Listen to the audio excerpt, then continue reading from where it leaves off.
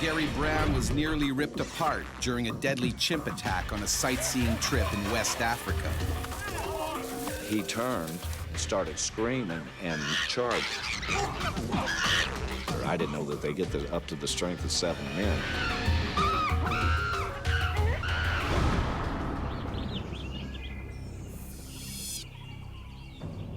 On the west coast of Africa, deep in the Sierra Leone rainforest, a large captive colony of chimpanzees lives peacefully on the 100-acre Takugama Chimpanzee Sanctuary.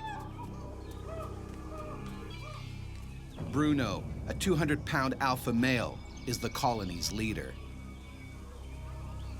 An alpha male is the term used to describe the highest-ranking male chimpanzee. The alpha male is the chimpanzee who can win a fight with the other males. In the wild, Bruno would rule a territory at least 50 times the size of the Takugama Sanctuary.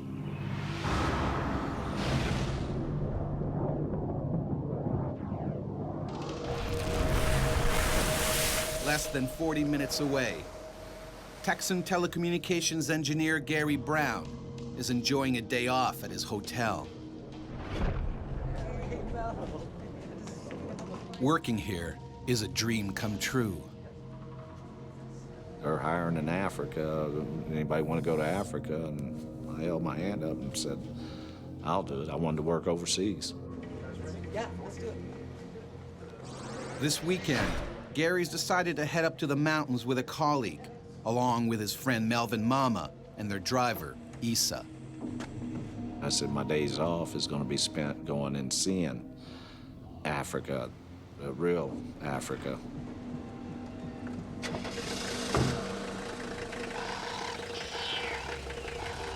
Issa drives them deep in the rainforest towards the Takugama Chimp Sanctuary.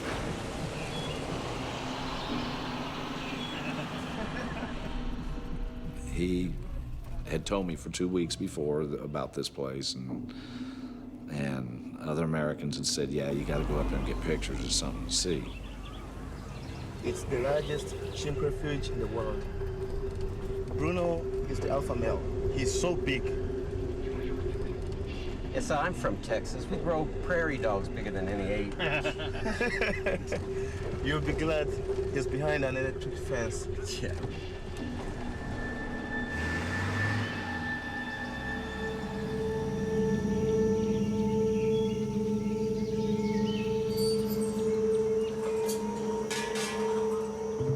At the Takugama Sanctuary, Bruno keeps a close eye on his keepers. If you're in captivity, you spend a lot of time just watching, and they would see these locks being opened and closed many times a day, and be watching very carefully to see how to get out. The chimpanzees presumably took a rock and banged it against the lock. The chimps in this part of the world know how to use rocks. Very few other animals do that. Chimpanzees and humans are really the tool-making and tool-using masters. No one knows for sure how it happened, but it's a breakout.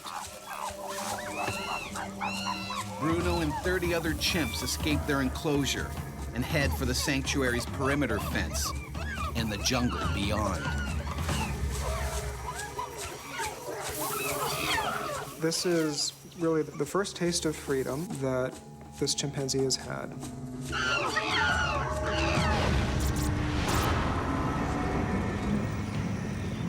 Unaware of the breakout, Gary and his friends continue to the chimp sanctuary.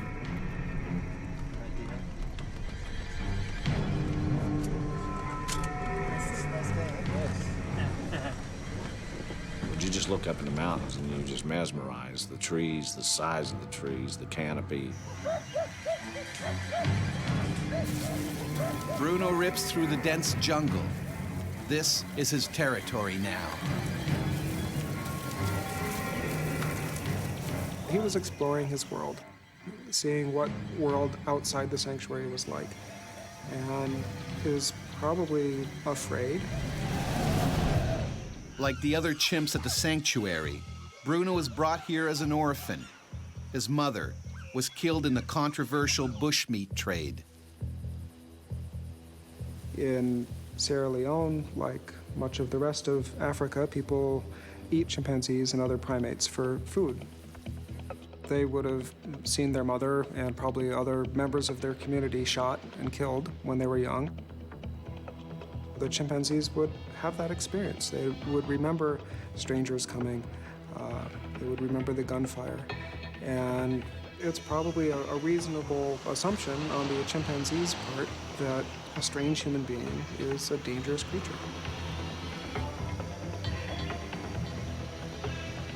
Bruno hears an approaching car. The chimp immediately sizes up the situation.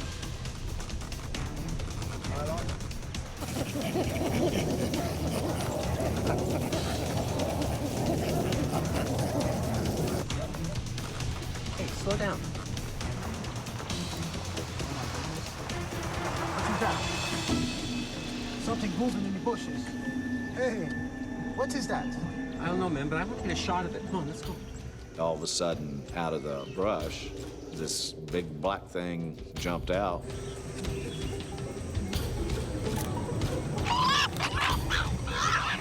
First thing I thought was, cool, you know, I'm seeing something in the wild. Windows. Turn the windows up. Slow down, man. Jesus. Issa quickly recognizes that the huge chimp is charging. It's time to get out. Issa, he just threw the car in reverse and just took off backwards. But fleeing only makes things worse. He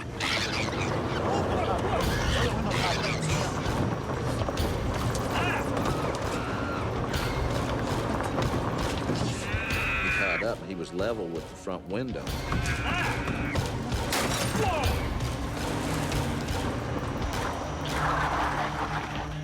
Bruno seems to have disappeared.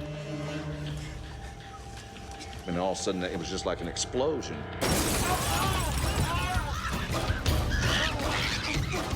A chimpanzee that's 120 pounds is going to be mostly bone and muscle with not a lot of fat. So you have a very compact and powerful creature. Fighting for their lives, they somehow manage to shove the furious chimp out the window. Melvin's hand has been bitten to shreds. Right here, all this was gone. If you run, you're showing that you're afraid of him, you're weak, and he'll take advantage of that.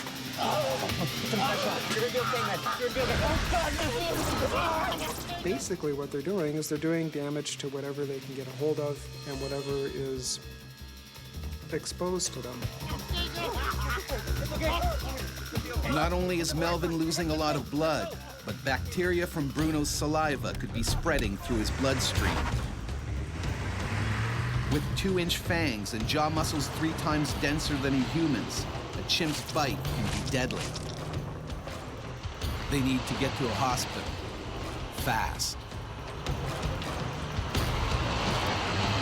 And we were yelling at him, slow down. He said, find a place to turn around, we gotta get out of here. Panicking, he misses a vital turnoff. They're lost.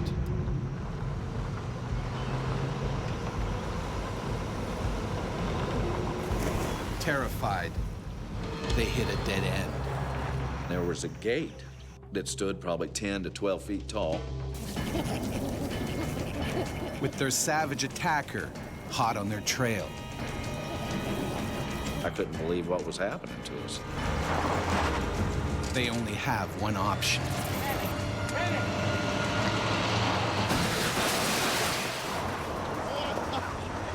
We stalled.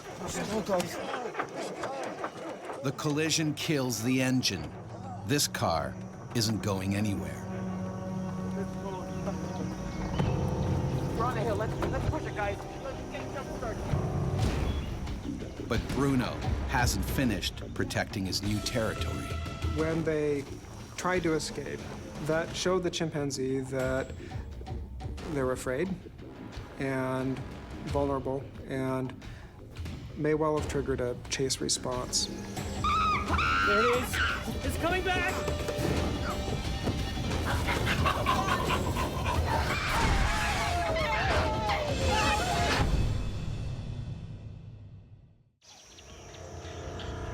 In the Sierra Leone rainforest, American Gary Brown and his party have been attacked by an enormous chimp.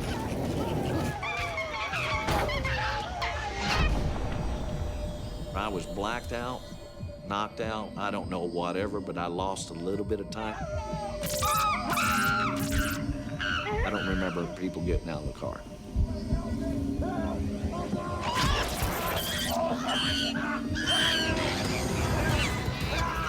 Horrified, he spots Melvin on the ground. Bruno is chewing him apart. The chimp takes Melvin's foot in his mouth and bites down. Gary's adrenaline kicks in. I was angry and just mad. Instead of running, I just started looking for a weapon. That's when I lost it. I had enough. And everything that came over me, came through me, all of a sudden I had total clarity.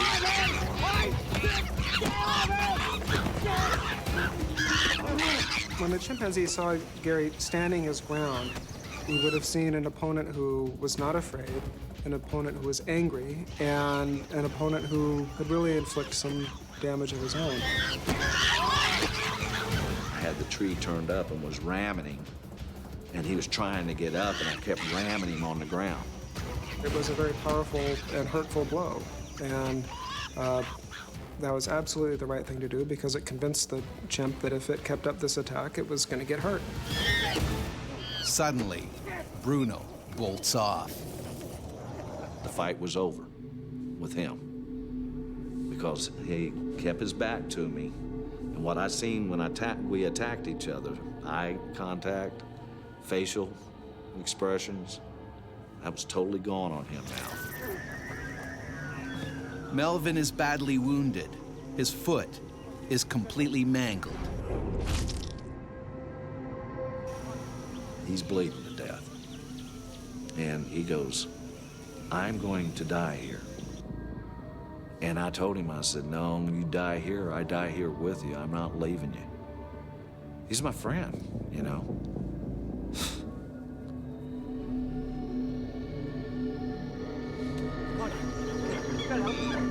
And there's no sign anywhere of their driver. Where's this one? He went for help.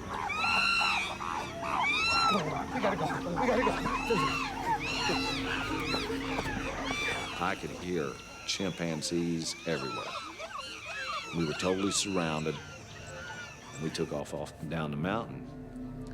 These chimps never jumped out. They stayed in the jungle. I kept looking ahead. Finally, we made it out. We made it to the road, the main road. More than an hour later, a passing truck picks them up and takes them to a nearby hospital. Later that day, Gary learns that Issa was mauled to death by the other runaway chimps. Doctors are unable to save Melvin's foot and 3 of his fingers. There ain't 5 minutes don't go by I don't see it. I'm gonna have to picture it in my head every day the rest of my life. If you get bit by a snake or a shark or something, it's kind of impersonal and you sort of expect it. But for a chimpanzee, something that is clearly very similar to us in lots of ways, it would just seem a lot more personal, I'm sure. I have no misconceptions. I know Bruno could have taken me apart in a heartbeat. He could have taken me, he was just off guard.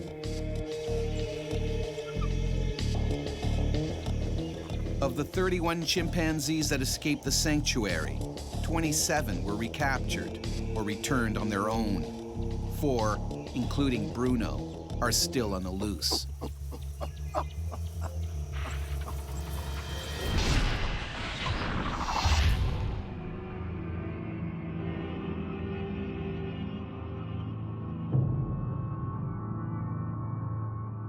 Gary Brown's case is not unique.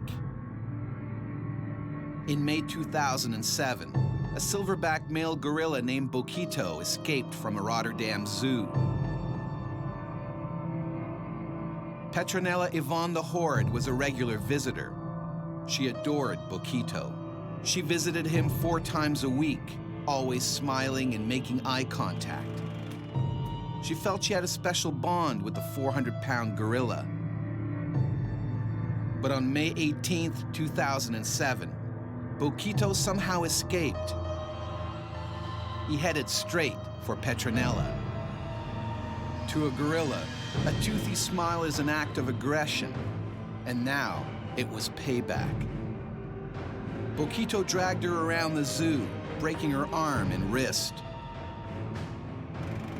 Visitors locked themselves in the cafeteria for safety. Boquito broke down the door, sending tables and chairs flying. Eventually, he was shot with a tranquilizer dart.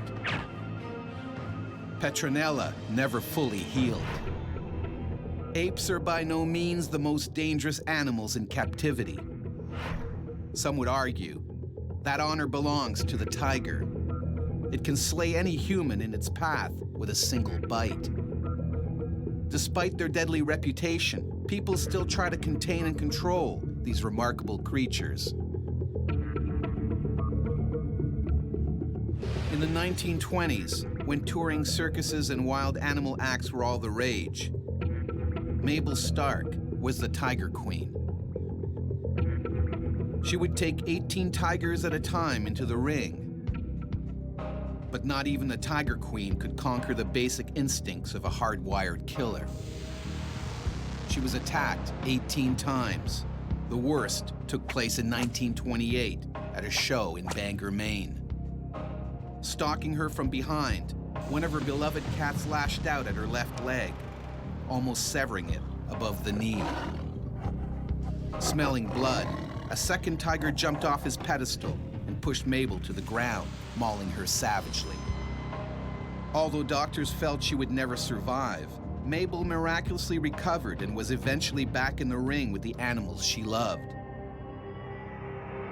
As Mabel knew all too well, containing tigers is a risky business. Animal lover Jan Gold was also savaged by a captive tiger. When it broke free at a zoo, her lavish fundraising dinner turned into a living nightmare. He just reached up and grabbed my bag. He bit into my head, and the next thought was, am I gonna survive this?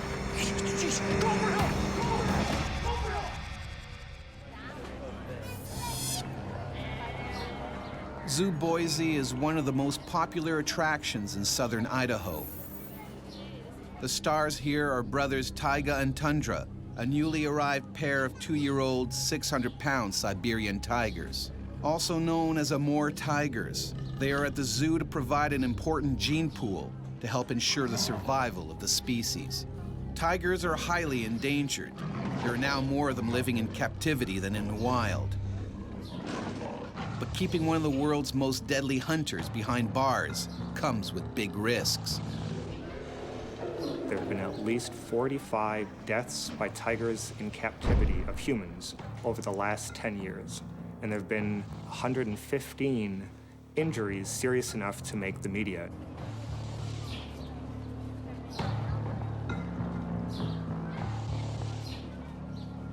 Tonight, Jan is helping to stage a fundraiser called the Feast for the Beast, a name that will soon prove darkly ironic. This was the largest fundraiser at the zoo. So there was going to be a silent auction, a live auction, some entertainment. All of this was on the park grounds at the zoo. The money will help build better facilities for the zoo's animals. I believe in doing what I can for the animals. I love animals. It's always been a fascination for me. In the wild, taiga and tundra would roam a territory 18 times the size of Manhattan. They are natural-born killers who can never be completely tamed. They can slaughter with a single bite. You can see animals at zoos, for example, that look at children running back and forth in front of the cages. There is an interest in chasing these children. Nearby in the tiger enclosure, taiga and tundra are getting increasingly hungry.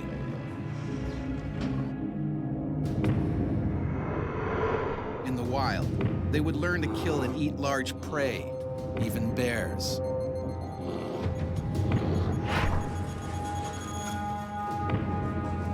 But on the menu tonight is 10 pounds of raw horse meat and vitamins. While the tiger's meal is being prepared, Jan takes care of last-minute details. I had to run some errands and pick some items up for the auction that was going to take place that evening, and it was just kind of setting things up. Around the zoo, workers are finishing off their chores. One of the tiger cages is accidentally left unlocked, but no one notices. Hello, everyone. Allison, it's wonderful to see you. You enjoying yourself? Excellent. Well, the barbecue should almost be ready, and then it'll be over for you. Excellent. Nightfall, and the zoo's social event of the year is underway. It's a good turnout. Dinner was kind of buffet style, and then sitting under a tent, and there was a little bit of entertainment, and then we went on to the live auction.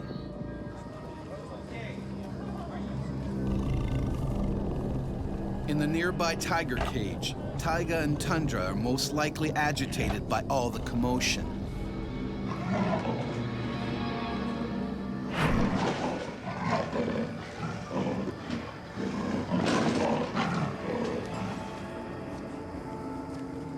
Unlike the tigers, Jan and the others at the party have already been well fed. And now, it's time to stretch their legs. I got up with some friends, and we just decided to walk around. And we saw the manager walk by. Hello, ladies. Hey, how are you? You want to feed the boys? Oh, yeah, that'd be great. Well, that meant he was feeding the tigers. That'd be great. I'm just going to phone ahead. You guys keep going. Yeah, Steve? We weren't the only ones invited. There were other people, too. Mostly board members and family of the board members or friends. Jan and her guests are excited. They can't wait to see the big cats feed. Here we go. As I walked down the hall, there was 3 cages on my right. Jan spots something strange. The last cage, the gate was wide open, and we noticed that. And we just kind of, well, obviously they must know it's open. And we talked about it, thinking, well, maybe they are going to direct the tigers into the first 2 cages.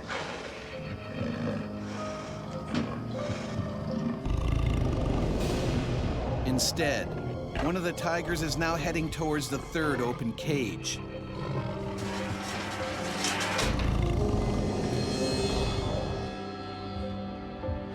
And face to face with Jan. All of a sudden, there was a tiger in there.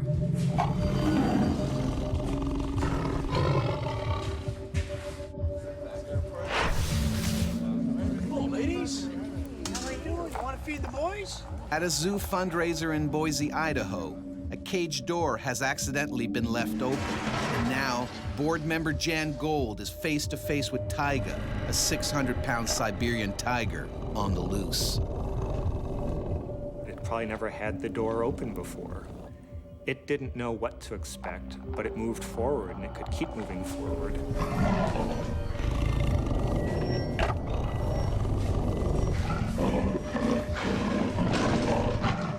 was 600 pounds. I mean, his head was, you know, into my hip area. That's how tall he was.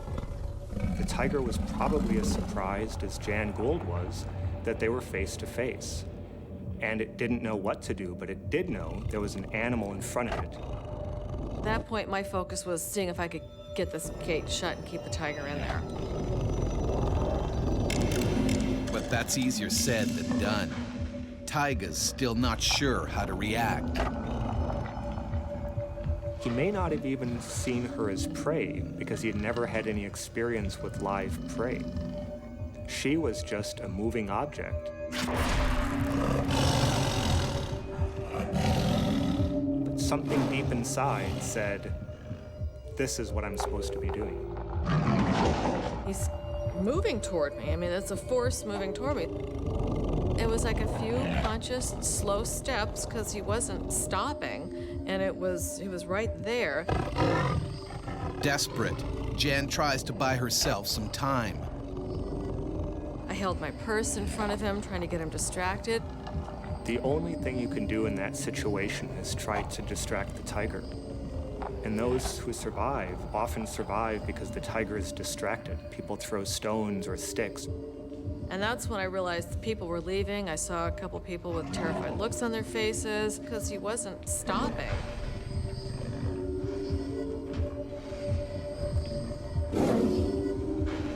The tiger hasn't attacked yet, most likely because Jan's looking it in the eyes. You want to look big. You want to face it. In the wild, tigers prefer to attack their prey from behind. Without realizing, Jan makes a tragic mistake.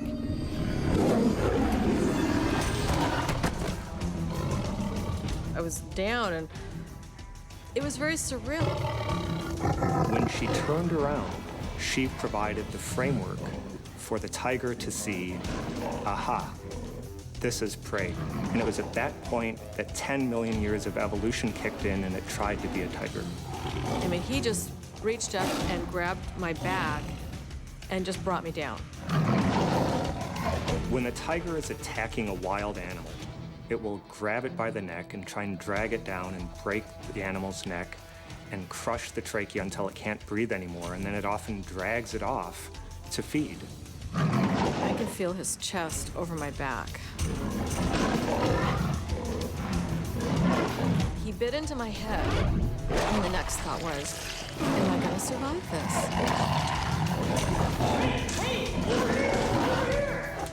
His powerful 4-inch canines can easily puncture Jan's neck vertebrae, forcing them apart, eventually breaking her spinal cord.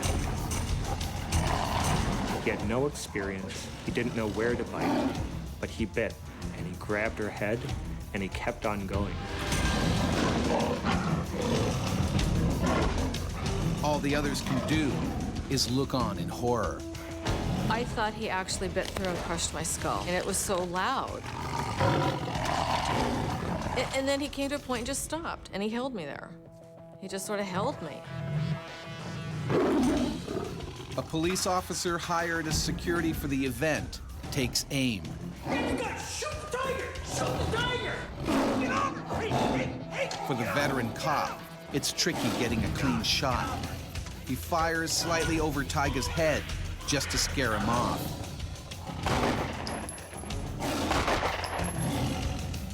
Startled, Taiga retreats to his cage and is finally locked up. The bullets was enough to surprise the tiger to move back. It had never experienced something like this. Unfortunately, in the shootout, a bullet has accidentally struck Jan in the hip, shattering the top of her femur. I'm laying on the ground, and I can't move from the waist down, or I can't feel anything. Jan is rushed to the hospital. Her injuries are horrific. They didn't know if I'd walk again. I had so many nerves that were damaged because that bullet, when it hit my bone, it exploded. And so I still have lots of shrapnel in there. My hip had to be rebuilt, and a lot of nerves were severed. I've lost probably about a third of nerve and muscle activity in my leg. It takes more than 2 years for Jan to get over the ordeal, and there aren't just the physical scars to deal with. There was a period of time where every time I closed my eyes, I'd be reliving it under a different scenario. That was one of the things I had to go through and recover from. The reason Jan Gold is alive today is the tiger was too young, too inexperienced. It didn't know how to deal a fatal blow. But at the end of the day, a tiger is a tiger, and it will not have lost its tigerness. For the last 8 years, taiga and tundra have continued to live in Zoo Boise, with no further incidents.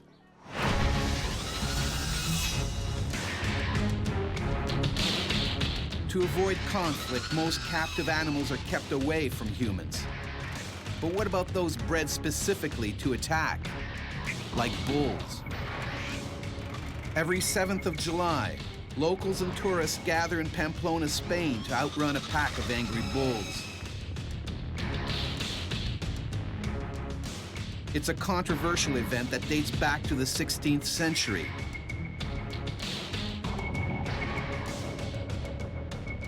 As many as 300 participants are injured each year.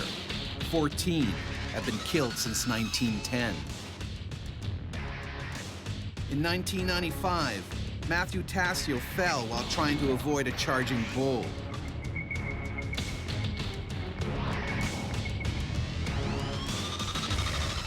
Just 22, Tassio became the first American to die on the streets of Pamplona. Even matadors with years of training can never completely control a powerful bull. In 1947, top bullfighter Manuel Rodriguez Sanchez finally met his match. Going in for the kill, Sanchez was savagely gored, his femoral artery slashed by the animal's jagged horns. The man everyone thought could tame the brute force of a bull was pronounced dead hours later. Half a century later, police officer Kenneth Shaw also found out the hard way what it's like to try to stop a 1,400-pound runaway bull. And it was on top of me, slamming me into the ground, and I felt the pain go up to my chest. This thing ain't stopping.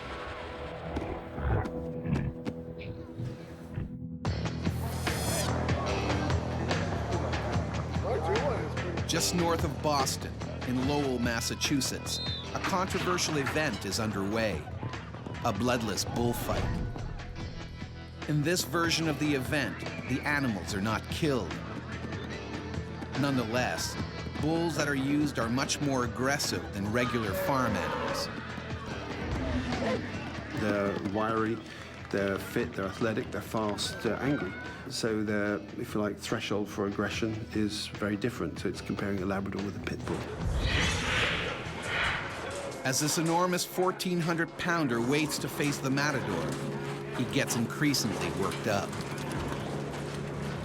When they're confined, when they're frightened, they get sometimes mean and certainly unpredictable. So stress, fear is really the big danger signal for bulls that will get them to do things that in nature they would never do normally.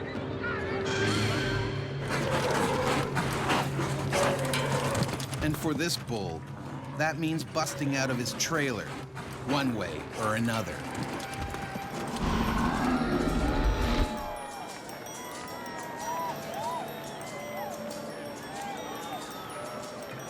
Nearby, Lowell police officers Maggie Malik and Kenneth Shaw are on duty.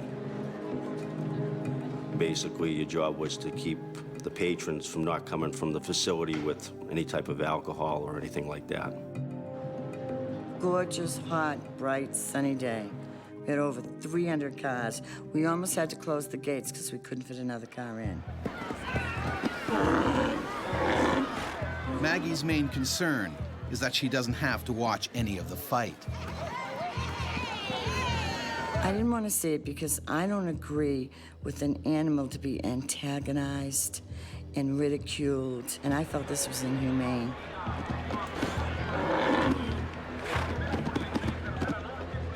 Their real problem, however, is a few hundred yards away in the bull's trailer. The noise is pushing the animal over the edge. There was a lot of alcohol flowing. There's a lot of banging around and noise and music, and that's pretty nasty cocktail for a bull, really. You have the makings of a bull that is going to be, if you like, out of his mind with anger.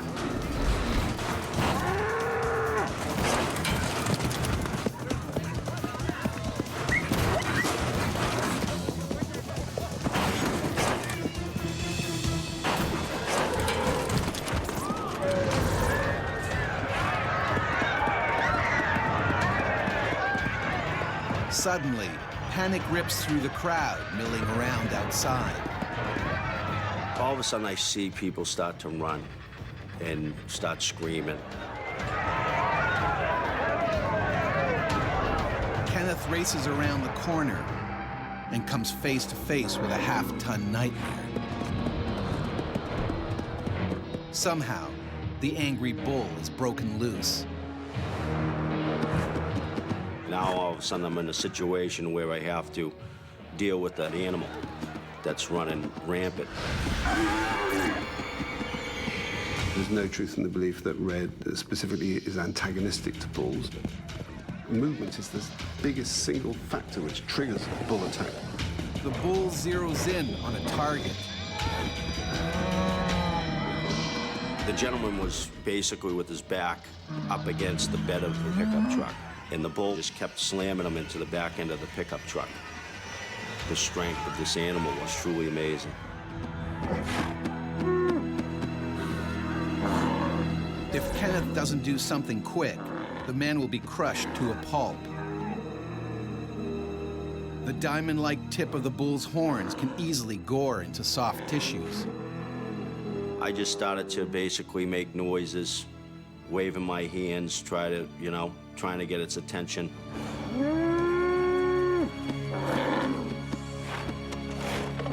Then turn its attention on me. My adrenaline was just, it just all came so quickly. Charging at full speed is a wall of muscle. It was a scary sight. Nearby, Maggie is unaware that a furious monster is gunning for her partner. Everybody's screaming, there's music going on. You can't really hear anything. It charged me, and I jumped on a vehicle that was close. It slammed off that vehicle and then just bounced off. But I knew it could pack a wallop, so I didn't want to get hit with that. There is no protection against an attack by a determined bull, especially a bull of that breeding, of that degree of infuriation, of that degree of temper. Finally, Maggie spots her partner. Kenneth has nowhere to go. They can really hit like a battering ram. Nothing is going to stop them, really. You'll be punctured. It'll go through your rib cage or some other part of your anatomy.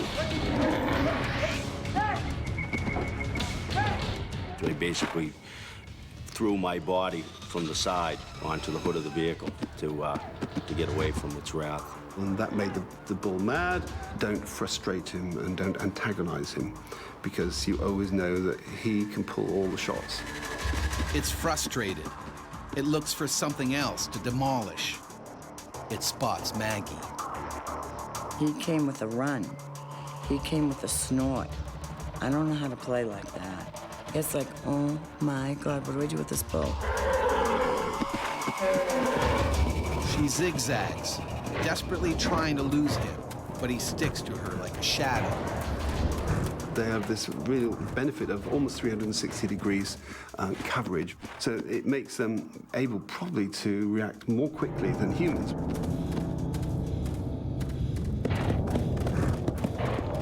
So if you stand still, the likelihood is that you won't be attacked.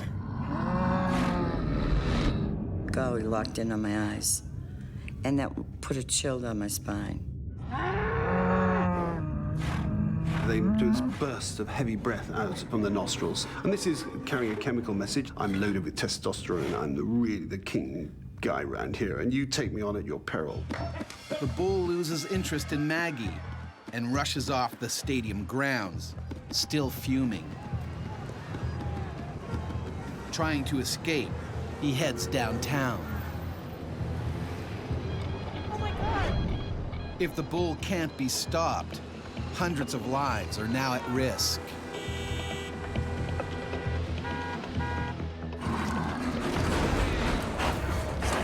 At a bloodless bullfight in Lowell, Massachusetts, a half-ton bull is on a violent rampage. And now, it's police officer Kenneth Shaw's job to take it down before he reaches the busiest part of town. I'm thinking that this animal is gonna basically cause a lot of havoc if we don't stop it. I didn't really even know what I was gonna do. I didn't want anybody else to get hurt.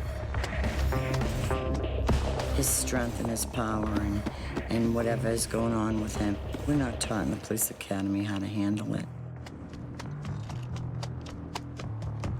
The only way that I'm gonna be able to take it out was if I hit it in the head. But the bullets barely make a dent. So the bullets would have hit into the side of that animal, caused it pain, but didn't ultimately penetrate and cause damage to internal organs.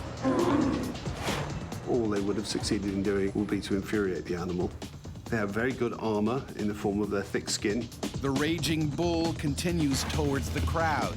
And I was just hoping that it wasn't gonna take a left where all the shopping malls were. Kenneth catches a break. The bull runs off the road and right into an empty parking lot. In an ideal situation, they would have just tried to contain or keep it in that parking lot, let it calm down. This is Officer Kenneth Shaw. I need backup. I need backup. The animal is cornered. It panics. And then it spots a familiar foe. The bull would have recognized him as that same individual, no doubt, and it was an unfinished battle. It's now or never for Kenneth. I have to try to take this out. If I don't, someone else is gonna get hurt. But again, the bullets have little effect. This thing ain't stopping. So then all of a sudden it turned and started to do an all-out charge right at me. They will charge through literally a brick wall. It was basically literally trying to destroy me, was trying to kill me. You know, it was bulldozing me and bulldozing me into the ground. Every time that I tried to get up and get off the ground, it kind of knew what it was doing. It'd swing its head and swipe at my feet and knock me back on the ground again.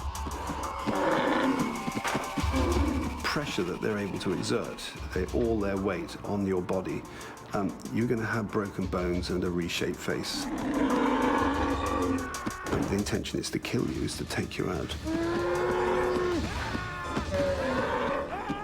All of a sudden, I felt the pain go up to my chest.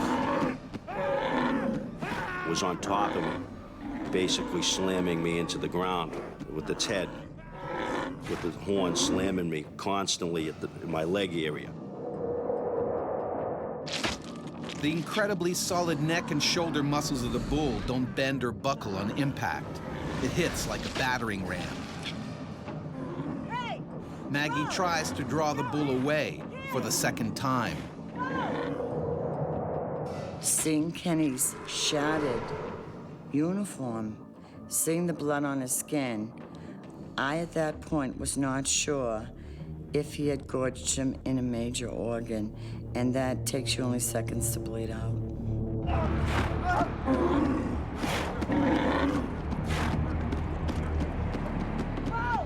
The bull is momentarily confused by Maggie's shouts,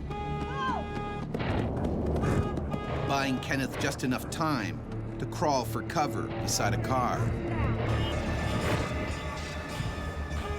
His knee is gorged. It looked like prime rib. And I know that a lot of grout and dirt and soot. It needs a lot of cleaning, a lot of room for infection, tendon repair, maybe fractured bones. Kenneth's in bad shape.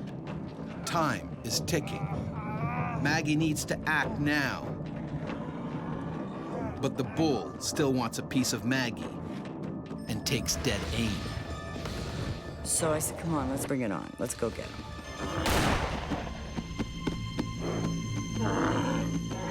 And I shot him right between the eyeballs and on the forehead. Which is actually the location that is used in slaughter, official slaughter of cattle. This time, the shot stuns the half-ton bull. He staggers away to the other end of the lot. Meanwhile, it's not looking good for Kenneth. I looked down and I could see my bones running the back of my leg. You're gonna be fine. You're gonna be fine. The bull is finally put down when police backup arrives at the scene.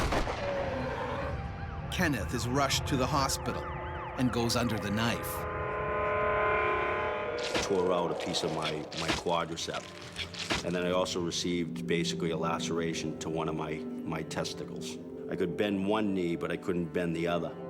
2 years later, he finally returns to the police force, a hero. I get the Medal of Valor for basically my actions that day. Despite the controversy, bloodless bullfights are still held in some states, including Texas and California.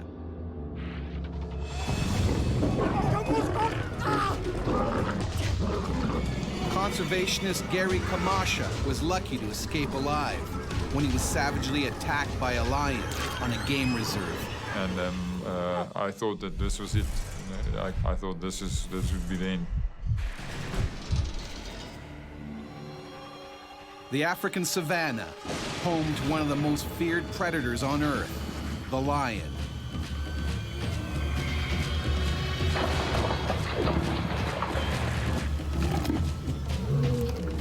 Thousands of people have met their end in the jaws of these killer cats. This pride lives in a game reserve in South Africa's Mpumalanga province. And when food is short or they feel threatened, these big cats can turn man-eater.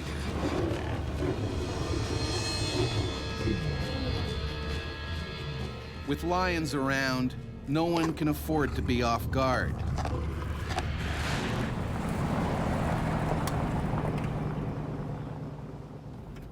Danger is part of the job for 23-year-old conservationist Gary Kamasha. He manages the reserve's lions, and today he has a problem.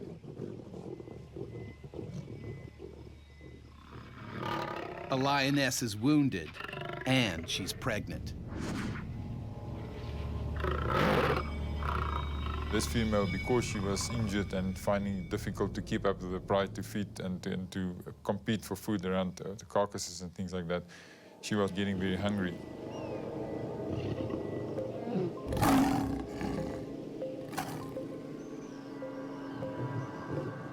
If Gary tries to treat the lioness, the pride could tear him apart. His plan? To isolate her in an enclosure by luring her in with bait.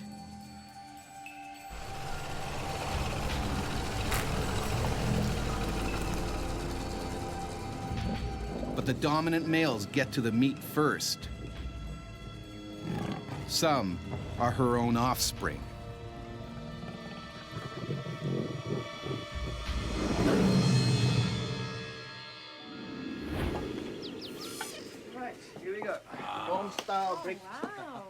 Days later, Gary is still waiting. He relaxes with friends and makes a dangerous mistake.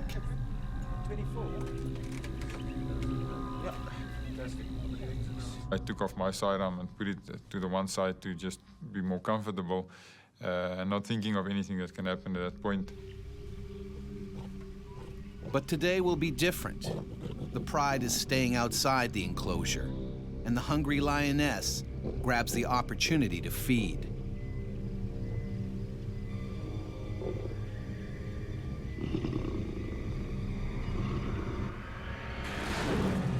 She's in the closer. Gary is delighted she's finally taken the bait. Guys, I'll be back in a couple of minutes. I just want to close the gate. Now he can treat her injury. 5 minutes. Come, let's go. I basically thought, okay, this is what we've been hoping for. Let's quickly go and close the gates and make sure that she's constrained inside. But in the rush, he's forgotten the one thing that could protect him in an attack.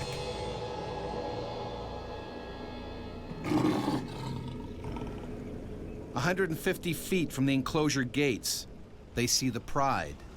The lioness isn't with them.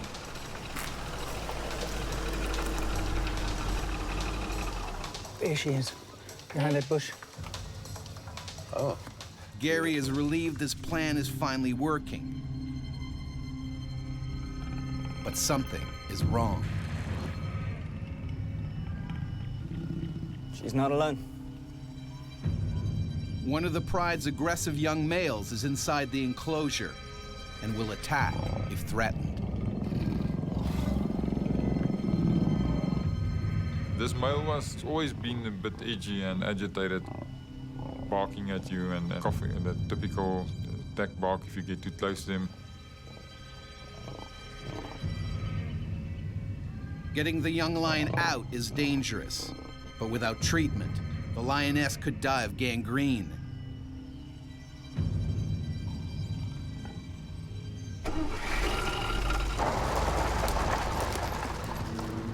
Gary's plan, forcing the young male out by using the truck. So we went into the gate and I tried to get the vehicle between the male and this female and then push him out so that he could be running out. And once he would be outside, we could close the gates. But the young lion isn't easily intimidated. He's not leaving. I think what happened at that point, he was looking at the movement of the vehicle. So the vehicle and the people inside was posing a threat to him as well as myself. And instead of him running for the gate, he was just seeing himself being crowded by this whole scenario. I was worried that he might start getting agitated, running up and down, psyching up the female as well, the rest of the pride. Forcing him out with the truck hasn't worked.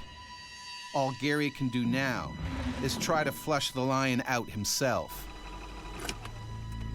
Just gonna have to go in there and chase him out.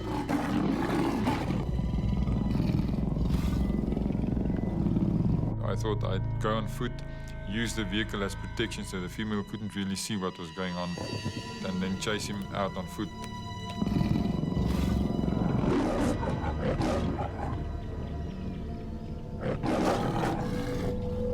It's a risky move, especially as Gary still hasn't realized he's forgotten his gun.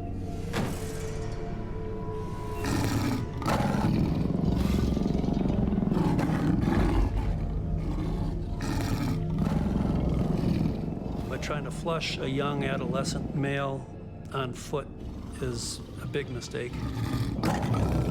Young males tend to be the biggest troublemakers. You know, lions are not used to being in close proximity to human beings that are not inside of a vehicle. The lion is starting to feel threatened. It could attack at any moment. I was just assuming that this male would just run out, and I wasn't even thinking of him feeling a bit of discomfort. I was entering his comfort zone and his personal space.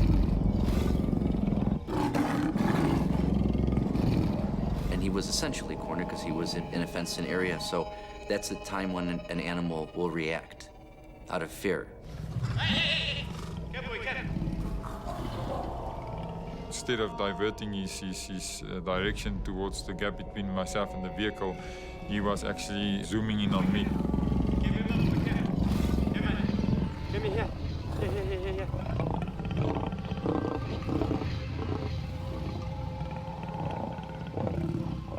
I realized he was coming for me now.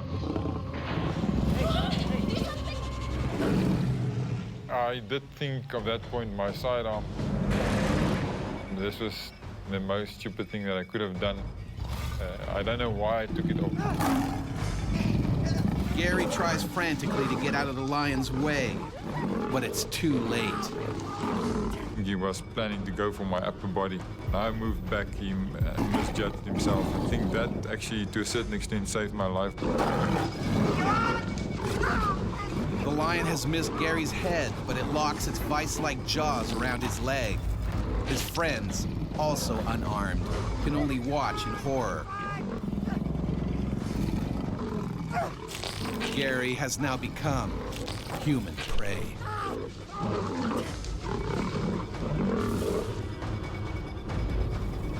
A lion has savagely attacked conservationist Gary Camash. Unarmed, he must now fight for his life with his bare hands. And I had my hands trying to push his head down and away from me and keep him down. It was like an iron vice, a big vice just clamping around my leg. A lion's jaws can bite with nearly 900 pounds of pressure, enough to snap the spine of its prey with ease. The lion certainly was trying to control him and immobilize him and get him to a point where he could access a more vital area.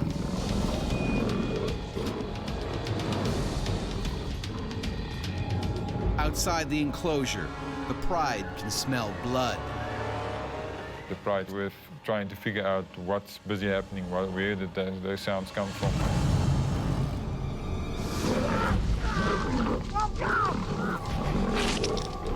The pride is becoming restless.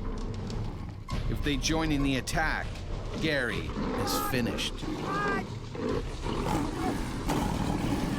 Frantic, he tries to pry open the lion's jaws. Well, I tried to put my thumbs into his mouth between his premolars. I couldn't get in him, they were already too close to each other. I just realized there's no way I'll be able to get my leg out of this. Gary's friend Johan tries to find anything he can to use as a weapon. But he comes up empty.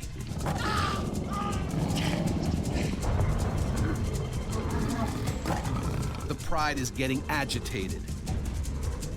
They can sense a kill.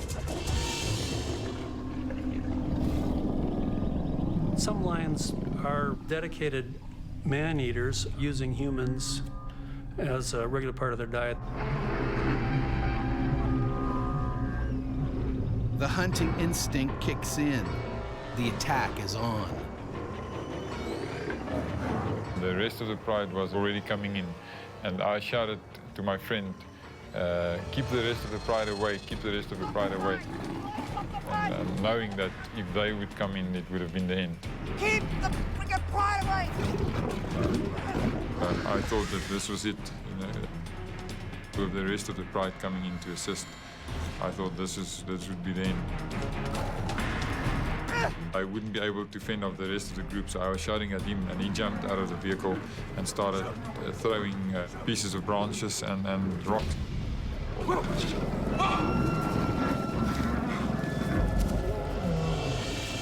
Incredibly, Johan manages to hold the pride back. I'm coming! But Gary's leg is still locked in the lion's mouth. He needs to do something fast. Desperate, Gary attacks the lion's only weak spot, its eyes. I could just feel when I pressed my thumb into his eye that he was blinking and trying to get out. That was hurting him. The nose and the eyes are very vulnerable. It's the part of them that they have to, at all costs, protect. But the lion won't let go. It fights back with razor-sharp claws. Or not only will they shred your flesh like a hot knife through butter, but the infections caused by those claws are also very septic and can lead to rapid infection and death. A lion's claws carry deadly bacteria that can cause tumors, inflammation of the heart, and kidney failure. I still remember the sound of ripping flesh. And I could see the skin stretching, and I could feel the skin ripping. Time is running out.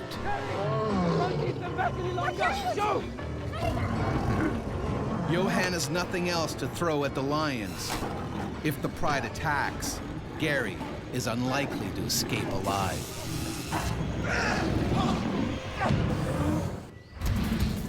South African conservationist Gary Kamasha is being ripped apart by a lion.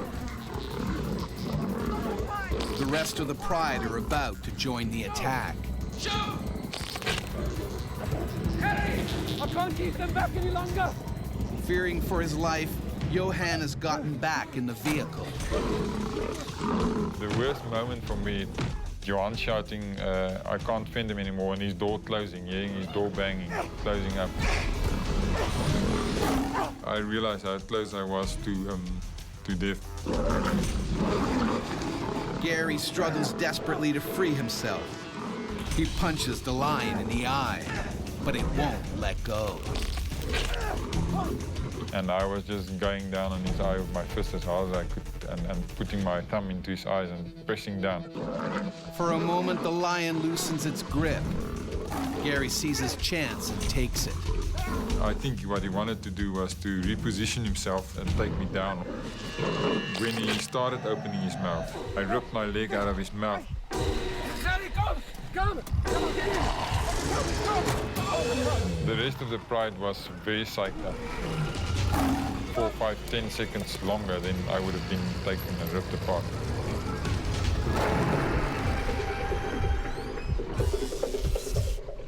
Adrenaline is coursing through Gary's body, numbing his pain. We need to have it checked out by a professional, okay? Only when he's safely away does he realize the severity of his wounds. When I looked down, I saw the piece of flesh hanging out the back of my leg. He ripped some of my tendons out of my arm as well, and I didn't even pick up that I couldn't use my left hand properly. Let's pull over. I'll drive, okay? Okay. Just pull over. Okay. Pull over. It takes half an hour to get to the nearest hospital.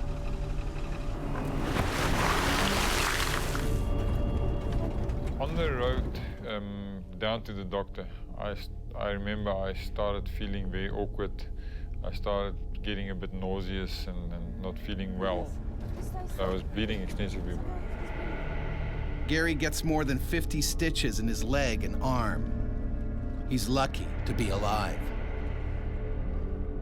There was a number of things that saved my life that day, and the one thing that was definitely the fact that he was inexperienced and a young lion, and the fact that I saw him coming for me and jumped backwards.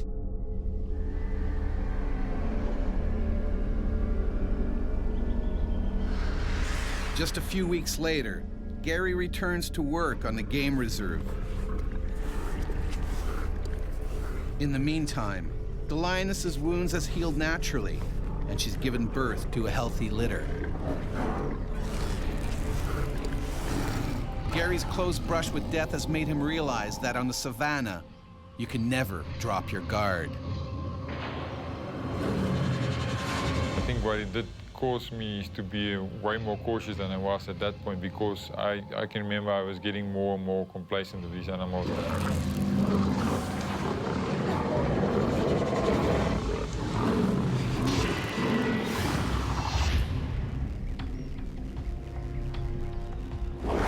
Ever since Homo sapiens first walked the African savannah, we have lived in fear of the mighty lion.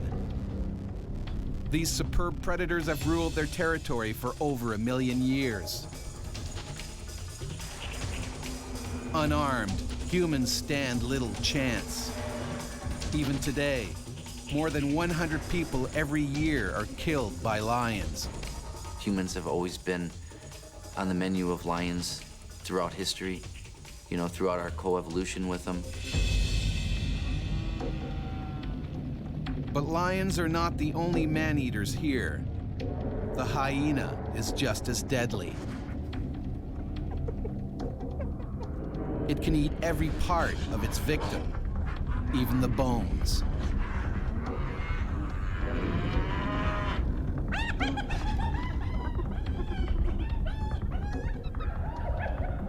Hyenas are despised because they dig up graves and eat human remains. And feared because they kill the living.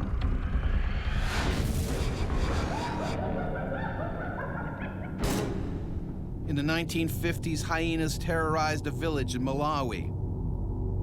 They killed and devoured 27 people, many of them children.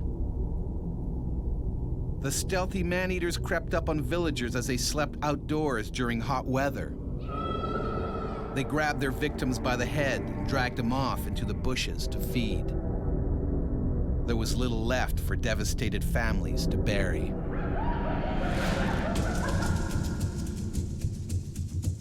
Hyenas are fearless predators. In 1972, a Malawi schoolteacher, Yerendas Luggage, was cycling to work when he was taken down by hyenas.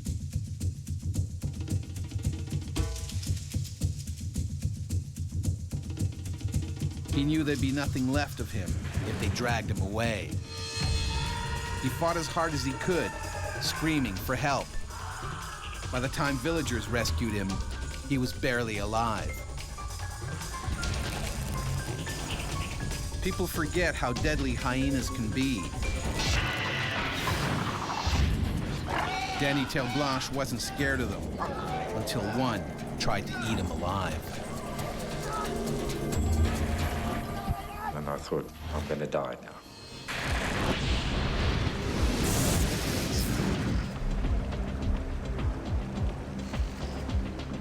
Spring 1998.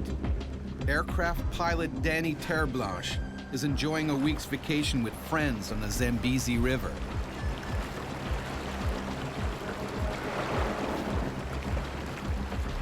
Every year, the group heads off into the wilderness for a taste of adventure. All the time there's exciting moments because there's a lot of hippo.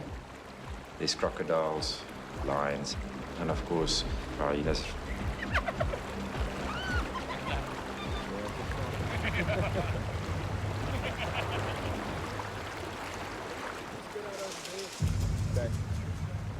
After an action-packed day on the water, the friends pull up for the evening. A ground crew has set up camp and cooked a hearty meal. We thought we had a very successful trip, so we were a very happy bunch of people.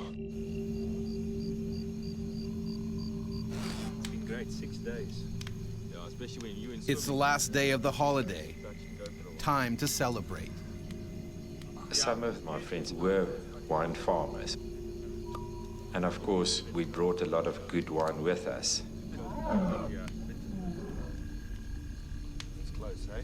It's close. We heard lions every night. We knew there was quite a lot of lions, that nobody had a gun. Are you sure you're still going to sleep out here tonight? Yeah, man. Predators are nearby, but Danny won't sleep in a tent. A big mistake. There's a recipe for hyena attacks, and the recipe would be sleeping with your door open, sleeping in your sleeping bag on the ground outside of a tent. Oh, I think I'm going to call it a night. Good night, gentlemen. Yeah, sleep well. All right. Yeah, you too. Good Thanks night. to you. Every night I slept outside, yes. But with some protection, I had chairs around my mattress, and of course I had a mosquito net that was hanging from a tree. But a flimsy mosquito net won't stop a hungry man-eater. These are animals that can dent a pipe, a 1-inch pipe. They can crush it without hurting their teeth.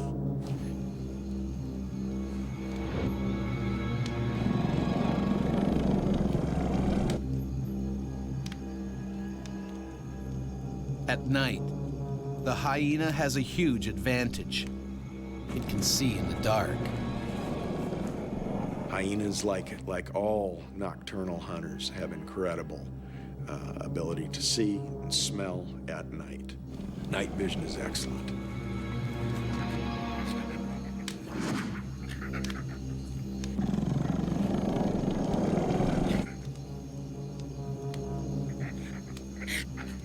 They're looking for garbage. They're looking for the things that were thrown out after dinner. And they come onto something like a person laying there sleeping. That's a carcass to a hyena. You are a large meal for them. They're not going to check your pulse before they go ahead and grab you.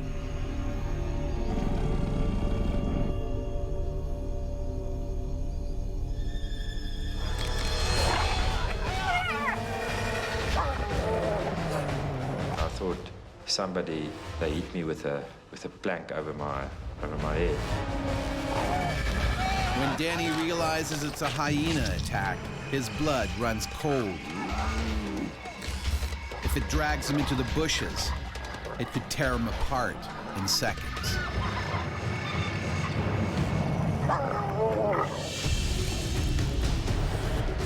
Danny Terreblanche is on a kayaking holiday on the Zambezi River when he is attacked by a hyena.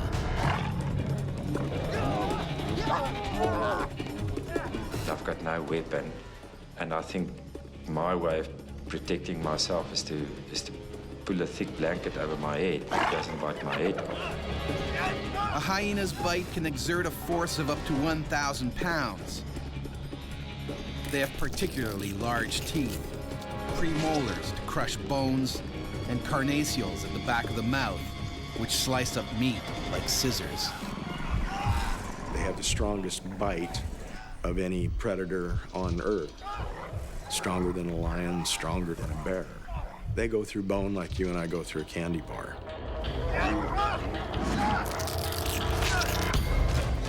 I tried to lie on my stomach in a crawl position, but it was just instinct.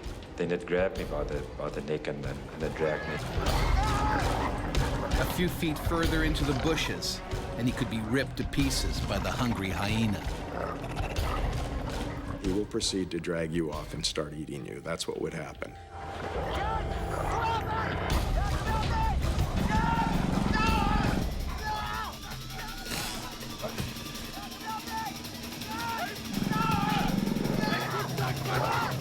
The hyena strategy is to kill you and then dismember you and then run away with whatever bits they could. Without the support of the rest of the pack, the hyena cannot fight for its meal. So it retreats. I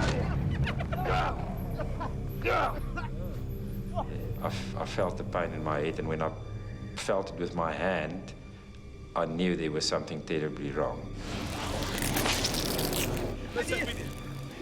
I felt a hole in my head. My biggest fear was that I lost my ear and I'm going to lose my hearing.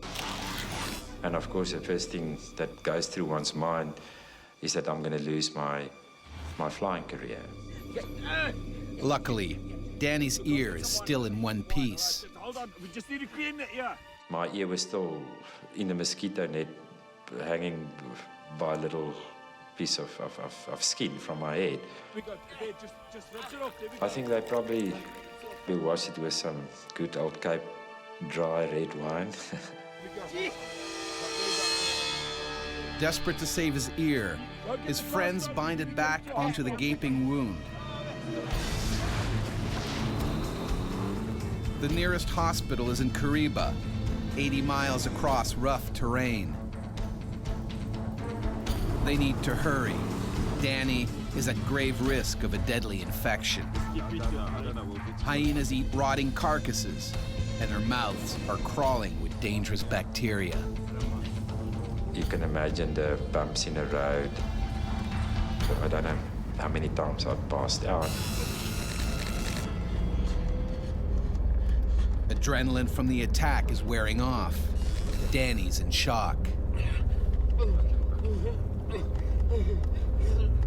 I prayed a lot, and I asked God to help me, and That was, I think, that maybe pulled me through. All right, now we're going to get in there now. It's good to see the place is going to be good.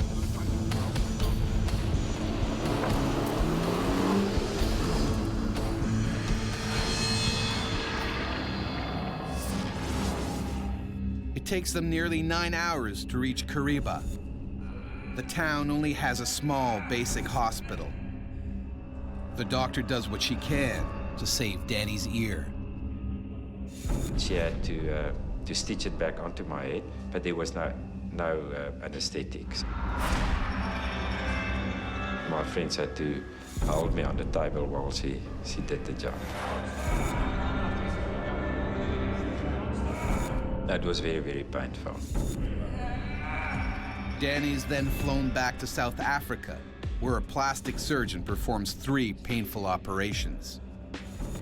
His ear is finally restored, and he can resume his flying career.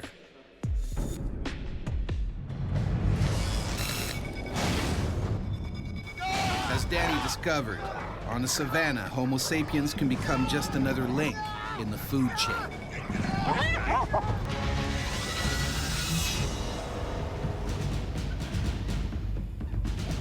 Humans aren't the usual prey for hyenas and lions. But when food is scarce, these animals will attack almost anything.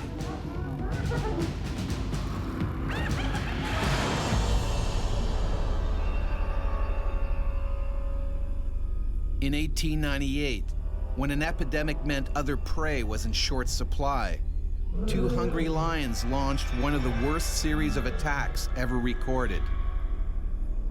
The man-eating pair are thought to have killed more than 100 railway workers in Kenya. The lions may have begun by scavenging graves. Then, with a taste for human flesh, they began a bloody rampage that lasted 9 months.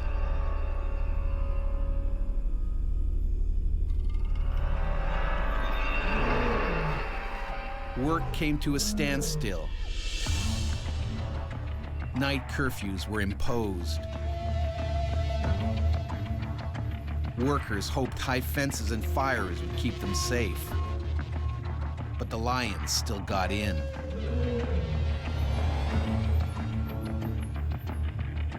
They pulled their prey from their beds and dragged them off into the bushes to be devoured. Chief Engineer Lieutenant Colonel John Henry Patterson knew he had to kill the lions if the railway was to be built. He tried for months to catch the savage predators. Then, finally, on the night of December 9th, 1898, he managed to shoot the first lion. 20 days later, he killed the second. Patterson became an instant hero. Male lions are extremely dangerous, but the lioness is just as deadly. She is a true hunter of the pride, a ruthless, efficient killer.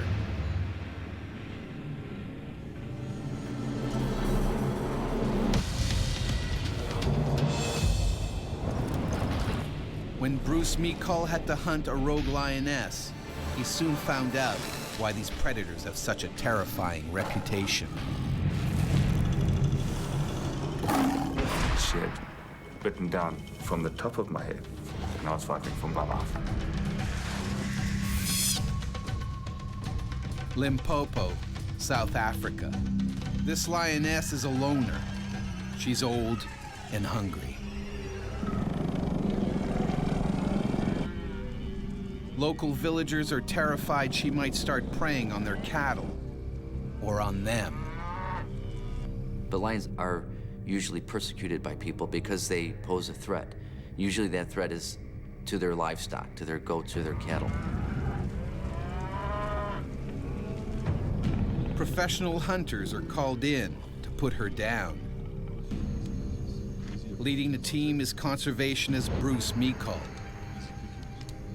He's sad to have to kill such a magnificent animal, Doing the job humanely is his top priority. It's your responsibility to make sure that things are done properly and as ethically as possible. Did you go through all? Yeah. You know, make sure that the animal goes down, you know, in a clean sweep. We had been notified by one of the trackers where the lioness was, so we headed up in our vehicle to that area. There's quite a few things to take into consideration when hunting a lion. Wind direction, the vegetation around you, and obviously the fact that you've got to have a clear visual around you. You don't want to be in really dense bush where you can end up in a bad situation.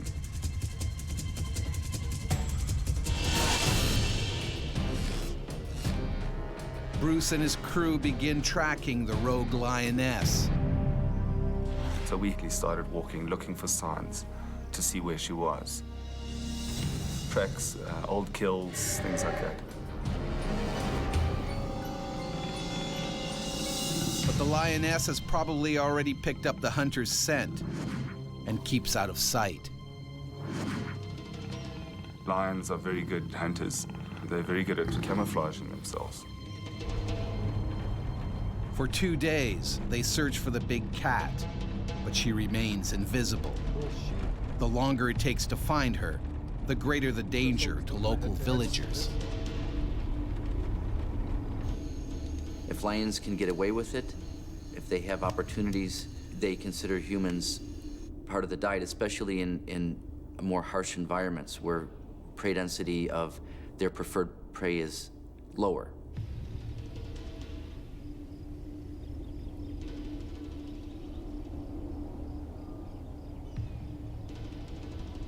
Finally, they work out which way the animal is heading. If they're quick, they just might catch her.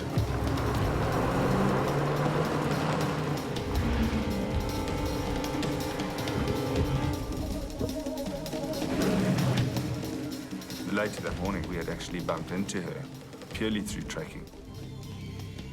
That enabled us, obviously, to get set up to take the shot. Bruce wants to take the lioness out with a single bullet. If he only wounds her, she's likely to attack.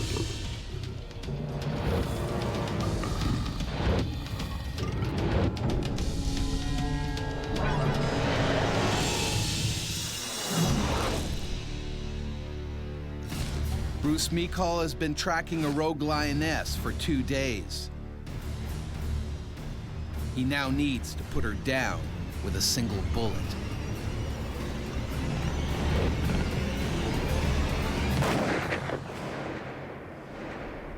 The shot was a good shot.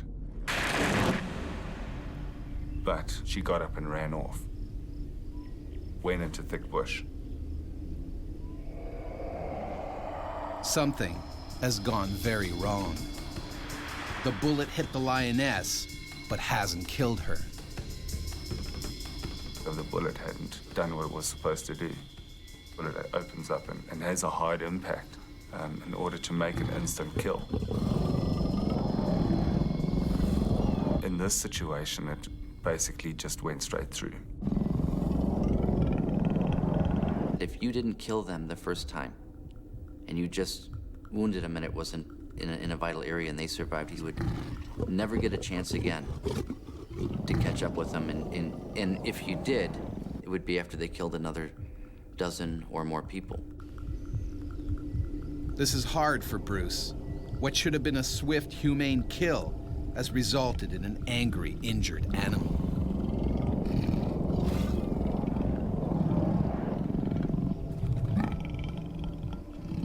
The animal's adrenaline is up, and by walking in there immediately, you basically putting yourself into a situation where she's going to come out and attack you. Just have to be very careful. They decide to give the lioness a chance to calm down. We head back as a safety precaution and got in our vehicles.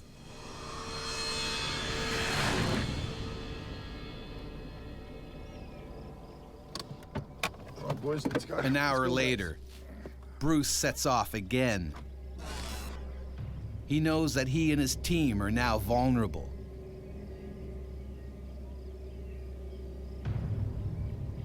The lioness is on the defensive and could strike at any moment.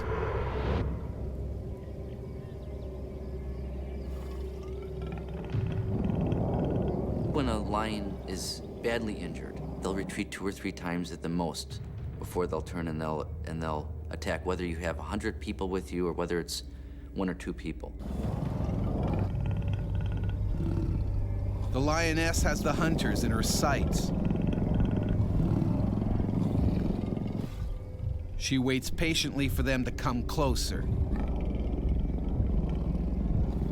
Her pursuers are now her prey.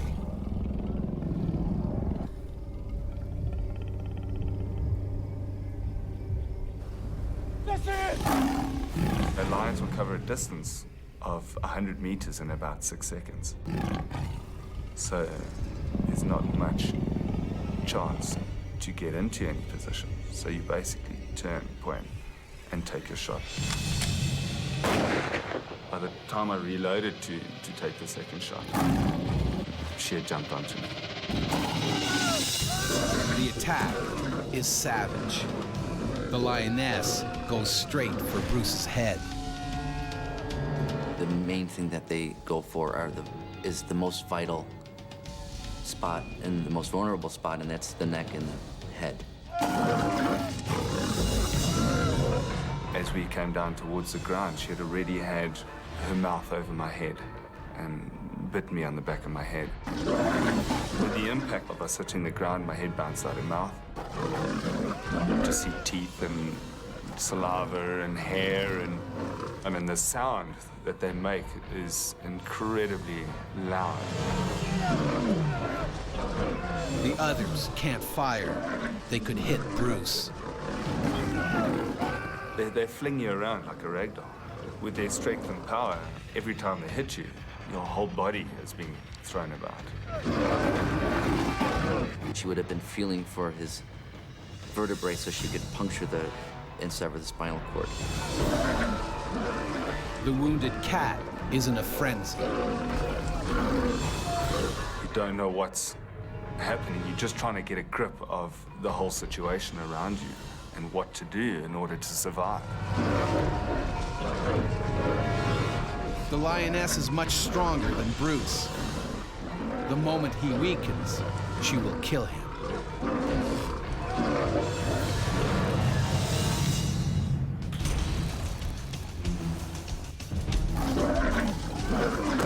Bruce Meekall has been savagely attacked by a wounded lioness. His team can't shoot her because they might kill him. He's become human prey. Once they go into attack mode, they don't turn back. And then they're gonna press that attack until either you're dead or they're dead. All you're thinking about is trying to survive. Trying to get yourself into a position of maybe having an inch of control. He must try to keep the lioness from moving long enough for his team to shoot her without hitting him. Bruce is an experienced hunter. He knows the lioness will try to gut him with her back claws. My natural instinct was to pick my legs up so she didn't disembowel me. And when she came for my face, that's when I stuck my arm in her mouth. Bruce has disabled 2 of her deadly weapons, her teeth and back claws. He hugs the lioness tight to immobilize her.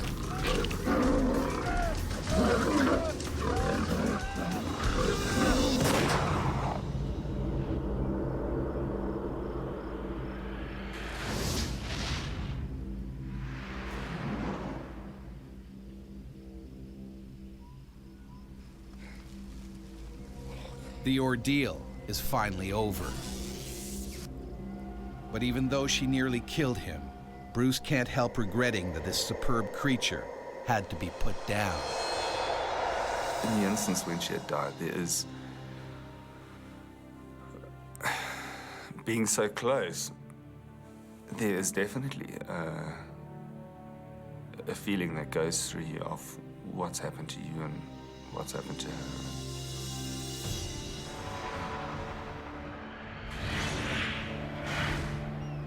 Shock sets in quickly. Bruce needs urgent medical attention. He has torn veins and over 40 lacerations. His injuries are life-threatening. A lion's saliva carries bacteria, which can cause terrible infection and internal bleeding. I spent 5.5 hours in surgery. I came out of hospital after 1.5 to 2 weeks.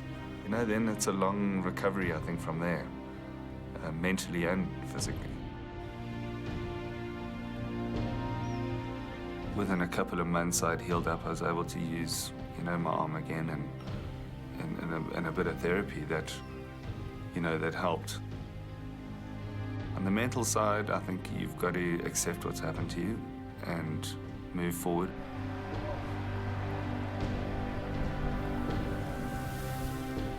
You know, there's very few first-hand accounts like that, because lions usually, when they attack like that, they usually kill their victim.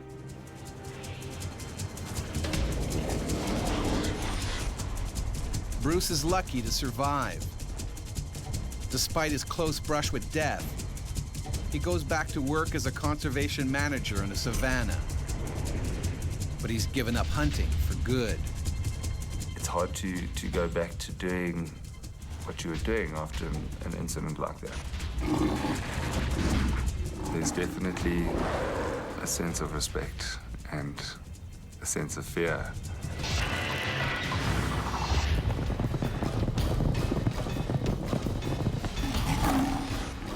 Lions and hyenas can kill a person in seconds, but attacks are rare. Normally, these predators will avoid us. It's only when food is scarce or they feel threatened that they strike.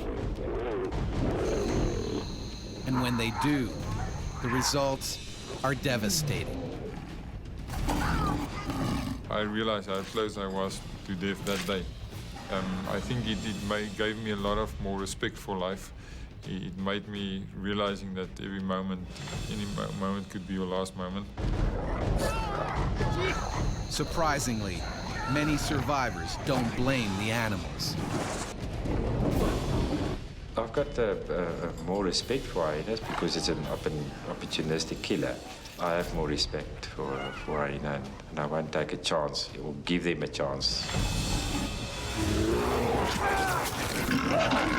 In the summer of 2005, Johan Otter tried to save his daughter from the jaws of an angry grizzly while hiking in Montana. I really felt like I was trying to rip my head off.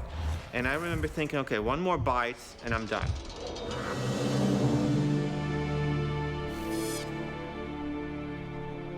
Glacier National Park, one of America's last great wilderness areas. It's home to the nation's most feared predator, the grizzly bear. Every year, grizzlies claim the lives of people who get too close.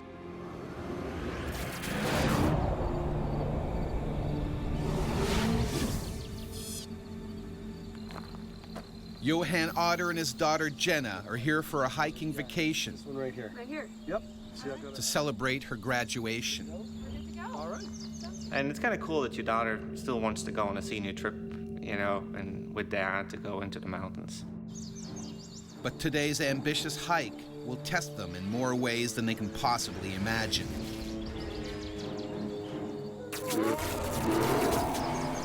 Survival in this wilderness is brutal. This female grizzly is dangerous. She has 2 cubs and will attack anything that comes near them.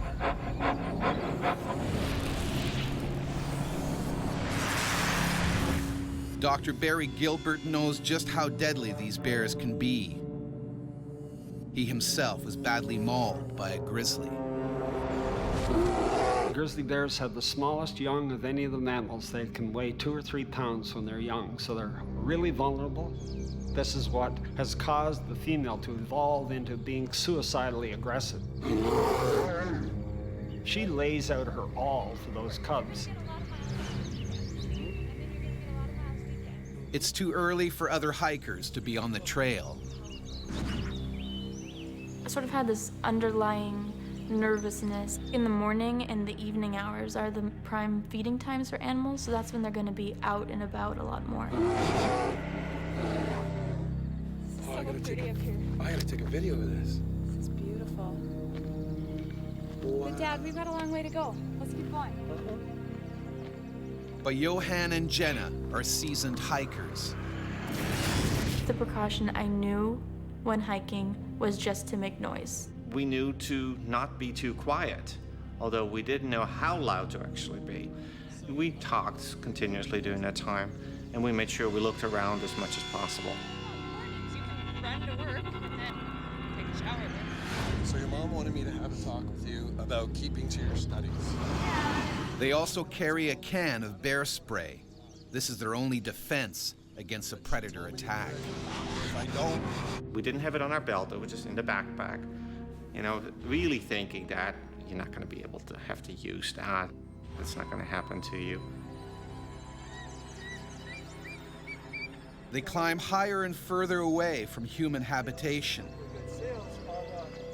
If anything should happen to them, Johan and Jenna are on their own. Grizzlies normally steer clear of people. They can pick up a scent from over 2 miles away. But the wind is blowing down the mountain, away from the bear.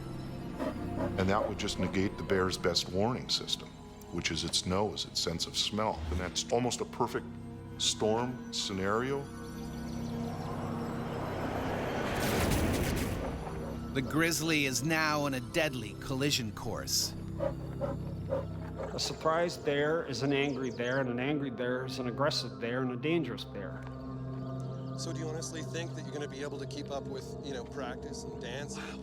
Look at this. High above the lake, the view is spectacular. Johan and Jenna fall silent, a mistake that could cost their lives.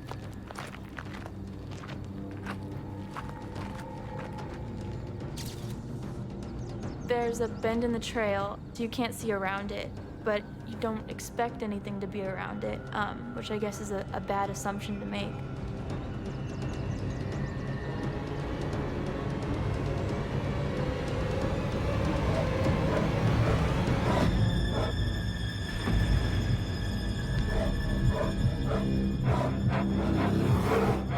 In front of me is a mother grizzly bear, followed by 2 cubs right behind her. I thought, like, I'm going to die. If you turn and run, you've immediately put a hamburger sign across your back.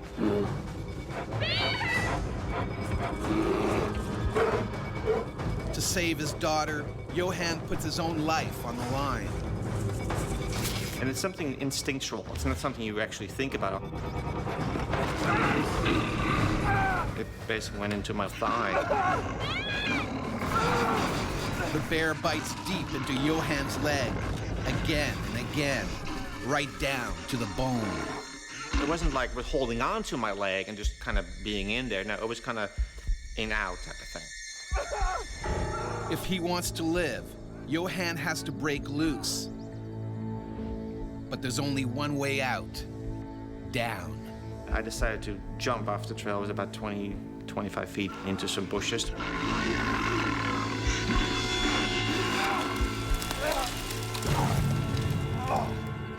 My eye was already bleeding or something like that at that point, so something must have gotten into my face. Because the animal went at me like this, so it must have been one of the claws.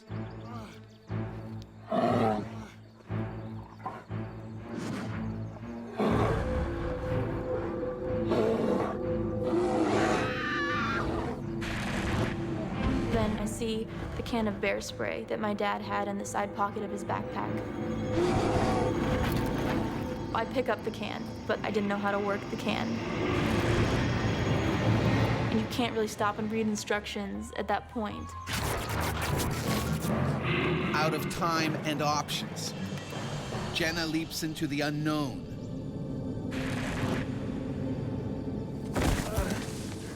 Johan has no idea his daughter has jumped. Jenna, down here! And I see the bear cocks its head back again, looks down at me. By being active, she might have interpreted that he was doing a circle around to get at the cubs. Hell-bent on finishing them off, the bear charges down the mountain. Never felt or seen anything as strong and fast in my life. There's one big piece of muscle. It was lifting me up nearly out of the bushes.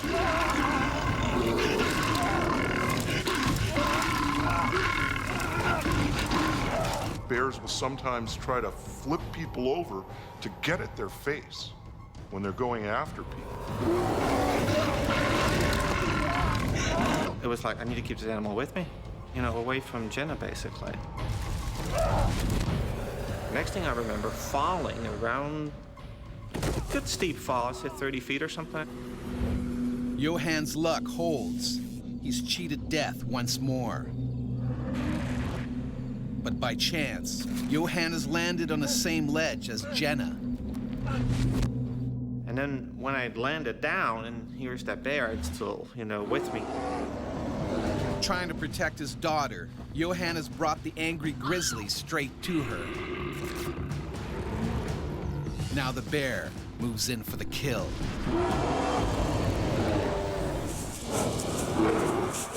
Johan Otter and his daughter Jenna have escaped a savage grizzly by throwing themselves off a mountain. Hot on their trail, the bear is going in for the kill. The animal just wants to get rid of you, to neutralize you, to make you no threat to her cubs. Jenna tries to hide, but Johan faces the predator head on.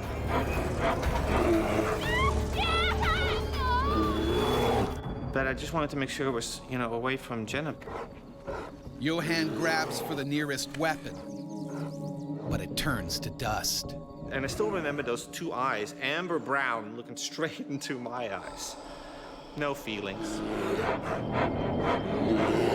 Looking bears straight in the eye and continuing to look at them is generally aggressive. And it really started chomping down on my arm. It was just ripping it apart. We don't have the physical structure to stand up to even a friendly wrestling match with a bear, let alone when they're ticked off and a mom is feeling defensive about her cubs. You have this helpless feeling of, I can't do anything, but you want to help, but you can't do anything. The bear goes for the killer bite to his head. It's going after a person just like it would another bear. They're aiming for the mouth and the face because they're trying to disable their opponent's weapons. That's their teeth, that's their jaws. The grizzly's canines are about 2 inches long, made for gripping and tearing. The molars are flat for crushing and grinding. It really felt like it was trying to rip my head up. And the tooth really went into my skull. I could feel this bone cracking. And I remember thinking, okay, one more bite and I'm done.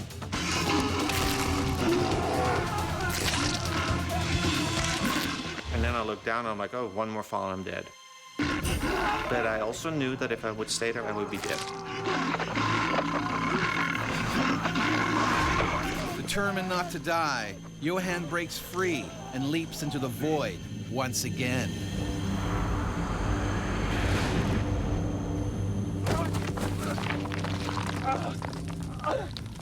A small rocky ledge saves him from certain death, 1,400 feet below. And then I looked up, and the bear kind of was looking over the ledge, basically. I couldn't get to me. It was too steep, basically.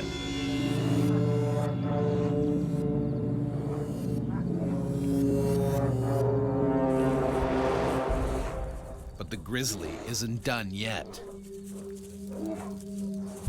It can still smell human flesh.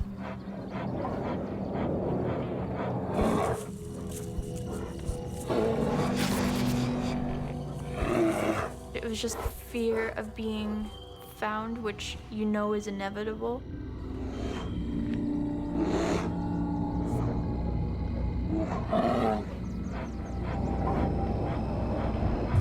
I heard the bear breathing, and it's sort of like that stomach churning, like, oh no, kind of feeling.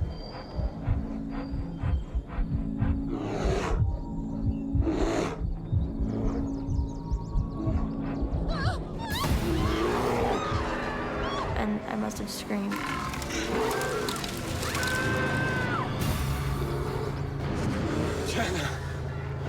Worst sound in the world.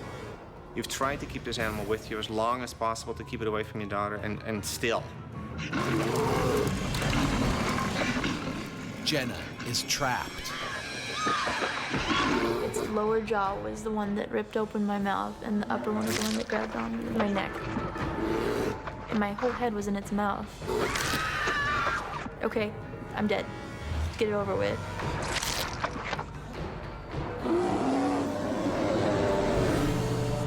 This could be the end of the line for Jenna.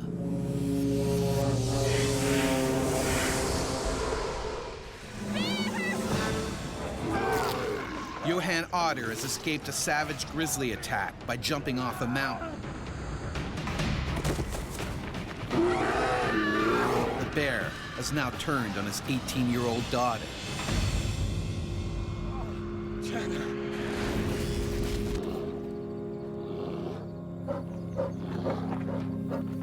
Face to face with death, Jenna takes a huge gamble. I just tried to be as still as possible so that it would think that I was dead.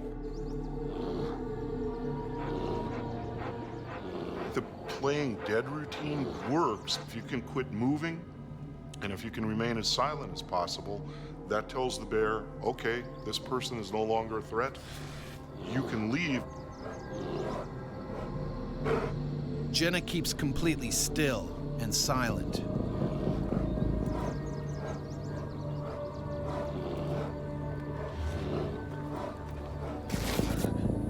Johan has no idea what is happening.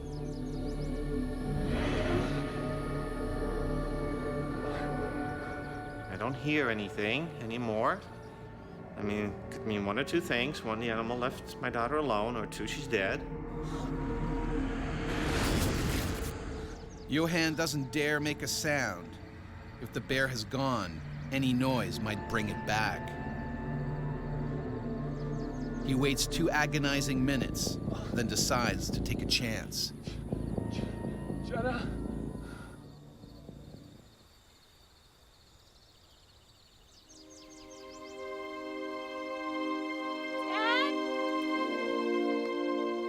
That's probably the best feeling.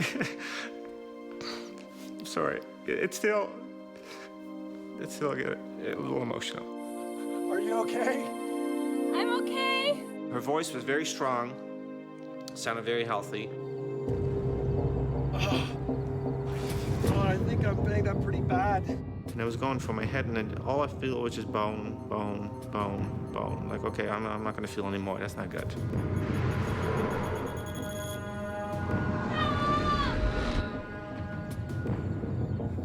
It's still too early for many hikers to be this far up the trail. Johan uses his nylon jacket to protect his exposed scalp. He needs urgent medical attention. Adrenaline triggered by the attack is draining away. He is going into shock. I was getting a little woozy. I was just shaking. I was so cold.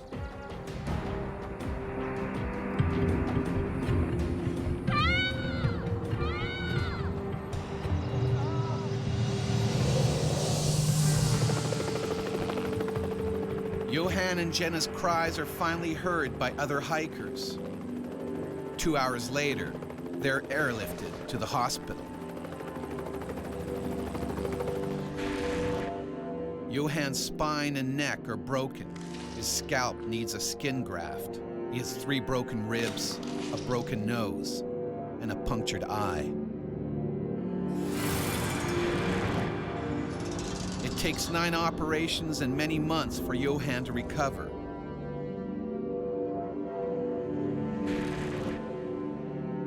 Jenna also requires surgery and begins university wrapped in bandages. Yeah, you kind of feel guilty in a way, you know, because you've taken your daughter into a dangerous area. Shouldn't have done that. That's when you get a little emotional, like, you know, shoot, I'm doing this to all these people. But I guess folks didn't care. They were happy I was still alive. So.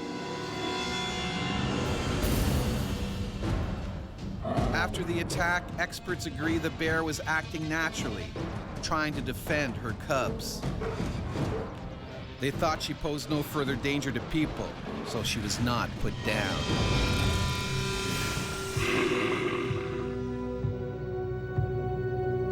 For thousands of years, bears were America's supreme predators. From Alaska to Mexico, they were top of the food chain. Native Americans were in awe of their ferocious temper and huge strength. Some tribes worshiped bears. They wore their skin and claws as symbols of power. But killing a bear meant hunting in groups. It increased the chance of coming back alive. European settlers, however, were far less cautious. They saw bears as a dangerous pest that preyed on their livestock. Convinced their guns would protect them, they set out to kill as many as possible. And this was the age of the homesteader. And for those people, if they lost a cow, if they lost a couple sheep, you know, it was a huge cost for them.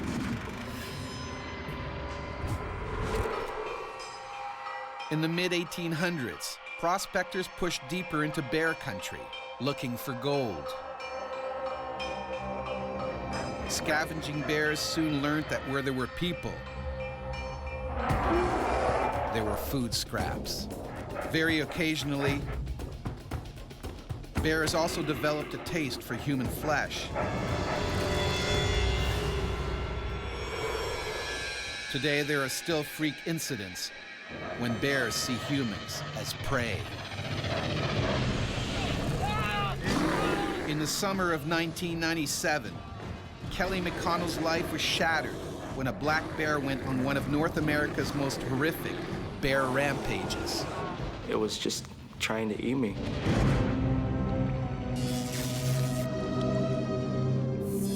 Liard River Hot Springs, British Columbia, a popular place to relax and unwind. It's home to many black bears who feed on food scraps that people leave behind.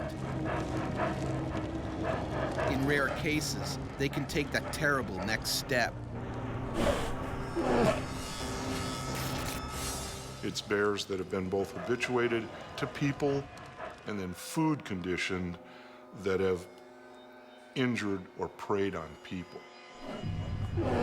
Like other bears in the park, this male feeds on human leftovers as well as plants and insects and the occasional young animal.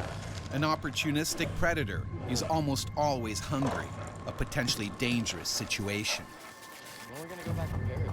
Where are you gonna go back to Paris? 13-year-old Kelly McConnell and his mother, Patty, are moving from Texas to Alaska to start a new life. They're breaking the long trip with a well-earned rest. We're just gonna relax after a long day of driving. We just wanted to go to the hot springs itself and relax.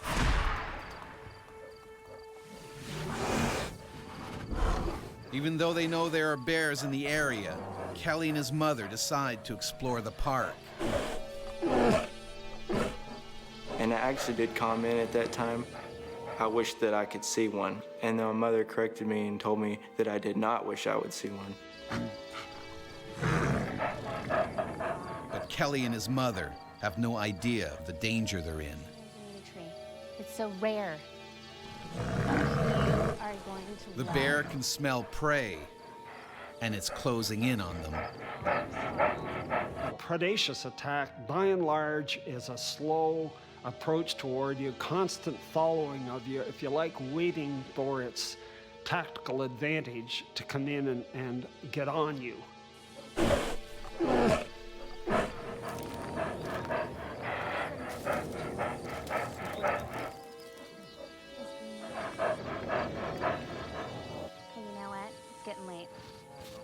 Come on, let's go.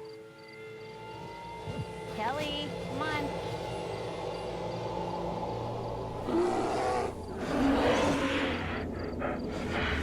Patty and Kelly have walked into a death trap. Frozen with fear, she has no idea what to do. Kelly, Hi, Mom. there's a bear. Yeah, right. I didn't believe what she was saying. She was always fooling around, and I didn't know what to believe. Kelly. Kelly. But it's no joke.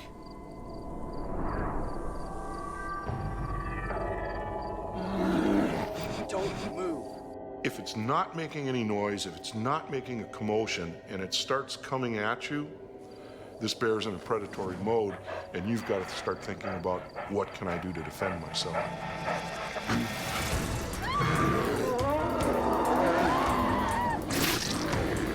The 400-pound beast viciously attacks Patty.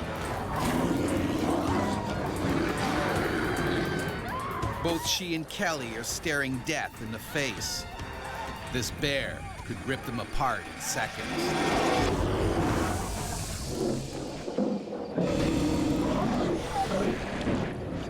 In a nature park in British Columbia, 13-year-old Kelly McConnell has put his life on the line to save his mother from the jaws of a bear.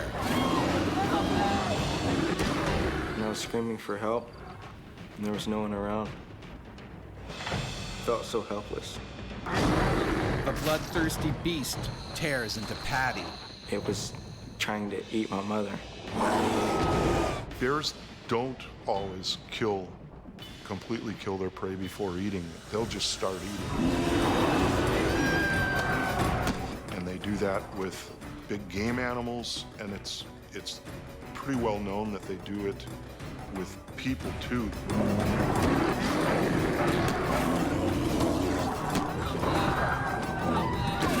Kelly desperately tries to save his mother. But then, in a heartbeat, the bear turns on him. I can just remember thinking, I hope that I saved my mother's life, but I remember thinking it was all a nightmare. Kelly has become the beast's next meal. The bear locks its powerful jaws around his waist and lifts him off the ground. I could feel the bones crunching in my body, like I was pretty sure I was gonna die. Kelly's about to pass out, but suddenly the animal drops him. He falls on his front, keeping his vital organs safe from the bear's teeth and claws. It just began mauling me from the backside. It would just bite into my back and just tear my skin. It was eating me.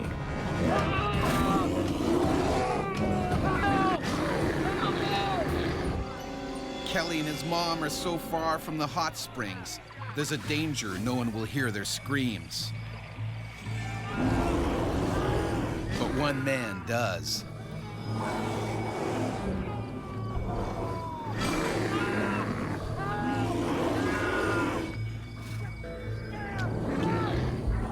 Ray Kitchen, a truck driver, races to the scene and heroically takes on the man-eater himself.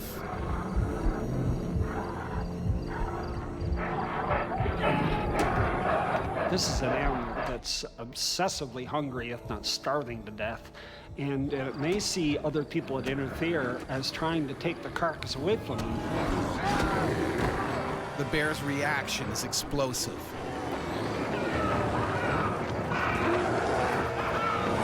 It turns on Kitchen and begins to eat him alive. Bears sometimes go into what they call surplus killing. They get into a herd of sheep, and it's so easy to kill them, they just knock them over left and right, way more than they're ever going to be able to eat. Kelly is too badly wounded to do anything to help. Kitchen is pinned beneath the raging animal. He can do nothing to stop it ripping him to pieces.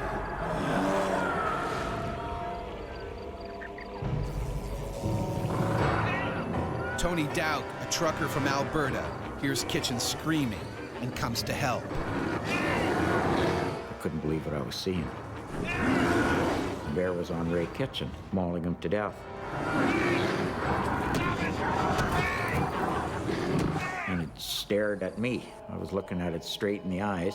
And I hit him dead square in the eyes. And its claws come up and just missed me because I jumped back. Tony is lucky the bear doesn't go after him. Instead, it finally kills Ray Kitchen. I heard Ray scream his last few, or try to scream, the last few thought or sounds that his voice could make. And I screamed, "Oh my God, and that was it. Ray's throat has been ripped open. They're getting the neck because they're going for the windpipe and for the vertebrae.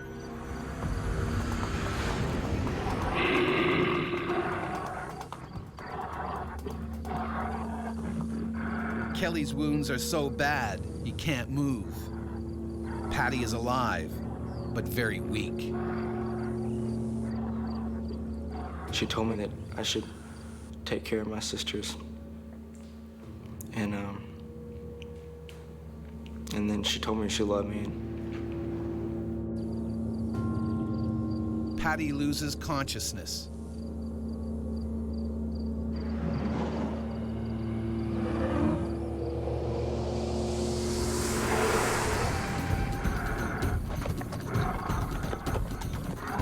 Other people are drawn by the shouts. They desperately try to keep the furious bear away from Kelly and his mom.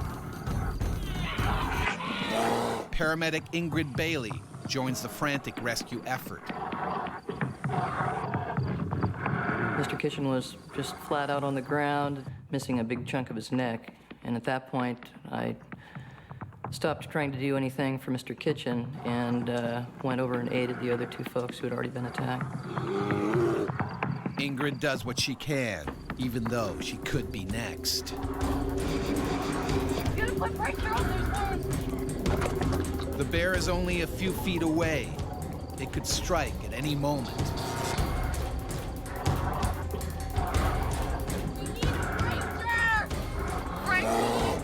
The only way to end the carnage is by killing the bear.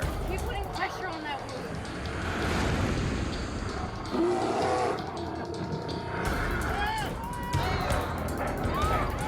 But this vicious predator is not done yet with its bloody rampage. It has the taste for human flesh and wants more.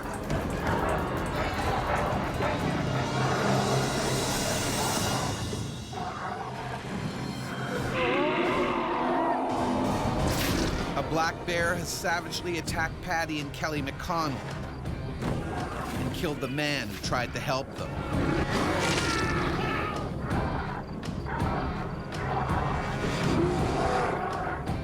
Now the bloodthirsty bear is on the rampage and heading towards the hot springs. There's panic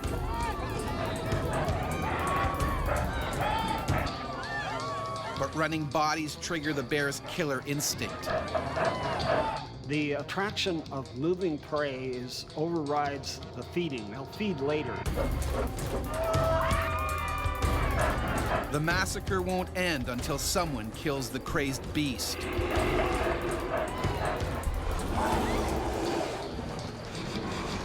Ingrid Bailey is still trying to revive Patty when the bear attacks another victim.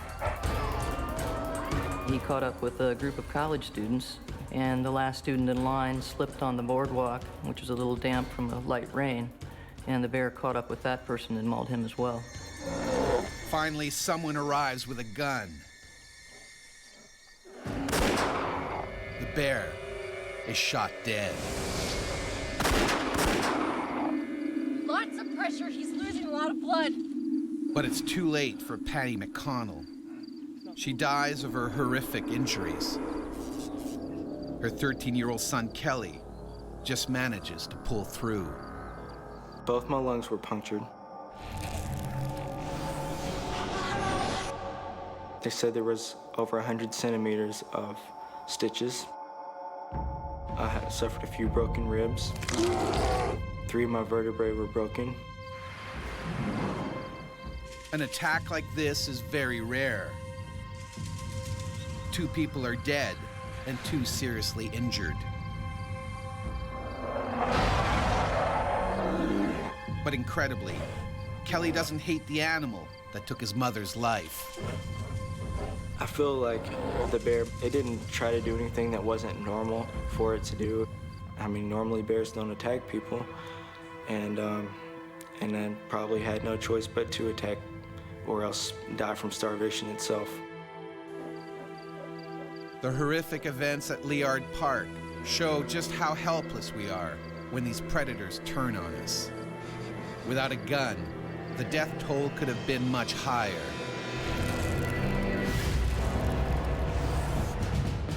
Killing a bear in full attack mode is difficult, even with modern weapons. Back in the 1800s, it was much harder. As Michigan hunter and trapper Franklin Devereaux found out in 1883 when he tried to shoot a grizzly.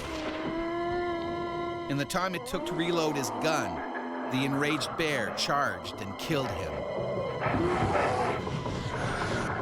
Placing a headshot, unless the bear is immobile, is just about impossible. The skull is very hard. With a hammer, you'd have trouble breaking it.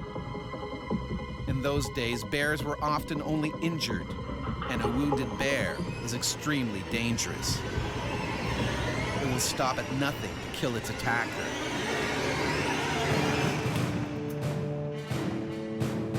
The invention of the repeating rifle finally gave man the upper hand.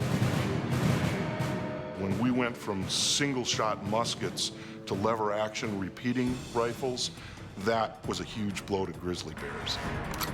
And it was both a combination of firepower, how fast you could shoot, and also the power of the weapon. Hunting bears became a popular sport. They were killed in the thousands. Grizzly bear numbers plummeted, and today they are protected by law. But as more hunters and hikers venture into the last remaining wilderness, violent encounters still happen. And when an angry bear attacks, even a modern weapon may not save you.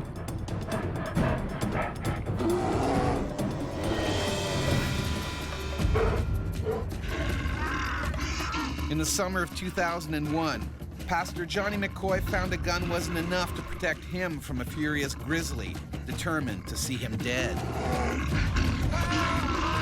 And she was literally just trying to break my skull.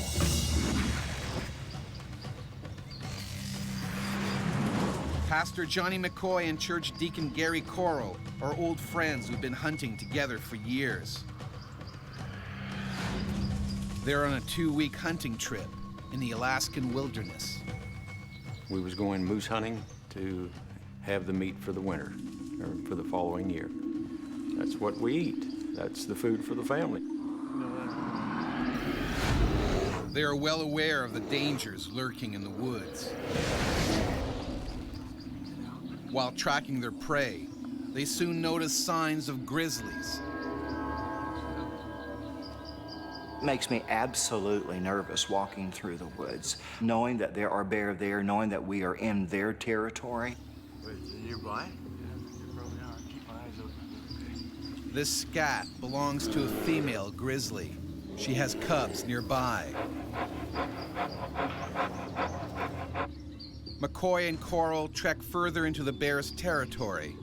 Unlike hikers, they make as little noise as possible.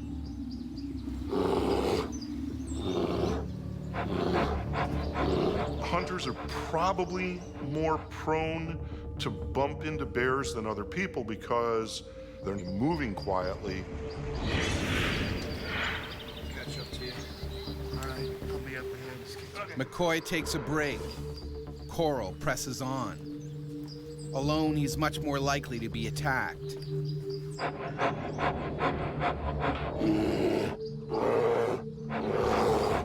Coral is walking quietly. The grizzly won't see or hear him until it's too late. It was probably just out there with its cubs. All of a sudden, here's these people. So to Ma Grizzly, you see that as a threat. McCoy, meanwhile, hurries to catch up with Coral. Suddenly, something tears out of the trees. It's racing towards Coral. She ran right out within 10 feet in front of me. In my mind, I said, it's a bear. McCoy can't shoot. He could hit Coral. By the time his friend hears a grizzly, it's too late.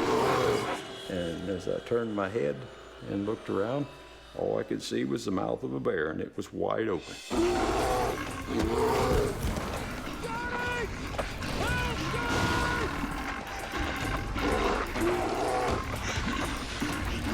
I just thought that the bear's gonna kill me. Today I'm gonna go be with the Lord. At first, Coral's backpack shields him from the deadly claws. The bear was just trying to get the pack out of the way to get it gone.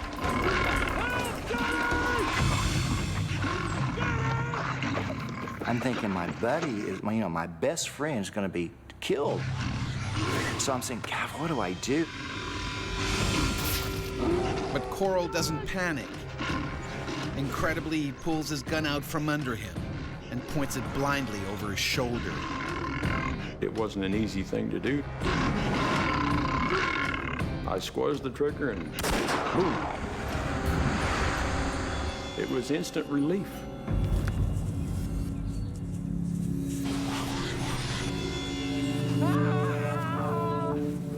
But a second later, Coral hears a terrifying scream.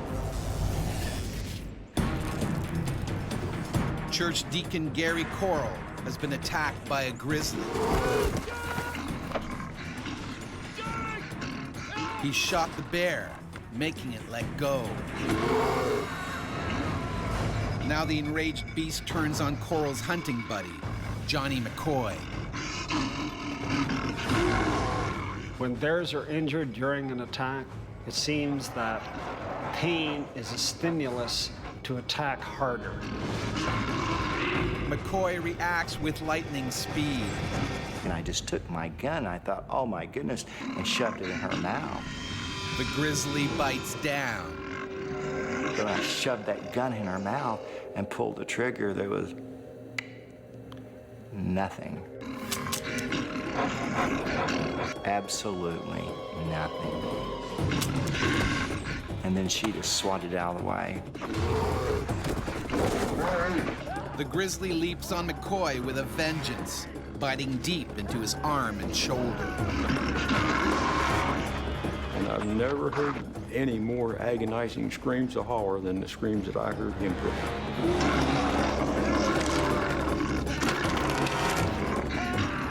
And first thing that she did was to bite and break my arms in 9 places. A grizzly's jaws can exert over 750 pounds of force. It's like being hit by a sledgehammer.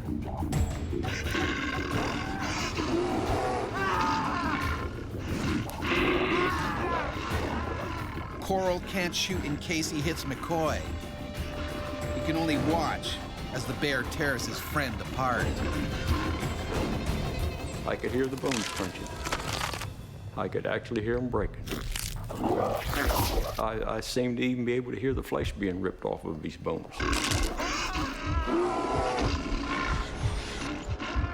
McCoy can't fight anymore.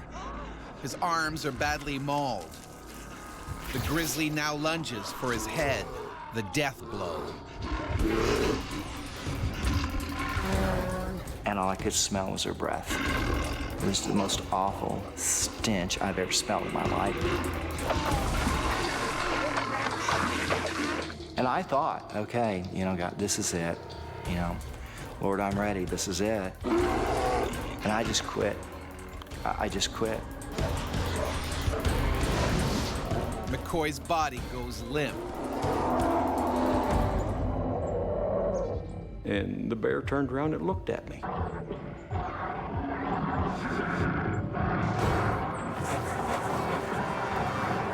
Suddenly, the bear runs off.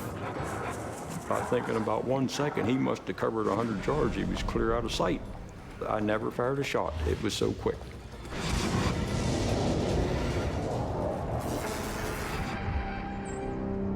McCoy is in bad shape. I'd already resigned the fact that I was not gonna make it. I could have bled to death. Johnny. Both his arms are badly injured. His scalp is shredded. His ear is torn off. One eye hangs from its socket. Talk to me. Coral must act quickly to save his friend. Well, we had lots of game sacks. So I took the game sacks and put his scalp back on as good as I could and put his eyeball back in his head and stuffed his ear up in there and tied the game sacks on him. And when I got done, I looked at him and I thought, oh my, I thought, how am I ever going to get him to stand up?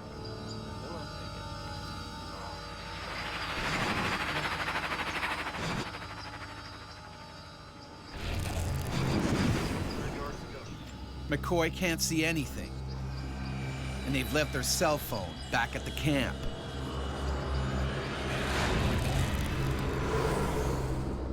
It takes the injured hunters 3 hours to get there. Eventually, they are airlifted to the hospital. Emotionally, I'm still dealing with that. It's tough. If I'm under a lot of stress, my wife has to wake me up because I'm fighting with a bear all over again.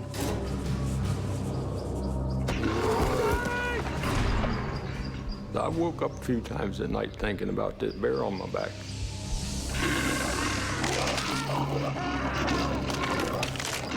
With the bear tearing him apart, the bones crunching, sure, you don't ever forget that. The grizzly bear was later found dead of the single gunshot wound.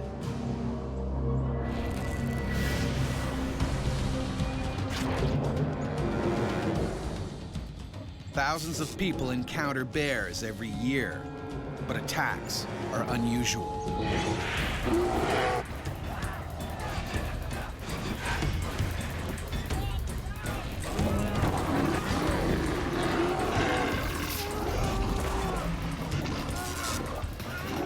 It's most likely one of two causes. One, it's a predatory incident, and that happens with both black bears and grizzly bears. And then the second thing is defense of personal space. When bears do strike, it can have a profound and lasting effect on those who are lucky enough to survive. In the blink of an instant, your life can completely be changed without you having any say in what happens. So you should just go out and live every day like it's your last day, because it might be. You just never know. I will never, ever be the same again in a tremendous way. I don't take the wildlife for granted. I don't take grizzly bears for granted anymore. Ike Monreal was nearly killed when an angry gator savagely attacked him in the water hazard on a Florida golf course. I was slammed from the back. My shoulder wasn't attached anymore.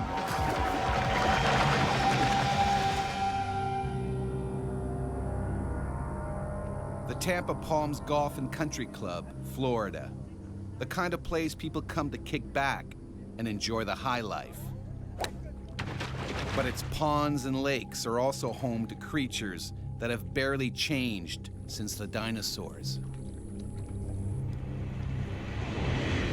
Alligators are very common in Florida, and almost any freshwater system can have alligators in it. And that's one of the things that people need to be aware of, is that just because they haven't seen an alligator in an area doesn't mean there isn't one right now. The lake by hole 13 is the territory of this 7-foot alligator. He's always hungry, and he's not too picky. As long as they can catch it and eat it, almost anything is potential prey. And they'll take things as big as deer occasionally. Golfers on this course are always in striking distance of gators, but no one has been attacked yet.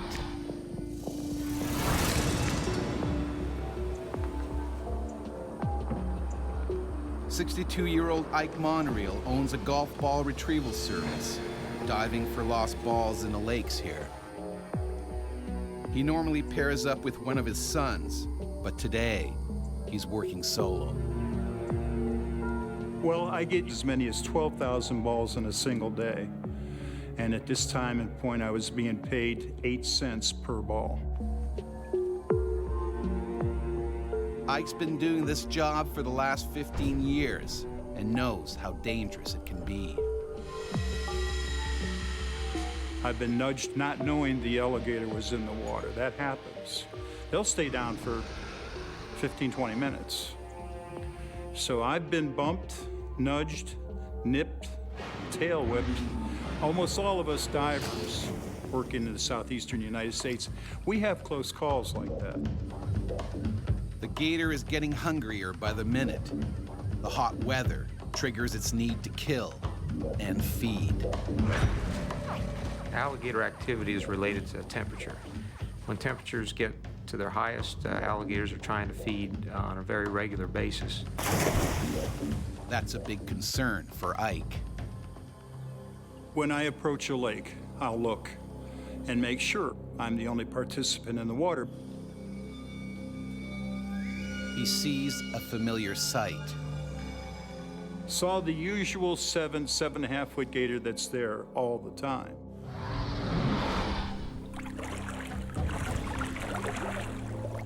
Ike keeps a close eye on the reptile. Females occasionally do attack humans, but it's not as common as males. Males get a lot bigger than females.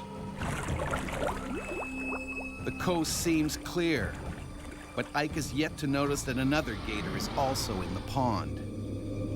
And this one is a gigantic 400-pound male. Generally speaking, the larger the alligator, the greater potential problem with an attack on a human.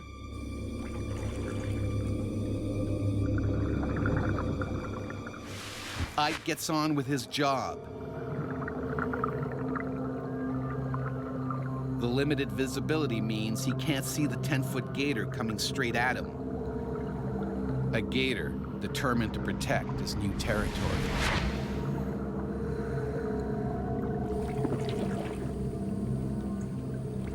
I was just about ready to come out of the water. I had enough air left. Life was good. I was just working away at it. And that's when the gator moves in.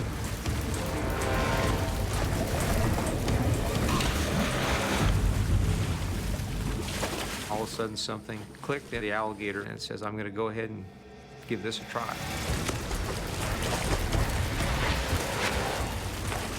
Searing pain shoots through Ike.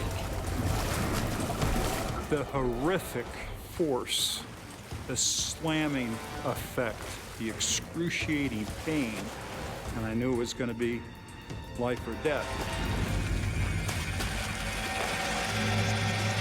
Like a sledgehammer, the gator's jaws slam down on his shoulder with 2,000 pounds of pressure.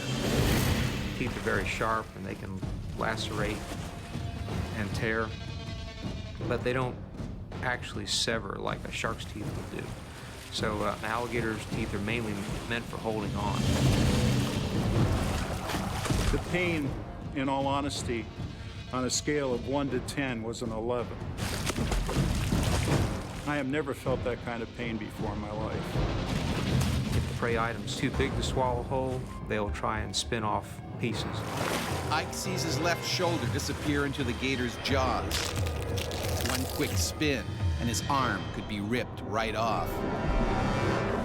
I couldn't bring my arm back to me, so I thought I had already lost my arm. Ike stares right into the eye of a monster. That big, lifeless, dead eye, that look, that eye was right here. I tried getting up and going for the bank.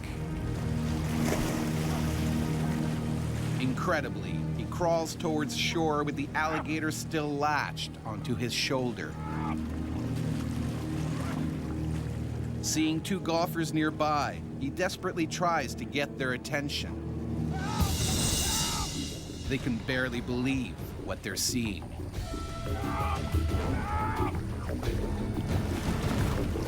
Ike is fighting for his life.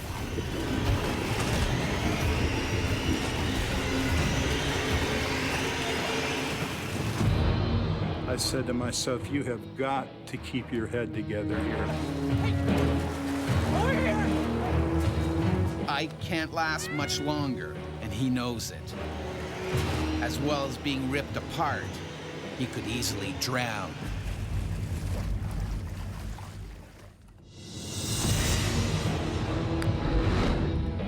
Retrieving golf balls in a pond at a country club in Tampa, Florida, Ike Monreal has been attacked by a vicious 400-pound gator. His screams attract terrified golfers desperate to help save him. The shore is only a few more feet away. Rescue is within grasp. And then Ike's gone. He had such size and girth, he just dragged me right back down again. An alligator will try and get the victim off balance, trying to drag them out to deeper water. And once it's drowned, then they will dine on it at their leisure.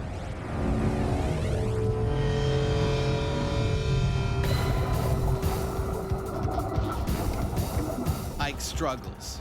He needs to make sure that he keeps his oxygen supply. Without it, he will die in minutes. I said to myself, you pass out, the regulator falls out of your mouth, and you're gonna die here. That's when I prayed to God. For Ike, it's now or never. He needs to do something, and fast. I worked my hand around his snout. I was able to turn into him. My shoulder is as far back into his jaw as it can go. Ike jams his thumb in the reptile's eye. The most vulnerable part of an alligator is probably its eyes.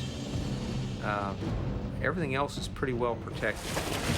But the move barely phases the gator. Well, an alligator might expect to have slight pressure to its eye if it grabs a large prey item. Ike could be seconds from dying. He reaches back with everything he's got. That's when I stuck my thumb as far back into his eye and as down as far as I could. The move stuns the gator. But then when he went further in, this was something that was totally unexpected by the alligator. He just went ballistic. The bite got worse and that's when he tried to roll me. They will grab a hold of an appendage and then spin in the water to try and get that appendage torn off. He's in so much pain, Ike can't keep his thumb in the gator's eye socket. I was thinking that it was, you know, the demise. The end was there.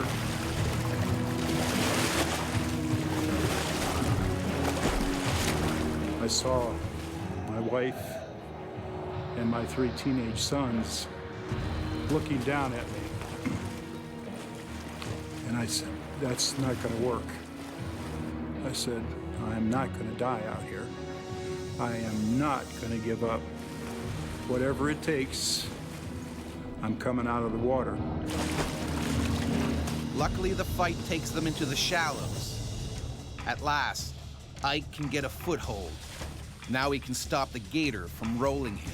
I was not going to let him kill me. I was not going to let him drown me. And then Ike goes in for another attack. I certainly wasn't going to let him sit there and twist off whatever he had in his mouth.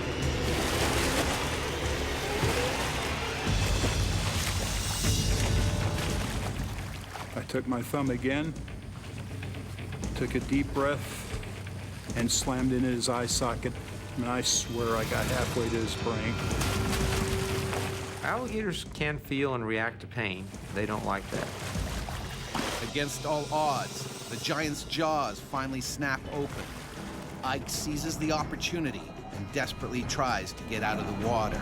They learn very fast and probably realized this was not the type of thing that it wanted to pursue. Ike scrambles onto the bank before the gator changes his mind and comes back. I looked up at the gentleman that was standing on the green. I said, just make sure he doesn't come out of the water after me. I said, I don't think I can handle another bite. The alligator swims away. He went out into the deeper part of the swamp. And at that point, I knew I was safe. You all right? Are you okay? He dislocated my shoulder. My shoulder wasn't attached anymore. There were teeth holes 1 inch across, 1.5 inches deep over the shoulder. Paramedics on their way.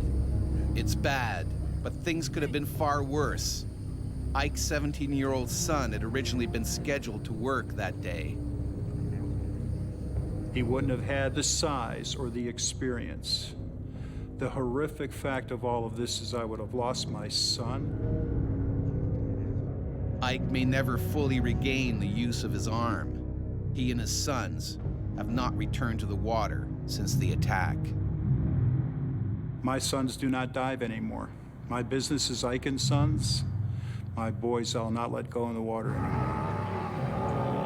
So do I want to get even? You betcha. 4 hours after the attack, a state-licensed trapper captures an 8-foot alligator from the lake, 50 feet from the scene of the crime. If we didn't do that, there is no doubt there would be a lot more attacks because alligators become habituated, and if they have a successful attack, they'll come back for another one. Ike doesn't believe the trapper got the one that wanted him as prey. I think she trapped the smaller, the 7.5, 8-footer that was there. And I do not think to this day that it was that smaller gator. In that case, the gator that nearly killed him is still out there.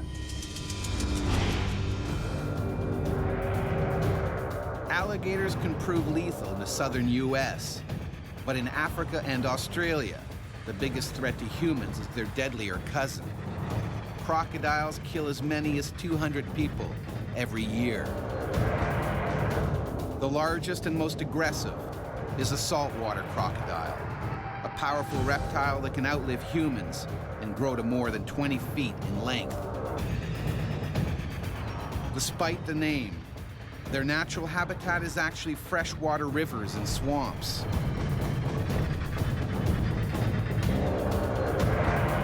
What makes them so deadly is their uncanny camouflage. In September 1872, Australian Constable William Davis decided to break police regulations and take a refreshing swim in Darwin Harbor. Davis spotted a log floating some distance out and swam over to it. Suddenly, the log started swimming towards him, very quickly. Davis soon realized it was a saltwater crocodile that had left a river and headed into the harbor. But it was too late. As Davis started to swim away, the croc zeroed in, its jaws crashing down on his head.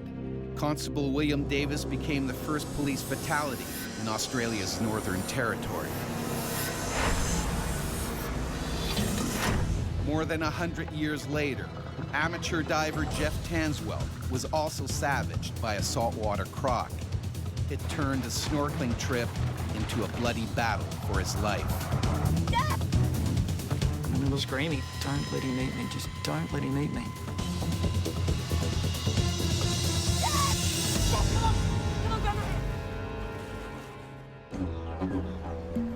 Northern Australia. Protected by law, the saltwater croc population has swelled nearly 5,000% over the last 30 years to as many as 150,000. They are man-eaters, and no stretch of water anywhere is safe. On a tidal river, this 12-footer is looking for its next meal. Their diet consists usually of fish and crabs, crustaceans, small mammals, that kind of thing. But an 18-foot crocodile can drag down a buffalo if it really wants to. Although he normally hunts in rivers, today he heads out into the open sea. People have seen saltwater crocodiles swimming past oil rigs and past boats just in the middle of the ocean. And so what's this crocodile doing? It's just swimming from one point to another.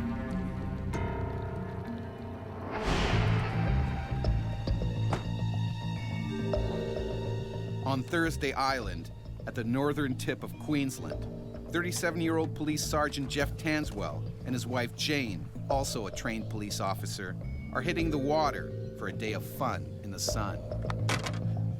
My entire life I've been brought up by the water. So we've always been brought up with boats and diving and fishing, and that's just second nature. If we go fishing, or we'd just go out and have a look and jump out on a reef. Hi! Hey! Hi! Today they plan on doing some spearfishing with their friends Amanda and Dave. They head towards the remote Adolphus Islands, an hour away. We hadn't been there before, so this was going to be another opportunity for us to explore. The ocean around here is dangerous. We're a bit, I guess, aware of the possibility of sharks being in the water.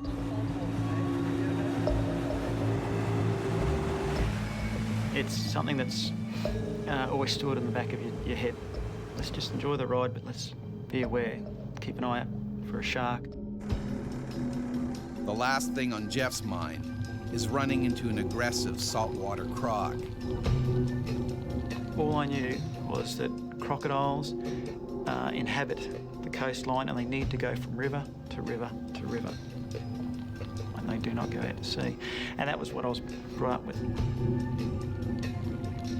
But he's wrong, dead wrong. A wandering killer croc is also headed to the Adolphus Islands on a collision course with Jeff's party.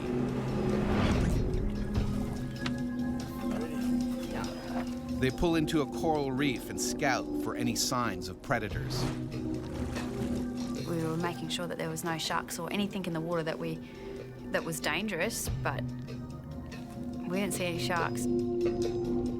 If there's going to be a shark, he's going to be patrolling the deep water. So I'm not going to go there. I'm going to take the safer option, and I'm going to go in closer to the coast.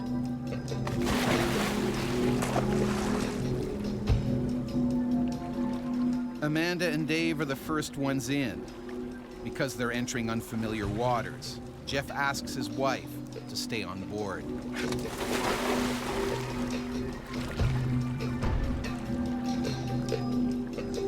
You have Don't leave someone on the boat just for safety. If you catch a fish, if it bleeds, you don't want to have fish blood in the water.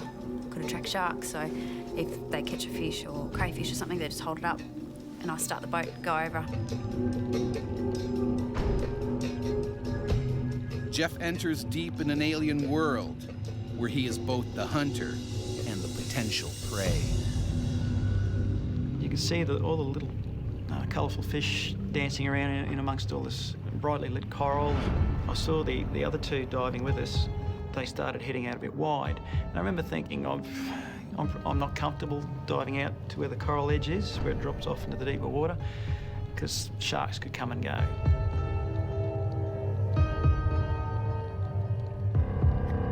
But sharks are not the problem.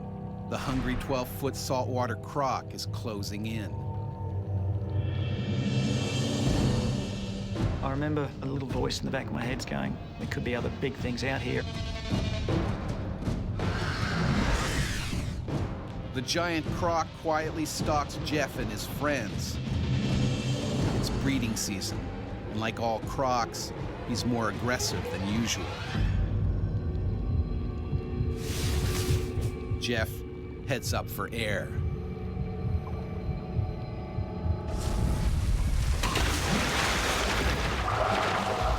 I just thought I'd been hit by a boat.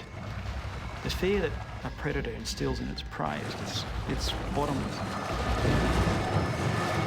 No matter how fast you move, if a crocodile's head is half a metre from you and it strikes, you cannot possibly get away. Jane can't quite make out what's going on. And it all happened within a matter of split seconds. I remember staring at that bit of water going, did I just see what I saw, or is that my imagination? The crocodile clamps down on Jeff's head.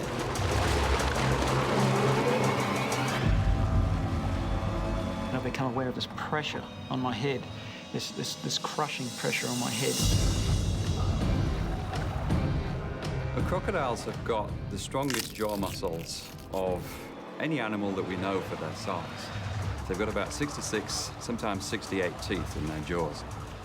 They'll puncture through flesh, they'll go through shell, and they'll even go into bone.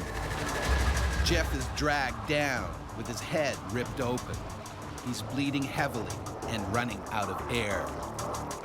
He's just gone down with no splash, no screaming, no kicking. Jeff! Jeff! I had no feeling of the water, the temperature, sounds, everything, sight, everything was gone. They've got the power just to shut down your entire system and you don't have a say in it. It was a mixture of just horror as well as just total disbelief. You're on a remote tropical coral island. You're not looking for a crocodile.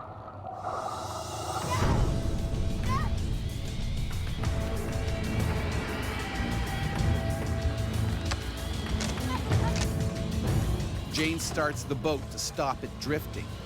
She has absolutely no idea that her husband below is being drowned by a giant croc. I could feel by my neck muscles that he's pulling me down to the sea floor by my head. That is one of the things that a crocodile will do if it wants to overpower its prey. Most animals can't hold their breath for anything like as long as a crocodile can. Jeff knows he can't stay under for more than a couple of minutes. Trying to stop what's going on, but I can't. He's just too big, too strong. I remember kicking madly with my fins. You're just in overload. I don't know if it's adrenaline or what, it's all your senses trying to work overtime to save you.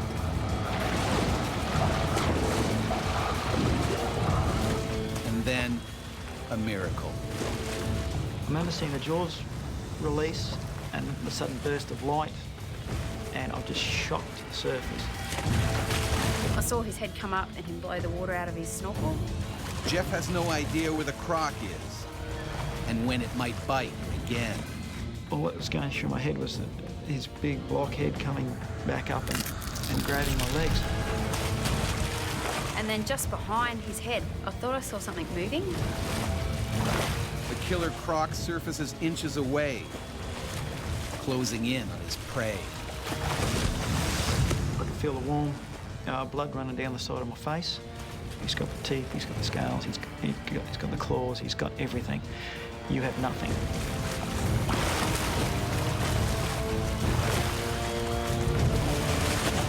I couldn't believe what I was seeing. It was the most unexpected thing. I remember looking at this thing, and then the brains kicked into gear going, we've got to try and survive this. The croc slowly circles. It sizes up Jeff from every angle. It could rip him apart at any moment. If the prey is large, then it will produce what's known as the death roll. And then it spins its entire body. If a crocodile grabs me on the arm and starts to spin, the weak point here is at the elbow or at the shoulder, and that's where it will dislocate. We all know that these things come back to finish you off. Jeff realizes he may only have minutes to live.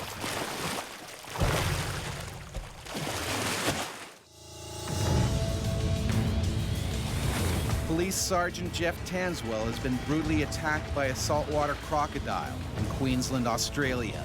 And now his wife, Jane, also a trained officer, is desperate to save him before the croc finishes him off. Straight away, you just think, this is it. Someone's gonna die here. I just had to try and get him out of the water. Jeff's frantic movements are only making matters worse. He needs to get back to the boat before the reptile returns for more. If you splash and splash and splash, the croc can feel that, it can hear it, and it's more likely to attract it back to the place. Stuck my head in the water a couple of times, just trying to see where the hell he went.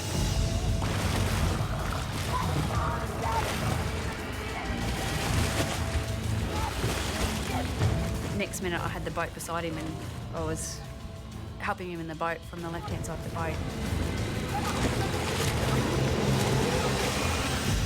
I don't know how I pulled him out of the water. I think it was just a pure adrenaline. Open your eyes. Open your eyes. Look at me, look at me, look at me. I'm right here, okay? Concerned about their friends, Jane swings the boat around to the other side of the bay and finds Amanda and Dave unharmed. But the monster croc is still somewhere below. Everyone may be safely in the boat, but Jeff's wounds are serious. I got a puncture hole in my left cheek. I got a laceration on my left temple. The left ear was torn. And I got lacerations behind both my ears where the teeth went in, and scratches on my back where his claws went in. It's essential Jeff gets to the hospital as quickly as possible, but they are a good hour away from the coast. He could have a brain injury. He could have some sort of compression on his brain. He could have a stroke. He could also be infected by the croc. Its teeth are covered in mud, covered in bacteria. It's a breeding ground for bacteria. If that crocodile then bites you, it drives those bacteria deep into your flesh, and it can cause a much bigger problem than the bite itself. Crocs kill as many as 200 people a year. And right now, Jeff looks like he might join that gruesome club. We got to the hospital and went straight into the emergency room. I had all my wounds scraped and washed out, which was quite painful. And then they microsurgery my ear and stitched everything back together. He owes his life to Jane's quick rescue and pure luck. Certainly, if it wanted to kill him, it would have. Jeff knows all too well how close he came to death. There is nothing as terrifying as realizing that this thing is going to come along and eat you, and you can't do a thing about it. No further attacks were reported in the Adolphus Island region that summer. Most likely, the saltwater crocodile returned to the coast and headed upriver.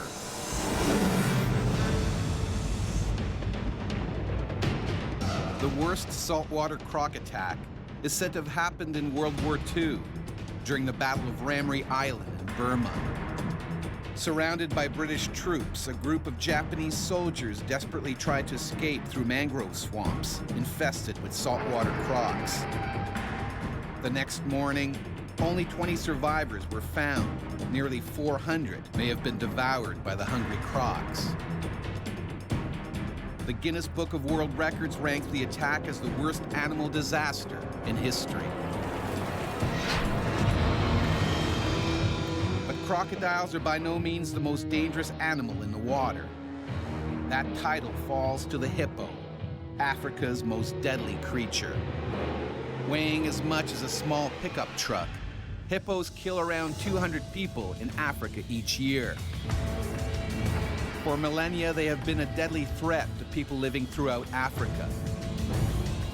The mighty Egyptians had the most to fear. Hippos used to live all along the Nile, the lifeblood of their civilization. They were a danger to boats and to people working on the river's edge.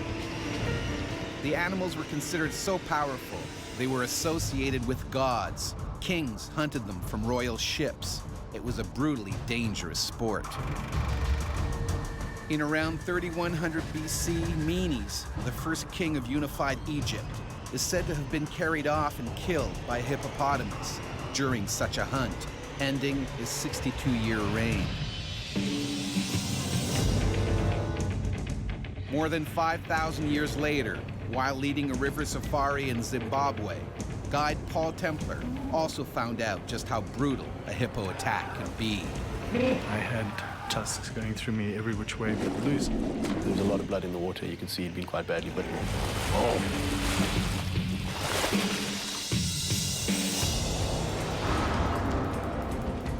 The Zambezi, one of the largest rivers in Africa and home to this huge male hippo. The lone bull is particularly aggressive. It probably recently lost a fight with another male and was thrown out of its pod or herd.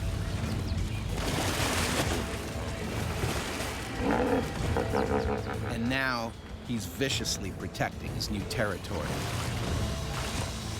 Hippos respond the same way we would if someone repeatedly broke into our homes, with extreme aggression. The bachelor bull has attacked 7 people in the last few months, defending its turf. And he's more than ready to do it again.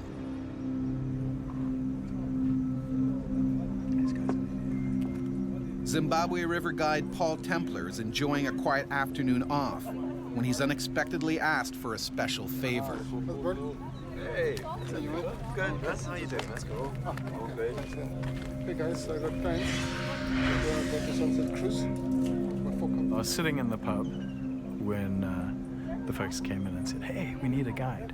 So now I had a tough choice to make. Do I spend the rest of my day sitting in the pub, or do I go and lead the canoe safari? No, for today. Okay, let's go. I went and led the canoe safari. It's a decision he would soon regret. Good afternoon, guys. My name's Paul.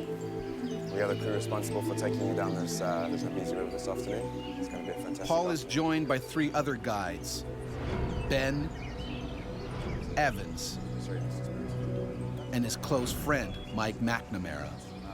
It's a trip they've done lots of times before. The trip itself is what we call a wine route. It's one of the trips where the guests don't actually paddle themselves. And the idea is that they just relax and watch the sun go down. It's a sunset trip. It lasts about an hour and a half.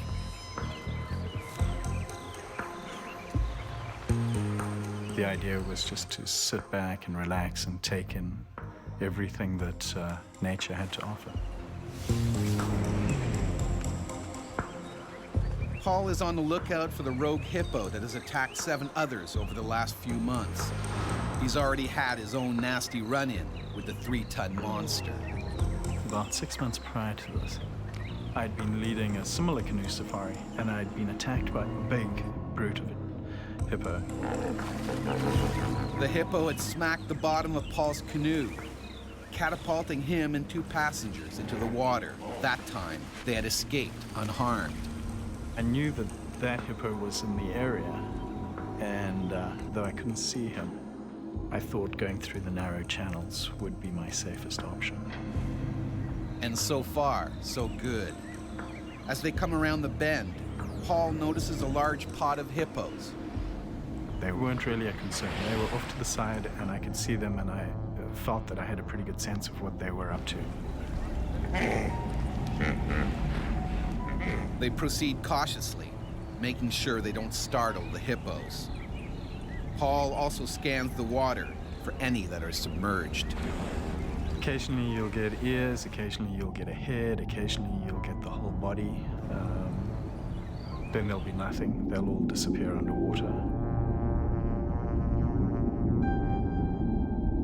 You watch the water's moving differently if there's a couple of ton hippo moving around beneath it. All seems to be going well. They safely get past the pod into faster moving water. And then I turned just in time to see Evans flying through the air. Likely it's the same rogue hippo. From underwater, he surfaced like a giant torpedo and knocked Evans clear out of the boat. Paul watches in horror as the current drags Evans away. Evans went under and then popped up again. Paul paddles full speed towards Evans. I turn my canoe around, so I'm going backwards, so I'm between whatever's there and him. I back in to try to rescue him. Paul reached for him with a paddle, shouting to him to grab the paddle so that he could pull him out. I'm probably 4 or 5 feet away from him when I see this bow wave cruising in towards me. And it was at that point where the hippo just erupted next to Paul. While he's trying to help his friend, the hippo turns on Paul and attacks. Just all hell broke loose. The hippo just closed its jaws on his upper torso and pulled him off the boat. The hippo tries to swallow Paul whole. They attack the boats not because they recognize I will get to the people in here, but because they recognize it as a foreign object that needs to be removed. I remember this incredible pressure crushing down on my lower back.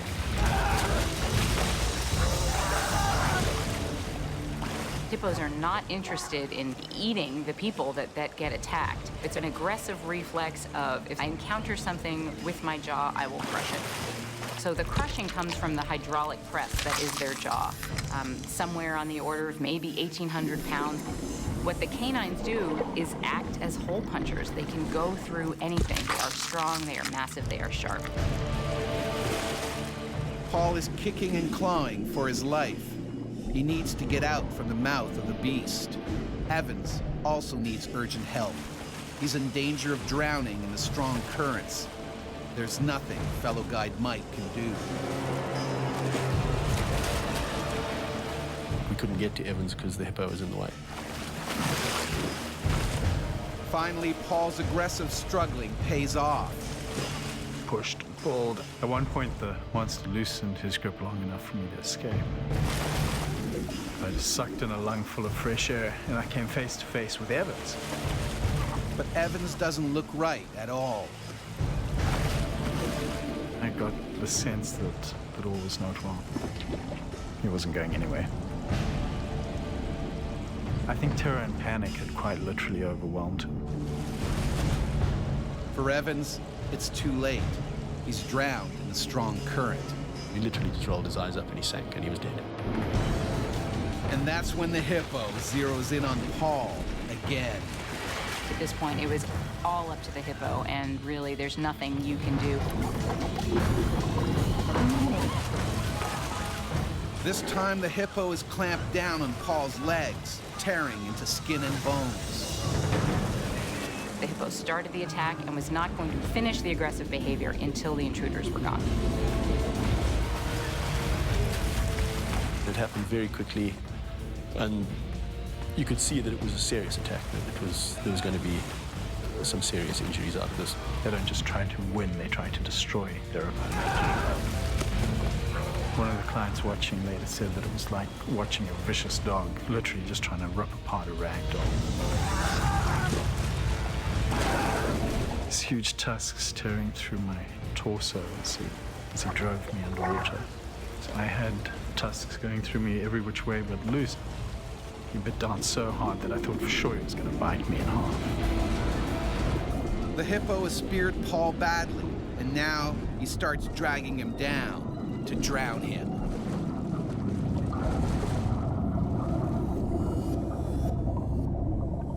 I remember lying on the bottom of the river and looking up.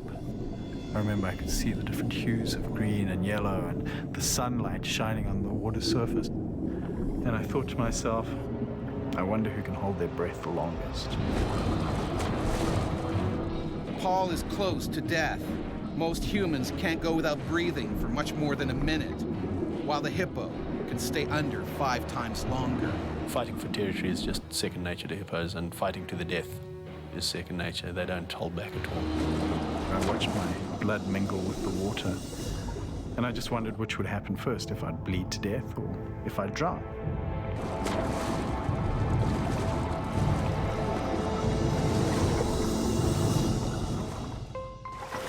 During a bloody hippo attack in Zimbabwe, Africa, one man has died, while another, river guide Paul Templar, has been gored by the creature's teeth and dragged to the river floor. And now, Paul is also drowning. All anyone can do is look on helplessly. The amount of blood that was in the water showed that Paul had been bitten very badly. There's no sign anywhere of Paul. There's no way he could have survived the second attack.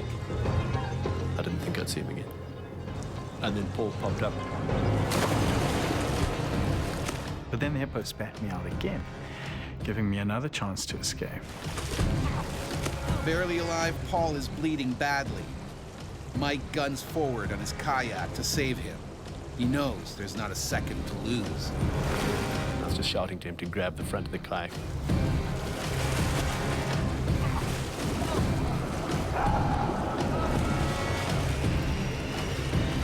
I managed to grab a hold of the handle on the boat's nose.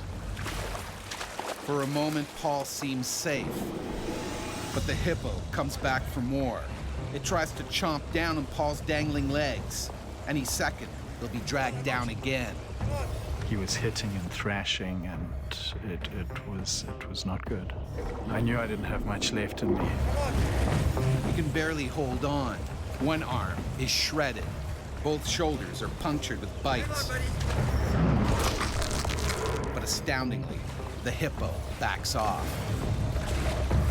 They're very unlikely to actually come into shallower water to follow an attack. It's not what they do. To get to the shallows, Mike has to fight the current. Paul is losing his grip. I was bleeding profusely. I was getting weaker. Paul hangs on. Mike paddles wildly. It's a race against time. I paddled to a point where there was a tuft of grass on a small rock sticking out of the river. The longer it lasted, the more it sapped my energy. Finally, they reach the shallows. I don't know how we do it, but Mac dragged me out of there. The hippo then stopped the attack, moved back, and popped up, but not actually following us into the shallower water. Out of his element, the hippo gives up the chase. Oh, I got you, buddy. Just hang in there. Paul is barely alive. Hang on, look at me. Look at me, buddy. Just keep breathing. We got you. He needs medical attention desperately. To make matters worse, the first aid kit and a radio have both washed away. His arm, from what we could see without ripping the sleeve off, had been bitten through the bone 2 or 3 times. It was shattered.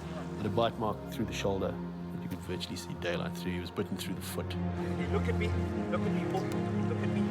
Stay with me. Something that's working. Mike and fellow guide Ben try to stop Paul from bleeding to death. And started literally putting pressure on arteries to try and just stem the bleeding that was still coming.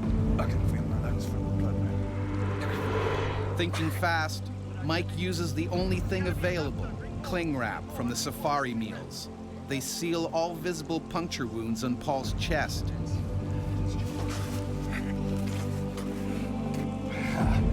Mike and Ben lift Paul into a canoe. When I put him in the boat and sent him off, I thought he was going to die. Oh, hold on. He definitely didn't look as though with those injuries he could survive. The only way out is right through the killer hippo's territory. What we're seeing is an animal under stress. The first time that someone breaks into your house, maybe you won't fight them off. The second time, maybe you'll fight them off a bit more. By the 10th time, you know, you're armed and ready to go. But as we were pulling out and this angry hippo was still there, I thought for sure he was going to come and finish me off. But the hippo chooses to stay put, and Paul is quickly taken downriver. By chance, along the way, they meet a local medical crew conducting emergency drills. There's a shock trauma team who are just practicing. Just go figure, a couple of minutes away. They take Paul on an 8-hour drive to the hospital, where he learns that his arm is beyond repair. They took off part of this arm. They took it off just above the elbow to start with. I got gas gangrene, which meant that my body was rotting from the inside. So they ended up having to chop more of me off. In the end, his arm is amputated. Mike and the river raft clients are rescued later that night. A search party is sent out for Evans. It was a full 2 days before we found his body quite a bit further downstream, but it washed out. The rogue hippo is never found.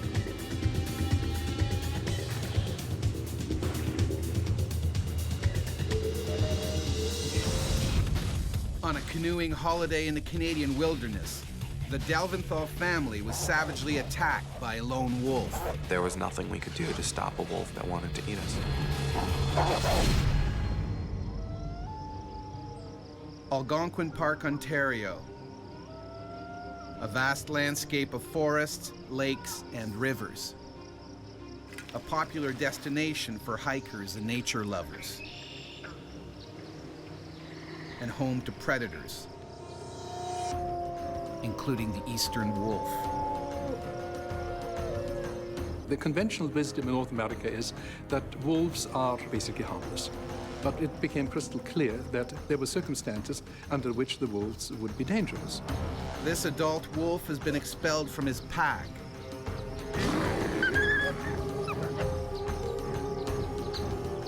Forced to fend for himself, he's become an opportunistic predator, scavenging kills and raiding campsites. And he's starting to lose his natural fear of people. That's it. Just keep paddling straight on in. How you doing, guys? Yeah, just follow me in.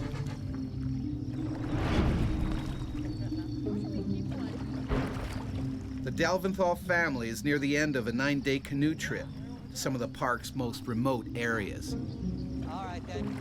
We wanted to get away from people, get away from human contact, really get as much as possible into nature to appreciate it as a family. Yeah, dig right in there. It had been one of the best trips, probably one of the high points of our lives together as a family. As the day ends, the Delventhals look for a place to set up camp. Hey, Tracy, come on right over here. The perfect spot, isn't it? Great job, guys. They're unaware that something else has also picked this site. Set up, keep the fire going. The wolf gravitated to the campsite because that was a place where in the past it may have smelled food, experienced food. Although both parents just want to kick back and relax, their older boys have plans of their own. We wanted to go out on the water and see the sunset. And our parents had very strict rule that me and my brother Eli were not allowed out in the canoes without one of them in the canoe. So we needed to convince one of our parents to go out with us. What do you say, Mom? We're gonna stay here and make dinner, and you boys go ahead. Tom and his 2 older sons set off in the canoe. He has no idea a hungry wolf may now be sizing up their little brother. About 80% of the attacks are aimed at children. And children are being taken while they are still struggling and screaming and are being carried off.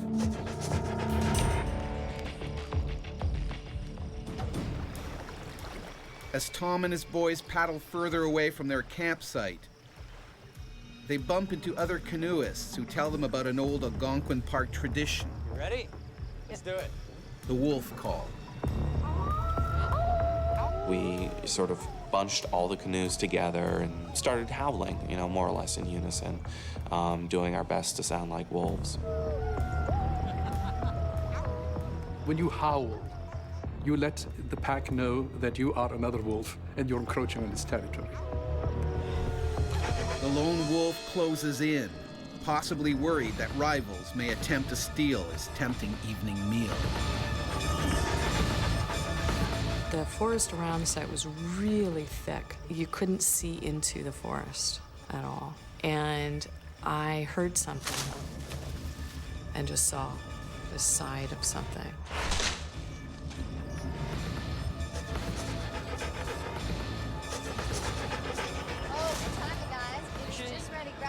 Tom arrives back with his older sons. The wolf is likely scared away for now. All right, boys, time for bed. We got a long day tomorrow. It's been such a perfect evening that Tom and Tracy decide not to pitch the tents. The Delventhals will sleep under the stars.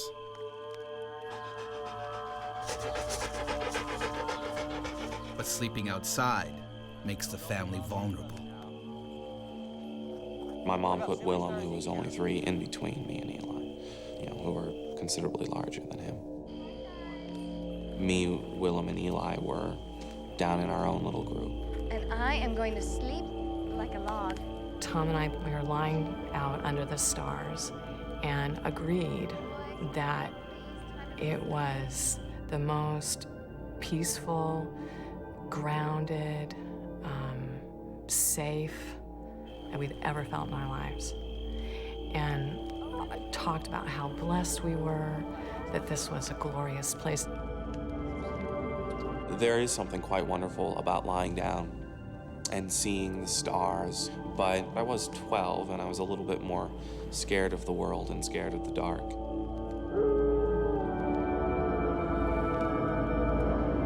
The ravenous wolf bides his time. He waits until the family is still.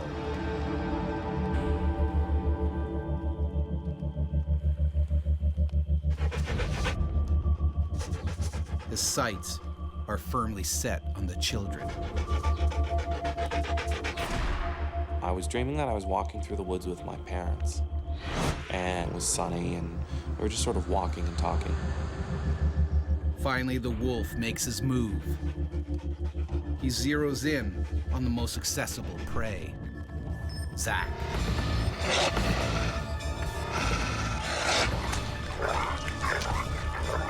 While I was dreaming, there was definitely a sensation of pressure on my face.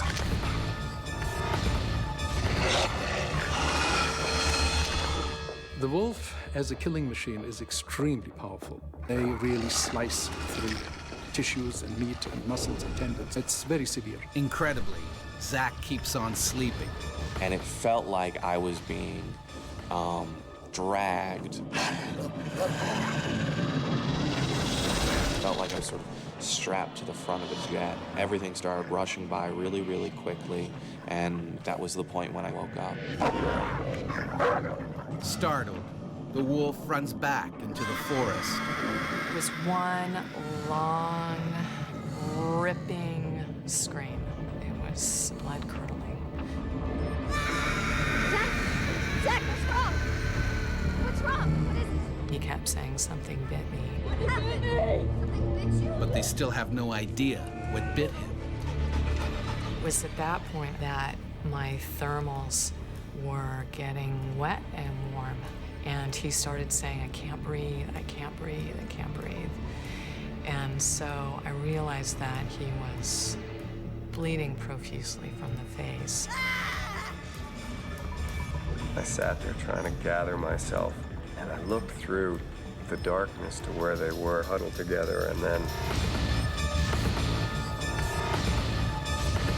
I saw the wolf. Yeah! Yeah! Go on!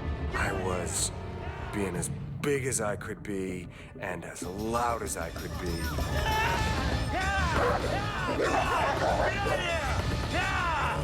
I had to get it away from my wife and child. He ran right past us, and we could hear it running into the woods and whacking trees and bushes and stuff.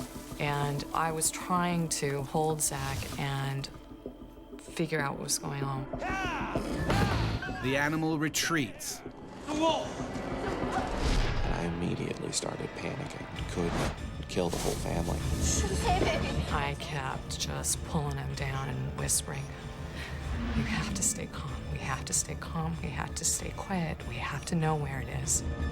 But with only a flashlight, the family has no idea where the wolf is hiding, whether it's vanished or simply biding its time. Wolves have a marvelous tapetum lucidum, which is the technical name for a membrane in the back of the eye which reflects light. And so wolves can see at night much better than we can.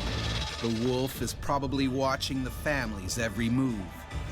He will choose the best moment to resume his attack. I thought we were all gonna die. I thought that there was nothing we could do to stop a wolf that wanted to eat us. On a canoeing trip to Algonquin Park, Ontario, the Delventhal family has fought off a savage attack by a lone wolf. Go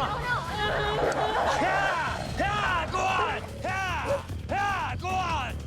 They're terrified it will strike again. First thing I found was my paddle. It was the biggest of all of the paddles.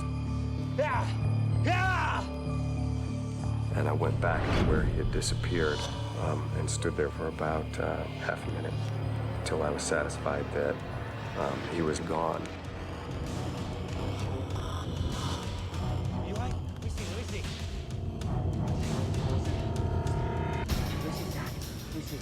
My dad came up in front of me and shone the light in my face. Let me see. The first thing I saw was the terror and the fear in his eyes. And I could see that his cheek was totally torn through. I just kind of stopped and said, "Oh my God." I mean, it was slow and it was horrified and hopeless. And it was all there, and the "oh my God," and the look on his face. And I knew it was worse than I thought it was. Again, the hungry wolf emerges from the forest. Now he moves in for the kill. And my dad turned and charged it and followed it out into the woods. It was really scary, but I was gonna beat him. I was gonna destroy it. Go on! Get out of here!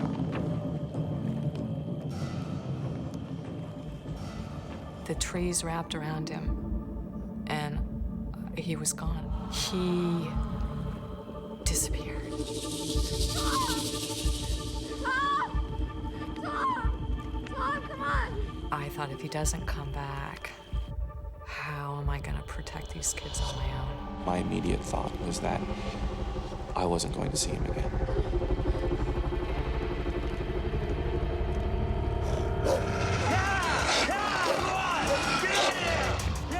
It was the darkest night I can ever remember, but all of my senses were really, really sharpened, and I felt like I could see exactly where he was. Armed with his makeshift weapon, Tom now has the upper hand.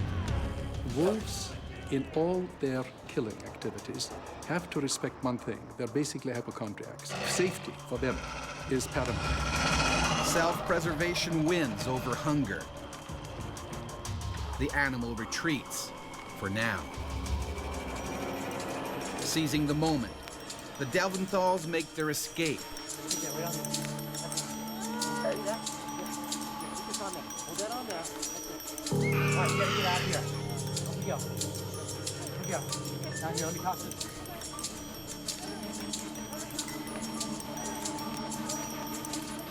Let's go, guys. Let's go.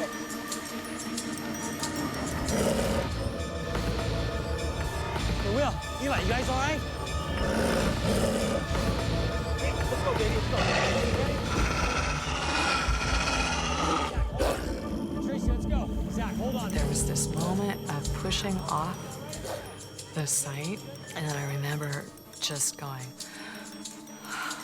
because I knew at least the wolf couldn't get us now. The family may have escaped the wolf's jaws, but Zach is still in terrible danger. He's losing blood fast. Hey, Zach, hold on, son. You'll be all right. I thought about dying, so I was just sort of peacefully lying in the boat and figured I could slip away now and it would be easy. What changed my thinking was thinking about my family and thinking about how much they would all miss me.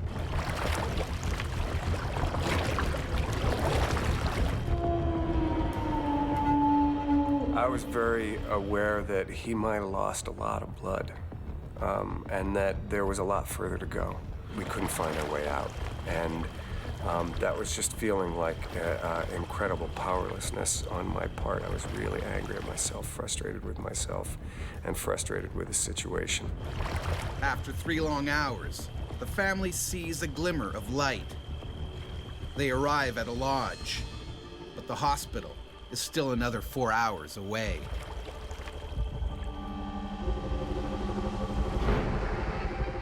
Zach undergoes 4 hours of emergency surgery.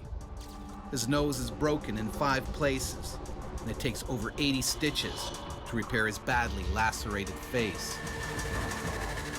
Sheer luck that the wolf didn't grab part of the neck. With the tremendous bite force of the wolf, Zach would not have survived that. I'm very lucky. They took Zachariah into a triage room, and it was that moment.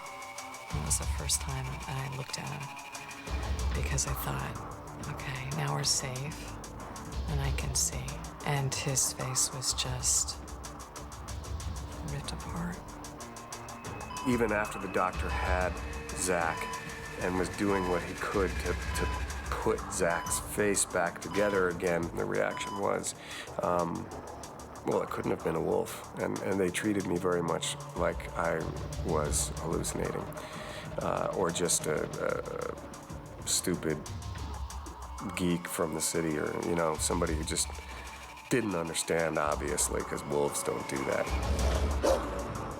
The scars themselves really aren't that visible. But the psychological trauma leads to months of severe panic attacks. The therapist said, what happened is deep and primal, because you're supposed to be safe when you're asleep. He didn't know it was coming. None of us knew it was coming. Park rangers decide the lone wolf poses a serious threat to other campers. 5 days after the attack, they find the animal they believe terrorized the Delventhals and shoot it dead. But Zach doesn't blame the wolf for what happened. I'm not really any more or less afraid of wolves than I was before, and I have a great respect for them and a great admiration for them. But they're always potentially dangerous.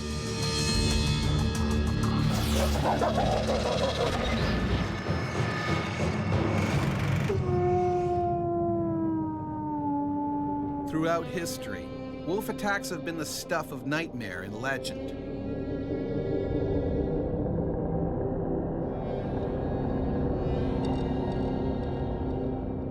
No ordinary creatures. In mythology, they often represented evil, even the Antichrist. Not even death could safeguard people from the wolf's jaws. In 16th century Scotland, bodies were often buried on islands to stop wolves digging them up and eating them.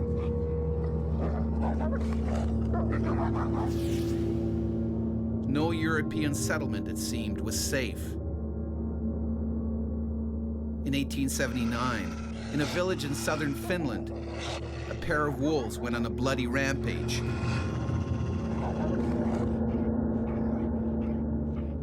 As many as 35 children were killed. Eventually, the Finnish army was called in, but the wolves proved elusive. It took 2 long years to halt their terrifying reign. The female wolf was shot dead. The alpha male poisoned. By hunting in packs, wolves are highly efficient killers. Sometimes not even a gun will stop them dead. A woodsman living in Springfield, Missouri in the early 1900s learned this the hard way. Ambushed by a furious wolf pack, he fought a heroic battle for his life, but overpowered before he could reload his rifle. He was later found ripped apart, surrounded by 5 dead wolves. Ever since the first white settlers arrived in North America, wolves have been relentlessly hunted and killed. But in their place, their canine cousin, the coyote, has flourished. Increasingly, the ever-adaptable coyote has moved into urban areas. And increasingly, humans come face to face with them.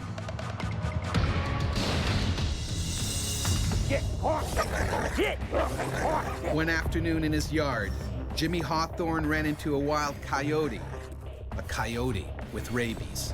I couldn't believe what was happening. I knew I'd be bitten. It was scary.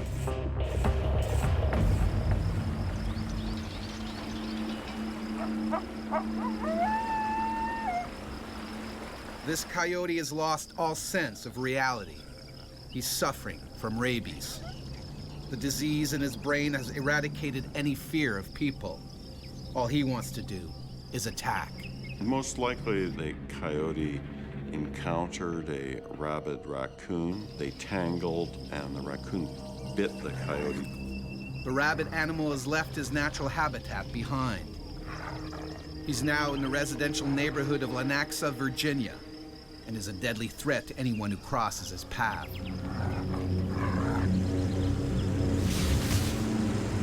47-year-old Jimmy Hawthorne is working in his yard on a lazy Sunday afternoon. His wife is inside, taking a nap. It was a normal day. I was actually using the lawnmower to blow the leaves off the yard. Jimmy is completely unaware that he's being watched. I probably see coyotes once a month, and then when they see you, they're gone. They're scared of humans. But not this coyote.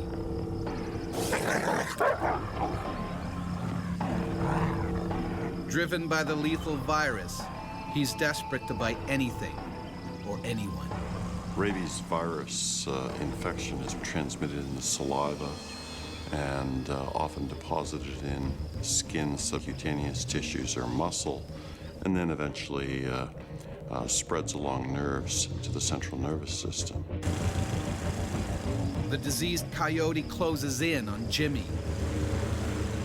I was just sort of in my own little world, riding on a piece of equipment, and it startled me. I mean, my first thought was it was a German Shepherd. And then I looked and I said, oh my goodness, it's a coyote. Horrified, Jimmy realizes this coyote is rabid. At that point, it was just terror, scary. Rabies is almost always fatal if not treated immediately. Well, there have only been 6 survivors of rabies. We don't fully understand why the outcome is always fatal, but clearly the immune response isn't sufficient to clear the viral infection. It was driving the mole as fast as it would go. The coyote was having no trouble keeping up.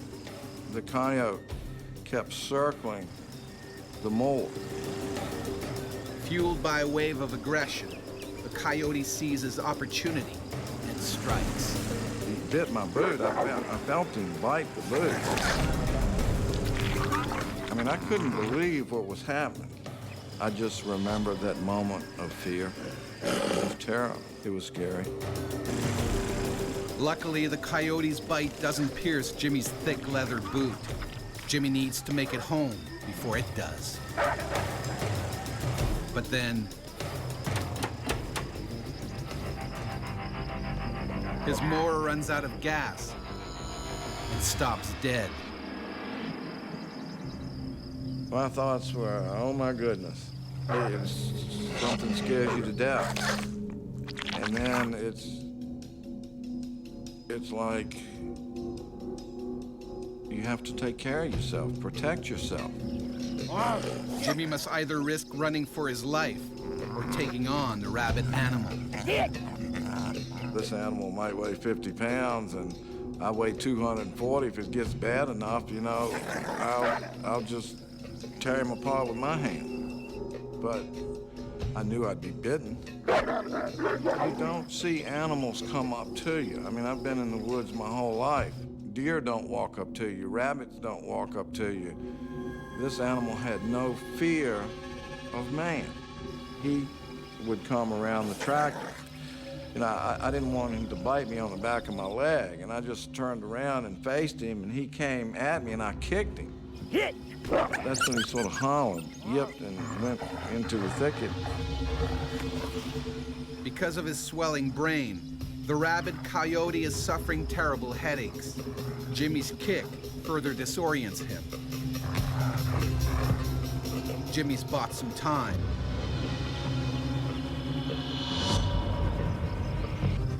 But only a little. I looked around and found a big stick about 8 foot long. And I said, well, I can use this to keep him off of it. And he was aggressive, extremely aggressive. Coyotes, canine teeth, are so much longer than, say, a Doberman. They're prepared to hunt and kill.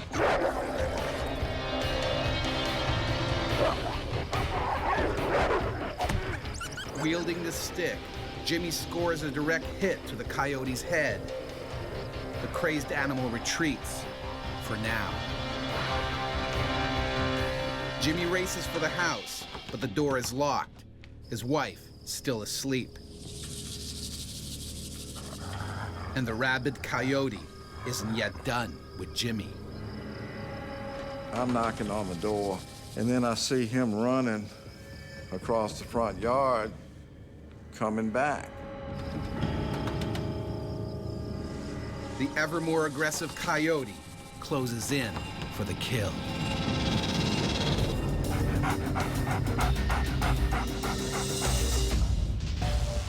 While mowing his lawn one Sunday afternoon, Virginian Jimmy Hawthorne is fought off an attack by a rabid coyote. Locked out of his house, Jimmy's now trapped by the deadly animal. A rabies victim suffers agonizing spasms in the throat, making it almost impossible to swallow. They develop neurological impairment and paralysis, finally progressing to coma, then death. Jimmy pounds on the door one last time to wake up his wife. And thank goodness she got the door open. And I went in and I told her there's a rabid coyote after me. And I was looking for a gun. The coyote refuses to give up. The rabies has infused him with blind courage. All he knows is he needs to bite.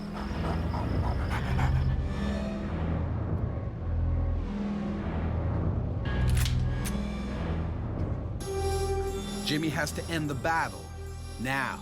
In the initial stages, it's panic, fear, terror. Honey, you stay inside. You're scared.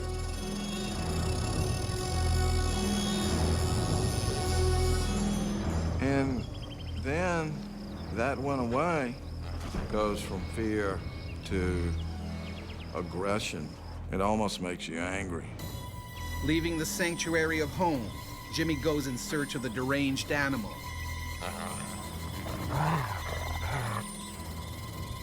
But this time, he's prepared.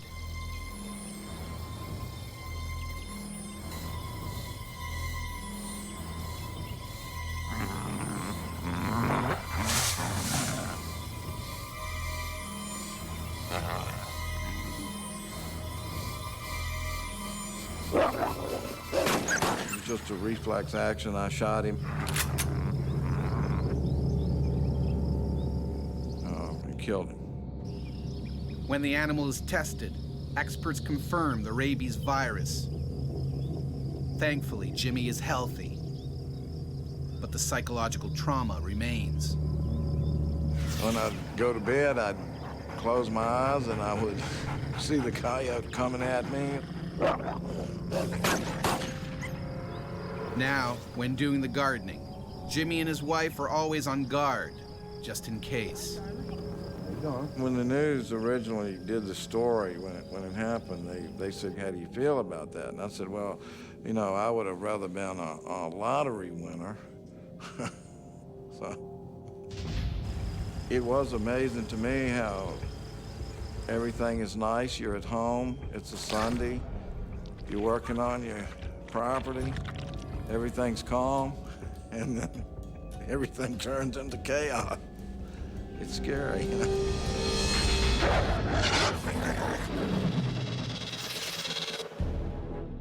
Rabies has terrified people for thousands of years. In the 16th century, a deadly epidemic swept across Europe. Stories of horrific attacks by mad animals foaming at the mouth entered popular folklore. Peasants in the countryside faced the greatest risk, but not even cities were safe.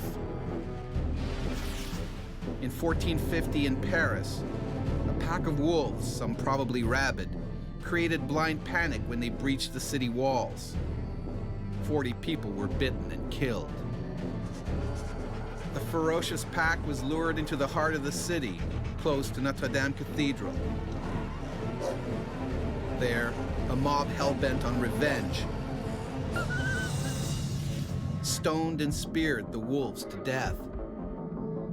While the wolf and coyote have always posed a threat to humans in parts of North America, there's a much more dangerous animal at large.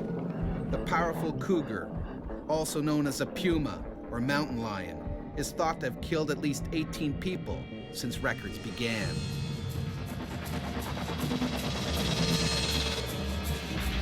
Aniela was almost one of them. While on a mountain bike ride with her friend, a cougar pounced and tried to snap her neck. And you think, this is just a nightmare. I told myself I'd rather die.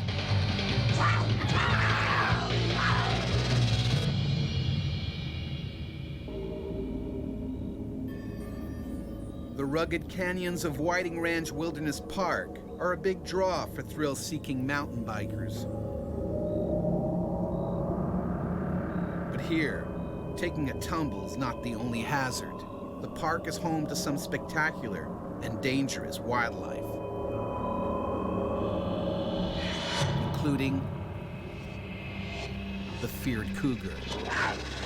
California Fish and Game gives a range of population from 4,000 to 6,000 cougars in California. This 110-pound male cougar works alone. They're very good at being top predators and surviving in the landscape. Their quickness, their agility, their smoothness of movement, they're just good at that. The cougar has just taken a fresh kill. They will immediately take them off into the brush, and that gives them cover and allows them to feed in peace.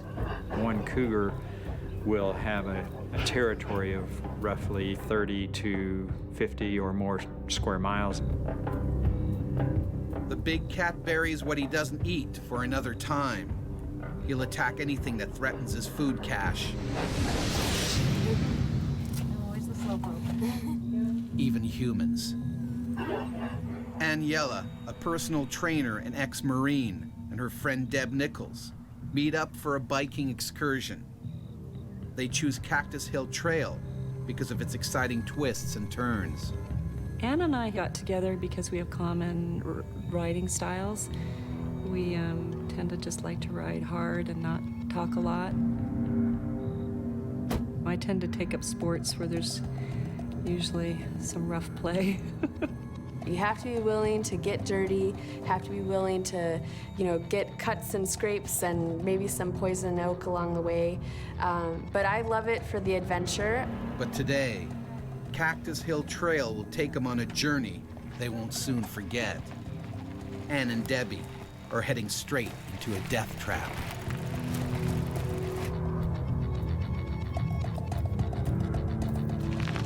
We were just kind of, coming into the downhill section. You're gonna finish the ride soon. All the climbing is done. And our goal was to make it out before it got dark. The cougar jealously guards its precious food.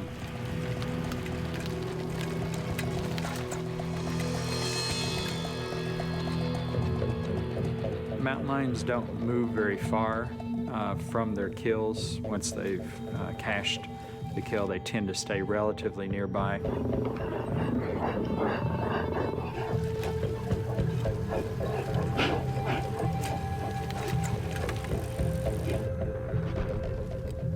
Just up the trail, another cyclist discovers an abandoned bicycle.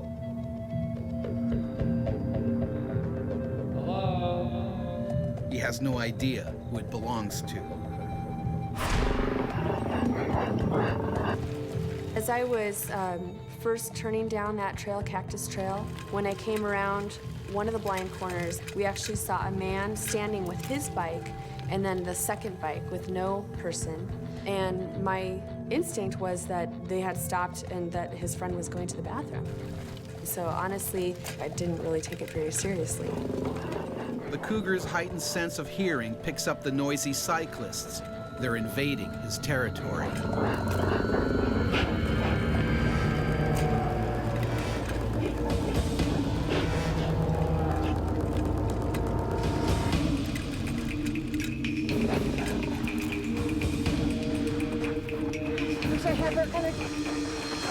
Debbie falls behind.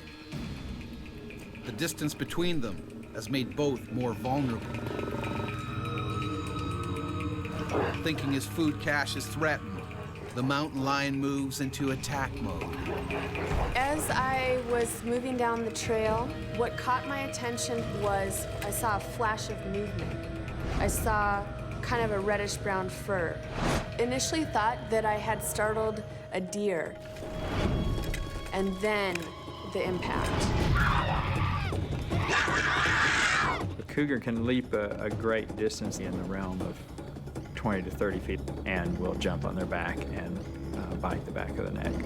The only thing I can liken it to would be if you're riding your bike and you got hit by a car from behind. That's what it felt like to me. I mean, the impact was unbelievable. I was face down and he was trying to bite at the back of my neck. And I knew, okay, this isn't a deer. The lion's impetus is to kill as quickly and as efficiently as possible because that reduces its own energy expenditure and its own chance of harm. I just couldn't believe that had just happened to me. And you think, this is just a nightmare. This can't really be happening. You can't wrap your brain around it. Ann's helmet protects her for now. But the cougar is determined to win this battle. If they don't kill with the first bite, they may move their bite gradually around to the front of the throat and take the prey down by asphyxiation. You know, it was like nothing I've ever experienced before in my life. It was so completely overpowering. I could feel it actually hanging on to my shoulders. The lion's claws were dug into each of my shoulders, and he was trying to bite at the back of my neck. He was able to manipulate and move me around, release his grip and grab on again and just drag me. I could hear Anne's cry, screaming. and it sounded unusual. It sounded like a siren over and over. And then just within an instant, I came around the corner and saw the mountain lion. Debbie needs to think fast. In sheer desperation, she tries to scare the animal away.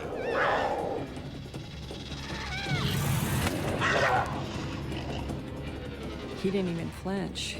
They're very focused predators. They don't get distracted easily. They have to finish what they start. Risking her own life, Debbie does the only thing she can think of. When I grabbed her leg, I thought, it was going to be something that would, alarm him at least, but it didn't. It didn't seem to faze him. All it would have taken is one swipe from that lion to take Debbie out. And she put herself in that situation where that was a very strong possibility. And I, had a death grip on her calf area. I was just amazed at his strength. I just remember watching her face and watching her hanging onto my leg and screaming at the top of her lungs. Debbie's frantic attempts aren't working. She can't pry her friend loose. I was very aware that he just basically ripped my face off. An adult male cougar's powerful jaws are comprised of 30 razor-sharp teeth.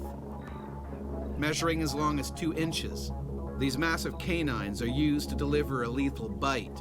The other teeth are specialized in slicing and shearing flesh. They're able to crush leg bones, femurs, large bones, and commonly eat the entire skull. They're very, very strong. Anne is fighting a highly motivated killer and losing.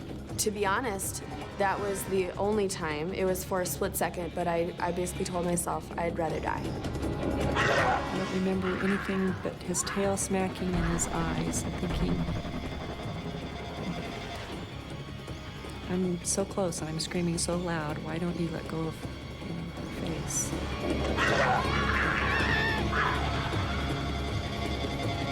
A group of cyclists up the trail hear Debbie's screams. They arrive with Anne's life hanging by a thread. I can't hold her much longer. I kept repeating that. I can't hold her much longer. One of the cyclists calls for help as the others join in the fight. But it's almost too late. The animal's large canines sink into Anne's throat. Once he locked down, things started to go black. I started kind of seeing stars. And I knew that that was going to be the end. Aniela is now on the edge of death, and her friend is powerless to help.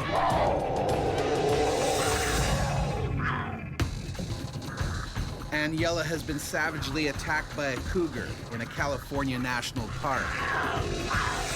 Her best friend and 2 passing cyclists struggle to save her before it's too late. Dear God, please give me the strength to hold on to her. He's eventually gonna let go. But the cougar is determined to finish the job.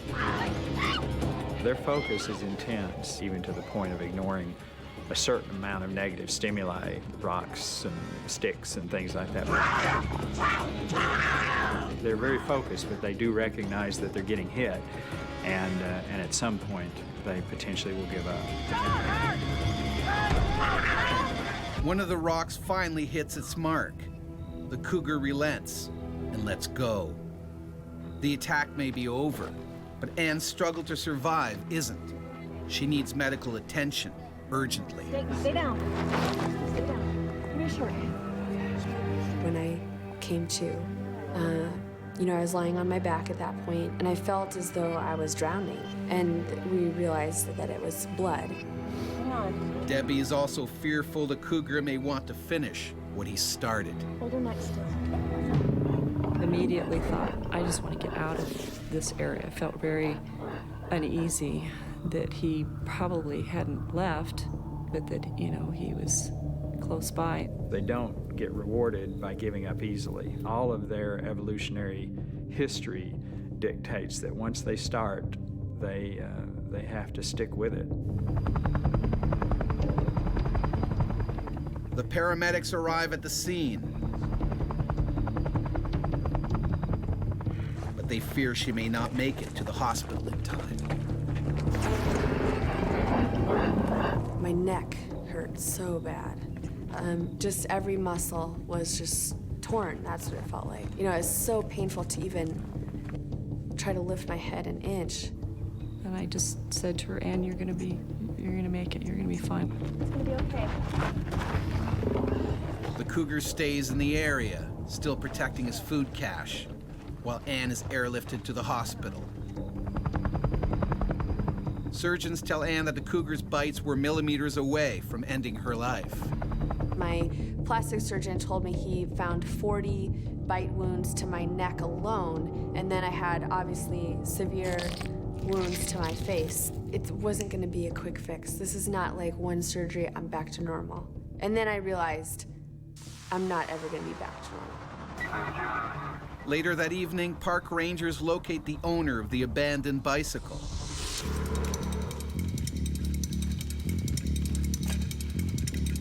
He had been making his way down Cactus Hill Trail when his chain came off. Unaware, he was being watched.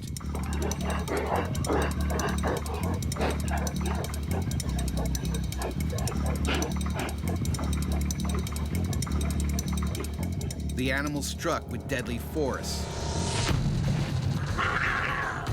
The cougar likely snapped his victim's spinal cord in one bite.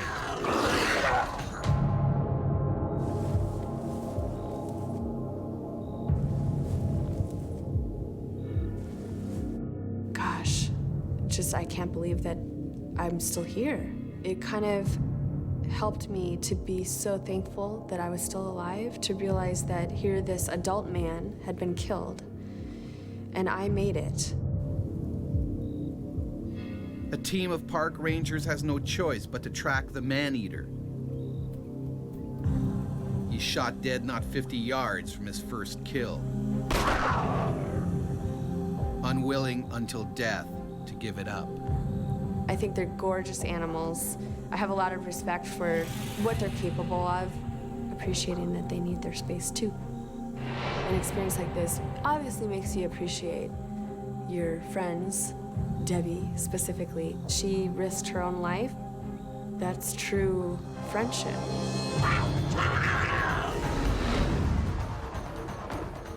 Their domestic cousins may be household pets, but in the wild, hunger or disease can occasionally drive these animals to target human prey.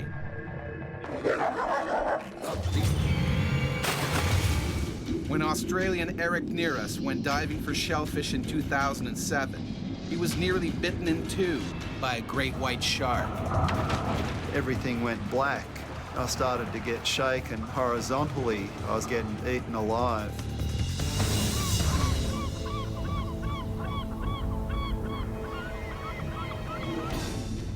The great white shark is top of the food chain. Hardly changed since the dinosaurs.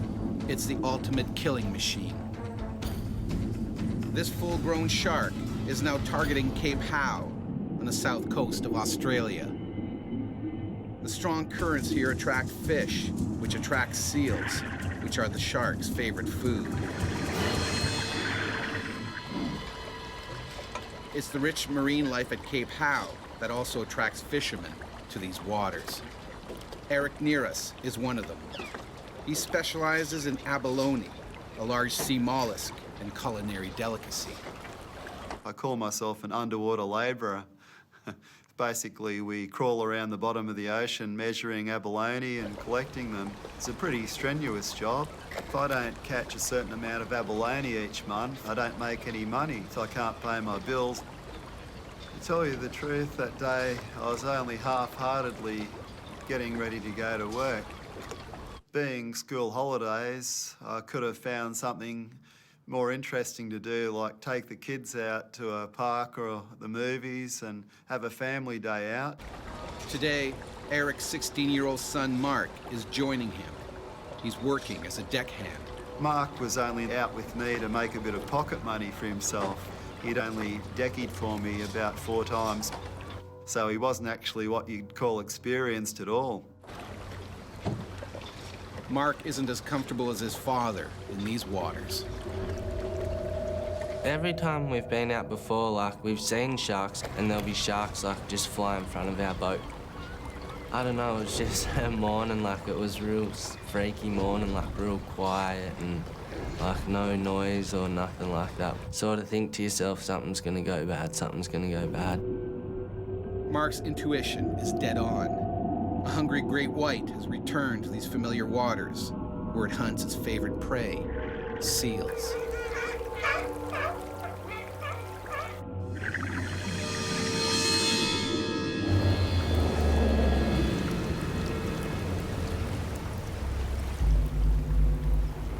In the water, Eric breathes through a long hose that feeds him oxygen from onboard tanks. He also wears special clothing. I wore a lead blind weight vest. It has about 7mm thick lead plate sewed inside it, and it fully covers your back and most of your chest, and that keeps you on the bottoms. Although shark attacks are extremely rare, Eric knows it's a hazard that goes with the job. When you're a diver and you're in, their domain, you've always got that inkling in the back of your mind. I wonder if a shark will show up.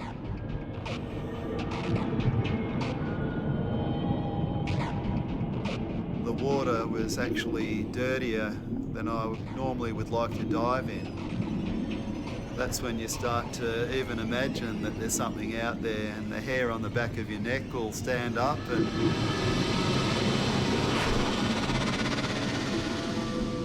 a seal or a school of large fish go past you, and all of a sudden you'll start to think, okay, I wonder if there's something chasing them. Surprise is the great white's best tactic. Stealthily, the hungry animal closes in on its next meal. Seals are very cognizant of sharks being in an area, and it's not unusual to see them haul out under those circumstances. Unlike the seals, Eric hasn't yet picked up on the shark. I sort of wound my way around the boulders and the kelp and just sort of hugged the bottom, and after an hour I filled up my first bag, and I sent that bag up to Mark.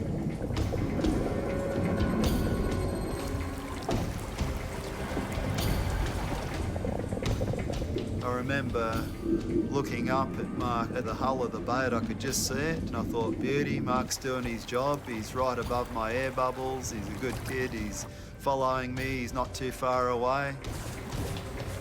Mark's not sure why, but he can't shake the feeling that something's not quite right. It was just weird, like, and I kept going over the side of the boat and looking down, and it didn't feel right. It didn't at all.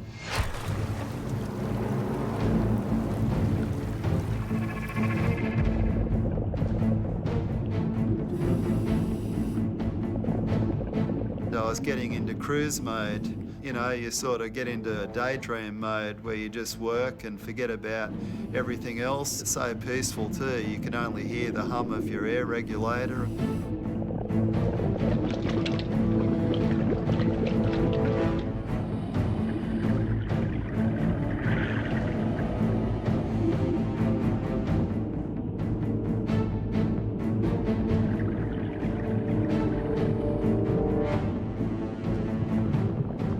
Humans wearing a black wetsuit are doing a pretty darn good job of making themselves look like a seal or a sea lion.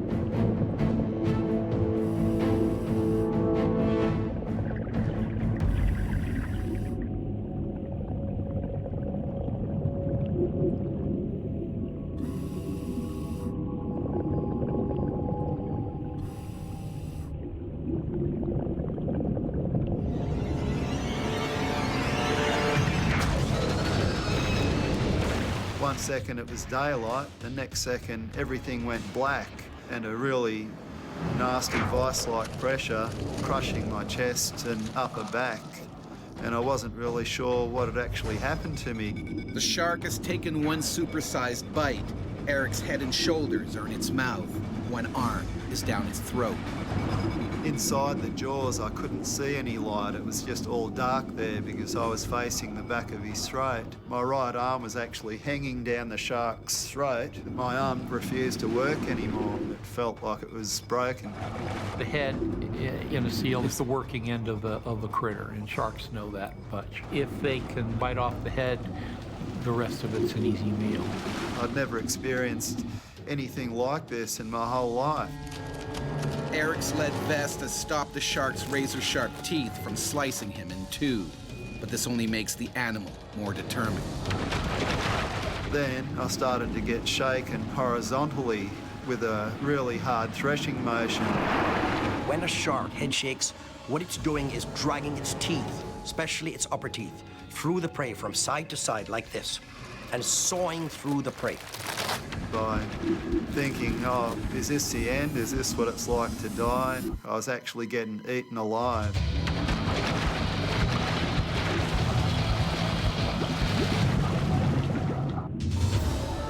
A great white shark has half-swallowed abalone fisherman Eric near us.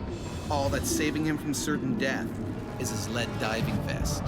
My instinct kicked in, and I had a free left hand, and I started to feel around the jawline of the shark, and I reached up higher, and I felt a slimy membrane. I realised that must have been the eye. Eric gouges his fingers deep into the shark's eye. Anything we can do that demonstrates to the shark that we're big and strong and are willing to fight back is a good thing. Surprised by the counterattack, the shark begins to loosen its hold. And I started to wriggle out backwards a bit, and I wasn't sure if I was going to get out or not. And just as I thought I was going to be free, the bottom jaw closed, and I felt these teeth going into the back of my head, into my skull. I twisted as hard as I could again, trying to gouge the eye, and the shark reacted again. The animal at that point reacted by letting go as a matter of defense for its own self. Sharks aren't dummies. Eric caused it pain. It realized that it had a formidable foe there in the water. The shark was looking at me like face to face. It's the scariest sight I've ever seen. As Eric's blood seeps into the water, the shark waits for its prey to weaken even further. The white shark will bite and let go its prey to cause exsanguination, leaves it to bleed to death till it gets weaker, and then it comes in to finish it off. You really think your time's up. You think, okay, it's got me. It can fly into me and finish me whenever it likes. When you're in a situation where you feel you're going to lose your life, you get a few thoughts that flash through your mind. And I thought about Mark. He'd never see me again. And I knew the mental effect that would have on a 16-year-old. Sort of tried to calm myself down, and I thought, well, if I panic, I'm only going to be dead anyway. Eric is faced with a life or death decision. Swim to the surface, or try and hide from the shark somewhere on the sea floor. The water was going a dirty brown colour around me from blood loss. Blood attracts sharks, and that's when I made the decision that I was going to go to the surface. And as the shark slowly circled me, I spread my legs and arms out a bit so it could see that I wasn't a seal. I was something, you know, different to what it normally would eat. Eric heads for the surface. It's a gamble that could cost him his life. If the animal reacts to the sudden movement, Eric's finished.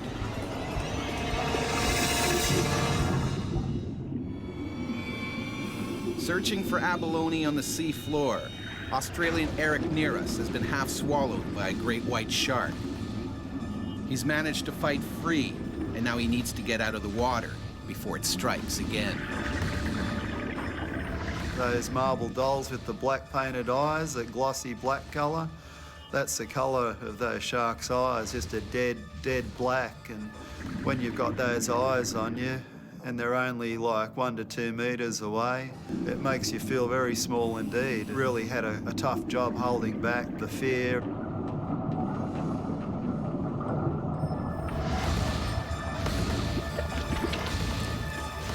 Eric breaks the surface, but the 15-foot monster is still circling below. The whole time the shark was just below me, going around and around my flippers, and it could have, you know, taken me any time it wanted to.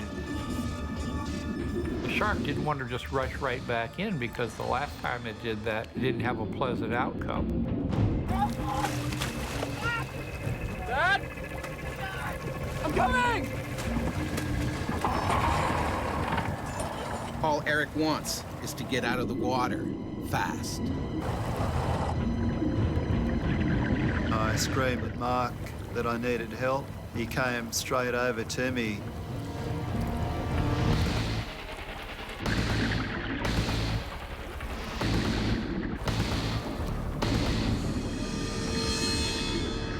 Eric makes it out alive, but his wounds are horrific. I suffered a broken arm, a broken nose, 4 teeth went into the back of my skull, and my other teeth marks are in my chest. So thank God for that lead vest, or I wouldn't be here now. Eric tried to return to abalone fishing, but fear kept him out of the water. Now he works on dry land as a security officer. I can't even say how much it hurts still to this day, like, the knowing that I could have lost the best thing in my life, and, like, I just don't know how to say it. Like, there's no words that can literally say it. When you've had a narrow escape and you sort of feel you've been given a second chance, it makes a great deal of difference to your life, and all of a sudden you start to appreciate things that you didn't even think about before. We're pretty good mates, young Mark and myself.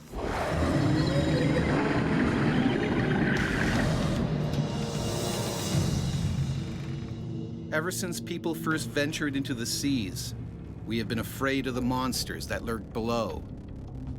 The great white shark has always been the most feared, infamous as a ruthless predator that will kill anything.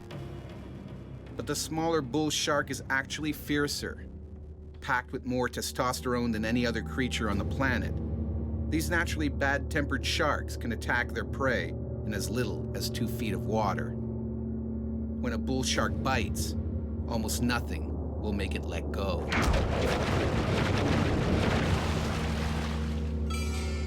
In the summer of 1916, a horrifying series of shark attacks shocked holidaymakers in New Jersey. Originally blamed on the great white, these attacks were in part the inspiration for the novel Jaws. But many experts now think the villains were really bull sharks. The first victim that summer of 1916 was Charles Epting Van Sant. He started shouting for help, but people assumed he was calling to a nearby dog. When a lifeguard finally reached him, his left thigh was stripped of flesh. Van Sant bled to death before reaching the hospital. The Coast Guard was sure this was a freak accident, so beaches remained open. A fatal decision. Just 5 days later, a second killing. The ocean turned red when a hungry shark went for Charles Bruder. It bit his right leg clean off. Bruder bled to death before he could be rescued. The next attacks were even more terrifying. The scene of the crimes, 16 miles inland in a freshwater creek. 12-year-old Lester Stillwell was playing in the water with friends. They noticed what they thought was an old log in the water. It started swimming towards them. Suddenly, the shark pulled Lester under, and he never surfaced. A man entered the water to bravely search for the boy's body, but he too was fatally wounded by the bloodthirsty shark. Experts now know that great whites can't survive in fresh water, but bull sharks can. Bull sharks may actually be responsible for many more attacks than previously thought. Chuck Anderson knows just how aggressive a bull shark can be. When training for a triathlon in 2000, he was savagely attacked by a bull shark, an attack that changed Chuck's life forever. He's just freight train. And even though I hadn't seen it, I knew exactly what it was. The Gulf of Mexico is famous for crystal blue waters and white sandy beaches. But this is America's shark attack capital. In fact, there are more shark attacks here than anywhere else in the world. Almost anyone that's been in the water have been close to a shark at some time. The sharks see the humans. Humans don't always see the shark. And public enemy number one is the ferocious bull shark. It will target almost anything that moves, even humans. Bull sharks mean business. When they attack, they truly are going after a human. And what they start, they mean to finish. Bull sharks are persistent, and I think for that reason, I would be a lot more concerned about a bull shark than a white shark. It's early morning, and this bull shark is already on the hunt. It patrols the shoreline because it knows sooner or later something tasty will swim by.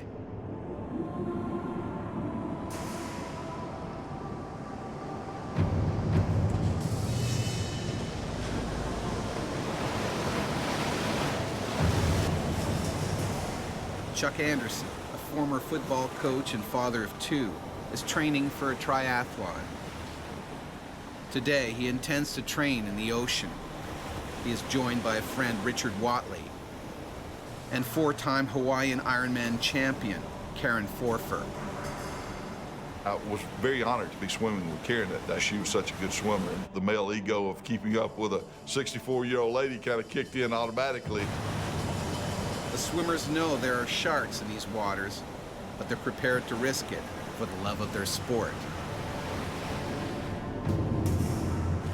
I always was a little bit leery when I got out there. I was constantly looking around and that sort of thing, but still in the back of your mind, it was kind of always there. And I remember thinking, gosh, I was a little bit nervous out there that day. Picking up on the erratic movement in the water, the bull shark moves in closer to investigate. Humans are not a natural part of the sea. As a result, we as humans are engaging in provocative acts simply because we splash so much, we make so much noise, we do so many other things that are attractive to sharks. Chuck's friend swims alone in a deeper water where there is less of an undertow. Karen and Chuck, however, feel safer sticking together closer to the shoreline. A decision they will soon regret.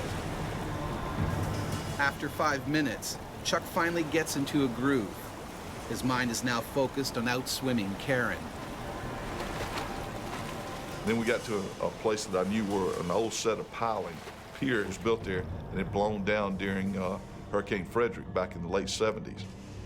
That's essentially an artificial reef. First, various invertebrates grow on the piling, then fish come to eat those invertebrates, then bigger fish come to eat those, and then sharks come to eat those. And so it's a natural area where, as a shark, one would go to find food. Unwittingly, the swimmers have now entered this shark's natural killing ground. Karen kind of went ahead of me. I'd like to say I was chivalrous and letting her go through the pilings, but actually she was kicking my rear end pretty good. The shark observes his potential meal as the swimmers make their way past the pilings.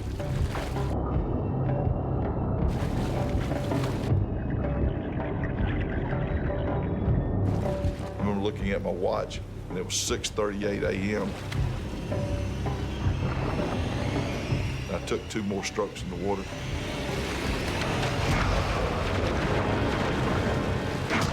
It nailed me. felt like a linebacker getting run over by a fullback. He just freight trained me. He hit me and knocked me out of the water.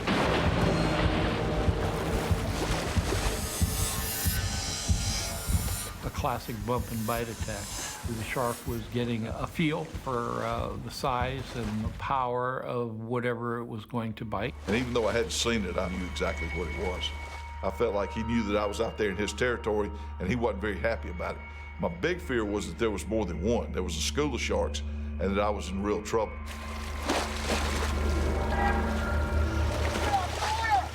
I started hollering for Karen, who had gotten a pretty good ways away from me at that stage of the game, to get to the beach. Get to the beach now, hurry, get to the beach.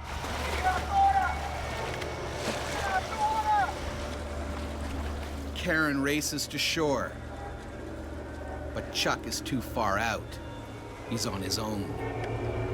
Well, it's a pretty helpless feeling. You know, there was no way I was going to outswim anything that was out there with me. Chuck desperately searches for any sign of the shark. And I was treading water, and I remember looking around on the surface.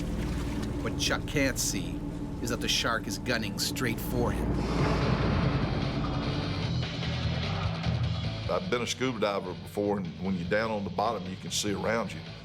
That part of it you can kind of come to grips with and handle because you see what's happening around you. When you're on the surface of the water, I didn't know what I was dealing with. I didn't know where it was coming from. I didn't know when it was going to get to me. I put my face in the water. When I did, up from the bottom was the shark coming directly at me. Chuck begins to panic. He knows the shark could finish him off with one vicious bite. Chuck Anderson is training for a triathlon when he's ambushed by a hungry bull shark. The animal only bumped him the first time, but now it's going in for the kill. I realized that if I didn't get a hold of myself, that if I panicked, that I was going to be in a lot more trouble than if I tried to have a plan and protect myself. And just instinctively, I threw my hands out to push off of him. Chuck's move is disastrous. Took all 4 fingers off my right hand, just clean as a whistle. White knuckles were showing through. I mean, they were literally exposed.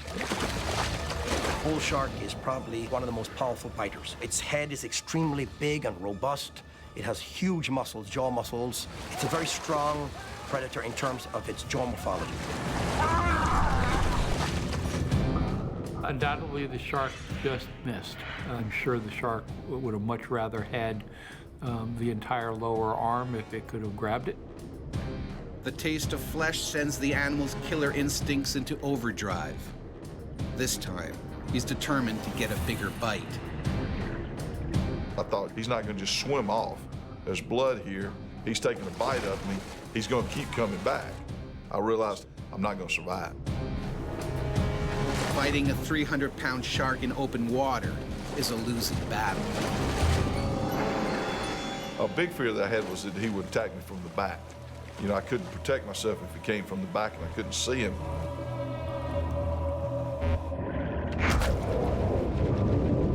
That's when he hit me. And I remember kind of losing a little bit of my breath. He hit me that hard. Bull sharks will hit the victim over and over again. And they'll actually single them out amongst a bunch of people. If there's multiple people in the water, sometimes they'll go through the people and hit the same victim over and over again. Chuck doesn't have time to react because the shark's fin is once again slicing through the water towards him.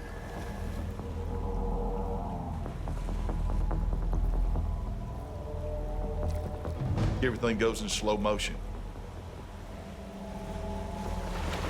Kind of in a fog, thinking it won't ever end. It's just a strange, eerie type of feeling.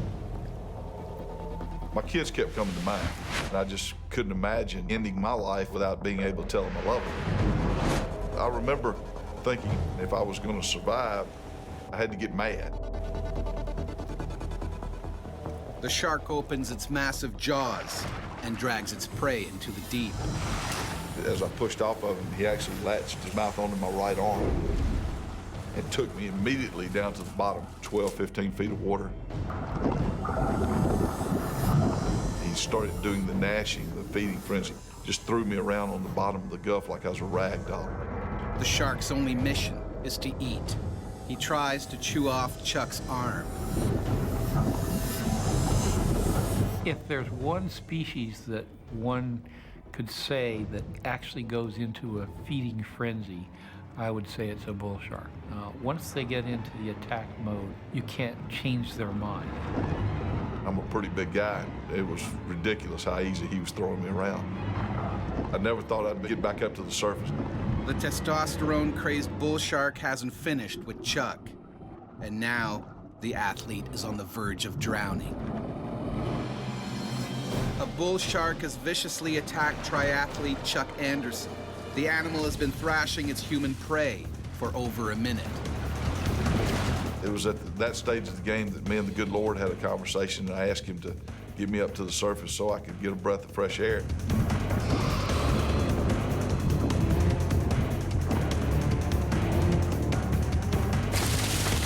And all of a sudden I felt my heels dragging on sand. Now the shark's dragging him at high speed towards the beach.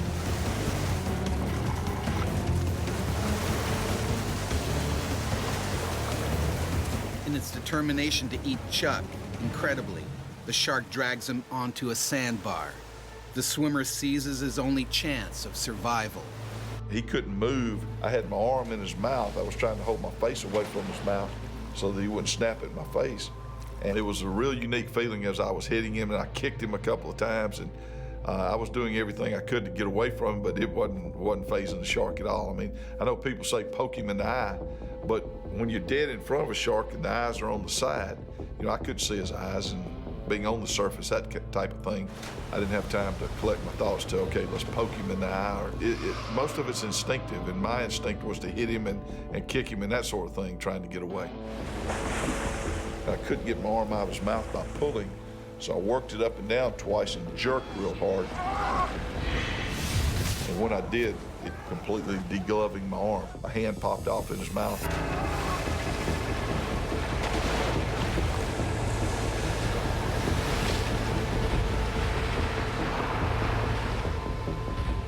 There really wasn't a sense of, oh my gosh, I've lost an arm. It was more of a sense of, oh my gosh, I survived.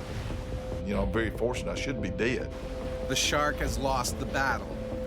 It waits for the next wave and propels itself out to sea.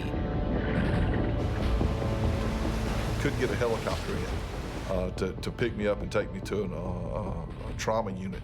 And so I remember one paramedic turned to the other and said, man, if we don't get him to the hospital in the next few minutes, he's going to die. And I thought, whoa, time out, hang on. That's not an option here now. I thought I was fine. And the guy said, Coach, you're blue, you're losing blood, we can't stop the bleeding. If we don't hurry up and get you to a hospital, you're in real trouble. And I thought that was the first time that I really had time to think about the fact that I might die. And that was a real scary moment. Chuck is rushed to the hospital, where what remains of his arm is amputated at the elbow. I was halfway to the hospital before I ever really came to grips with the fact that, hey, you don't have a right arm anymore. And I promise you, it's not going to come back. Despite the tragedy, Chuck Anderson is determined not to let it ruin his life.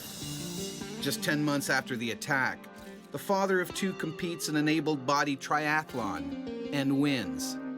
My kids were on either side of me, and we crossed the finish line together. And, geez. And I was proud as his dad that I could show my kids, if you work hard enough, you know, you can do whatever you want to do.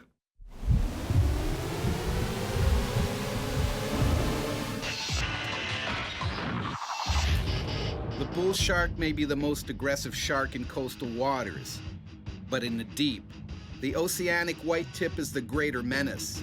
About 3/4 the size of a great white, this shark rarely encounters people. But when a ship goes down or a plane crash lands on water, the deadly white tip will target human prey. In fact, the white tip is responsible for the largest ever attack on people.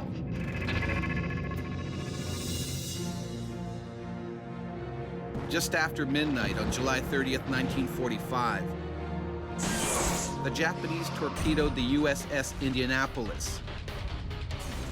The battleship had delivered the first atomic bomb and was on a new mission in the West Pacific when it was hit. Of the nearly 1,200 sailors aboard, 900 are thought to have made it into the water alive. Sharks were most likely drawn to the wreckage by the sound of screaming, splashing men. The white tips went into a feeding frenzy. The men's horrific ordeal lasted 5 long days. By the time rescue boats arrived, more than 500 sailors were missing. Many had been devoured by the hungry sharks. Although the bull shark and the oceanic white tip may be more aggressive, it's the great white that has entered popular folklore as the ultimate ocean-going serial killer. Its size and power mean it will always be seen as the most terrifying of all sea creatures. In 1830, Joseph Blaney was attacked by a great white while he was fishing off the coast of Boston. The shark capsized Blaney's boat and pulled it right under, with the fishermen still in it. The boat resurfaced, but Blaney was never seen again. 130 years later, during a spearfishing competition, Australian Rodney Fox was attacked by a great white. It's one of the worst shark attacks anyone has ever survived. I was hurled through the water faster than I could swim. It was right at the edge of my life. I was in really big trouble.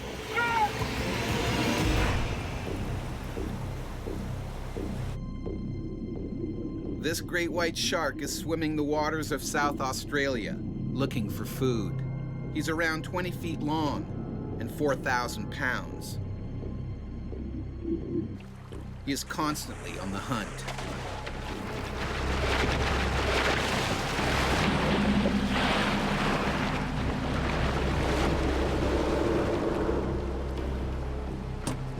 And as Rodney Fox knows, it will eat almost anything that moves. December the 8th, 1963, at 1 o'clock in the afternoon, is a time I will never, never forget. Changed things in my whole life forever. Today, it's Rodney's chance to retain his crown as South Australian spearfishing champion. He's been training hard and determined to win, despite the choppy water. The weather wasn't very nice. It was a little bit windy, but it was something I had worked for. I had done so many deep diving and exercises, and I practiced holding my breath. And I'd made 2 beautiful spear guns. Rodney is aware of the risks. 18 months earlier in this bay, his friend was attacked by a shark, which bit deep into his leg. The word shark was sort of out there in the background with hell and death and devil and things like that. I was well aware that I could actually be attacked. But of course, I didn't believe that it would be me. The winner today will be the person who catches the largest number of different species in a 5-hour period.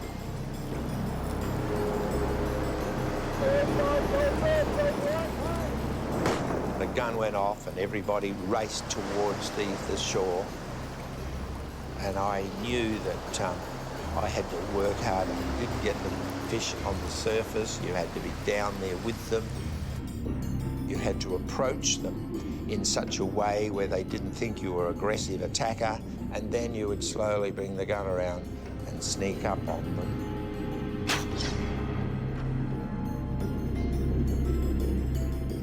Rodney isn't reckless. He takes precautions against a shark attack. What you do is to attach the fish onto a float that you tow with you on about 10 meters of ski rope. If any sharks came along looking for the bleeding fish, they could take them without getting near you. This great white shark may be miles from Aldinga Beach, But its powerful sense of smell soon picks up on the blood in the water. It stealthily makes its way towards Rodney's tempting catch. Because of their injuries, any speared fish is going to be releasing bodily fluids, blood and other things into the water. Shark, for instance, can smell a single drop of blood in an Olympic-sized swimming pool. That's pretty darn good. Blood from the fish that had been speared was slowly going out to sea. In the tide, it was putting an odor trail several kilometers down the coast. The blood, the struggling fish in the water, any electrical charge it picks up or anything like that, the shark would be attracted to that and probably swim upstream to find it. I was so focused on doing well and looking for fish that I couldn't really think about anything else that might happen.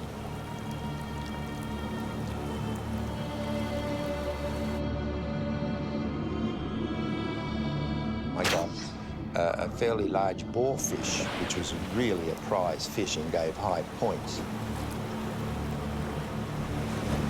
And I thought, it could be a lucky day today.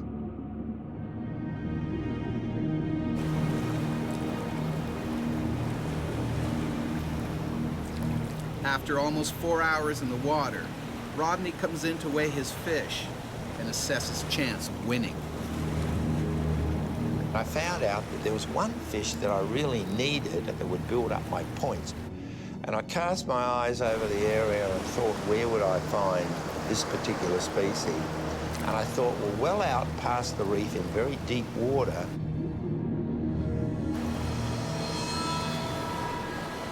Rodney heads back into the ocean, past the reef.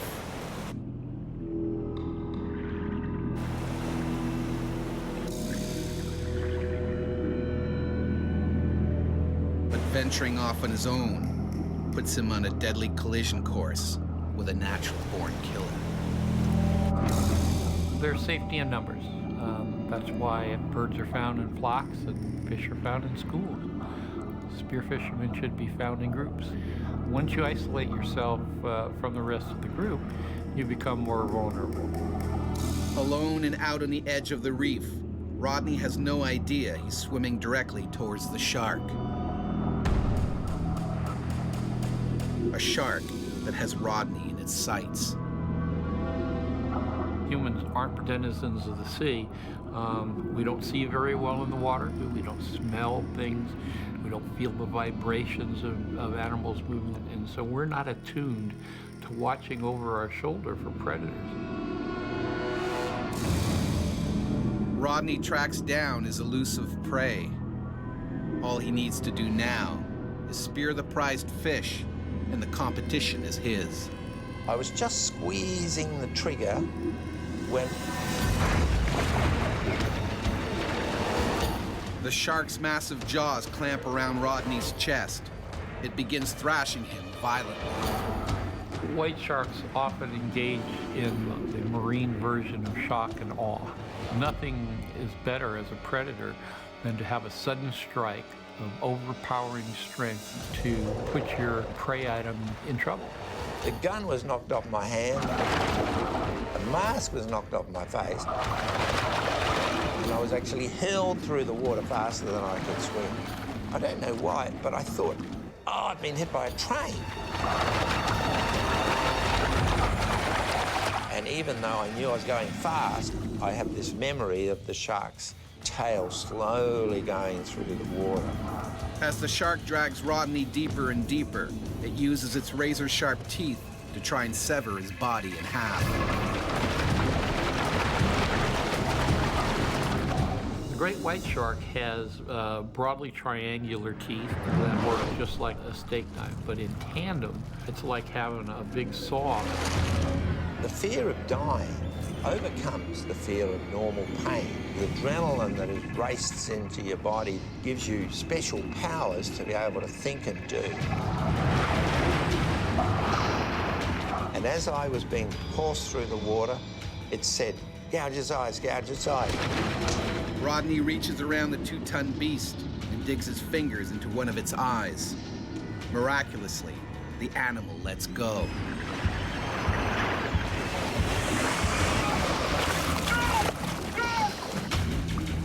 But it has no intention of giving up on a spear fisherman. Gouge the eyes or the gills of a shark, and that is probably not what the shark would expect. So the texture, the taste, the response, everything is not what they expected. The animal abandons the attack at that point, not quite sure what it is. Doesn't mean they won't come back. The fear was unbelievable. It was right at the edge of my life. I was in really big trouble. I knew I may not make it, but it never occurred to me to give up. Just keep fighting. Rodney looks down into the deep. And a picture that stays with me now is of this bright red water, which is my blood, and this great big head coming up from down below with those big triangular teeth towards me. And I thought, what can I do? What can I do? I have nothing to protect myself. I'm gone, I'm gone.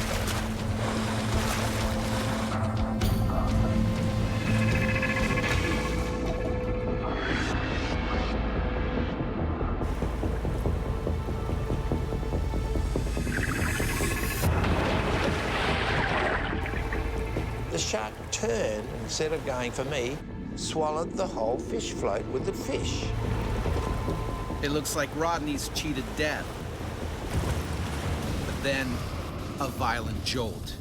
He's still attached to the float, and the shark dives and pulls him under. Put my hand on my stomach trying to find the catch, but it must have swung all the way around. I couldn't find it.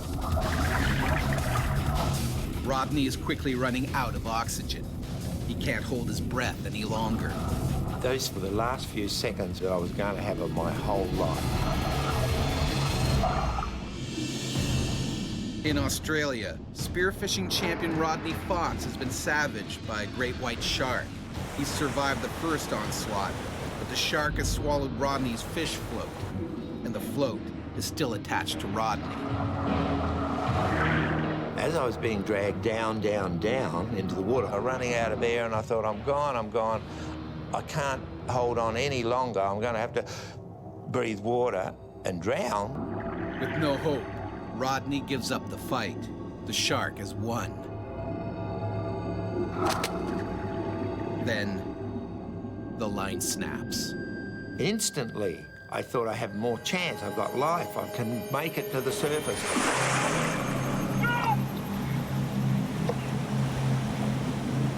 Rodney has to get out of the water before the shark returns for more.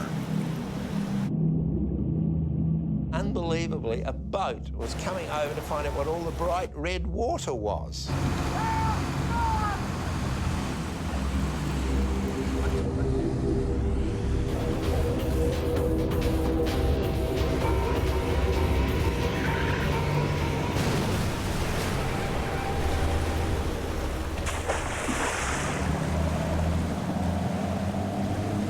Rodney has only just escaped with his life, but his injuries are horrific. The lung was punctured, the spleen was uncovered, the main artery from the heart to the stomach was just left there, one nick, and I've died.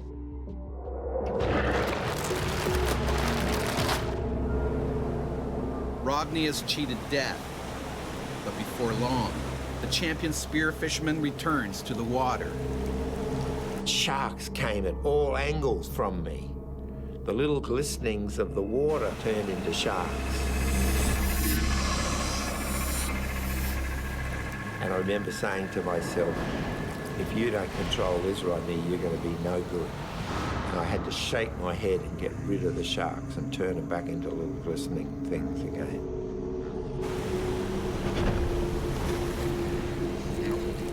I wasn't meant to go, but you can't get much closer to death than that.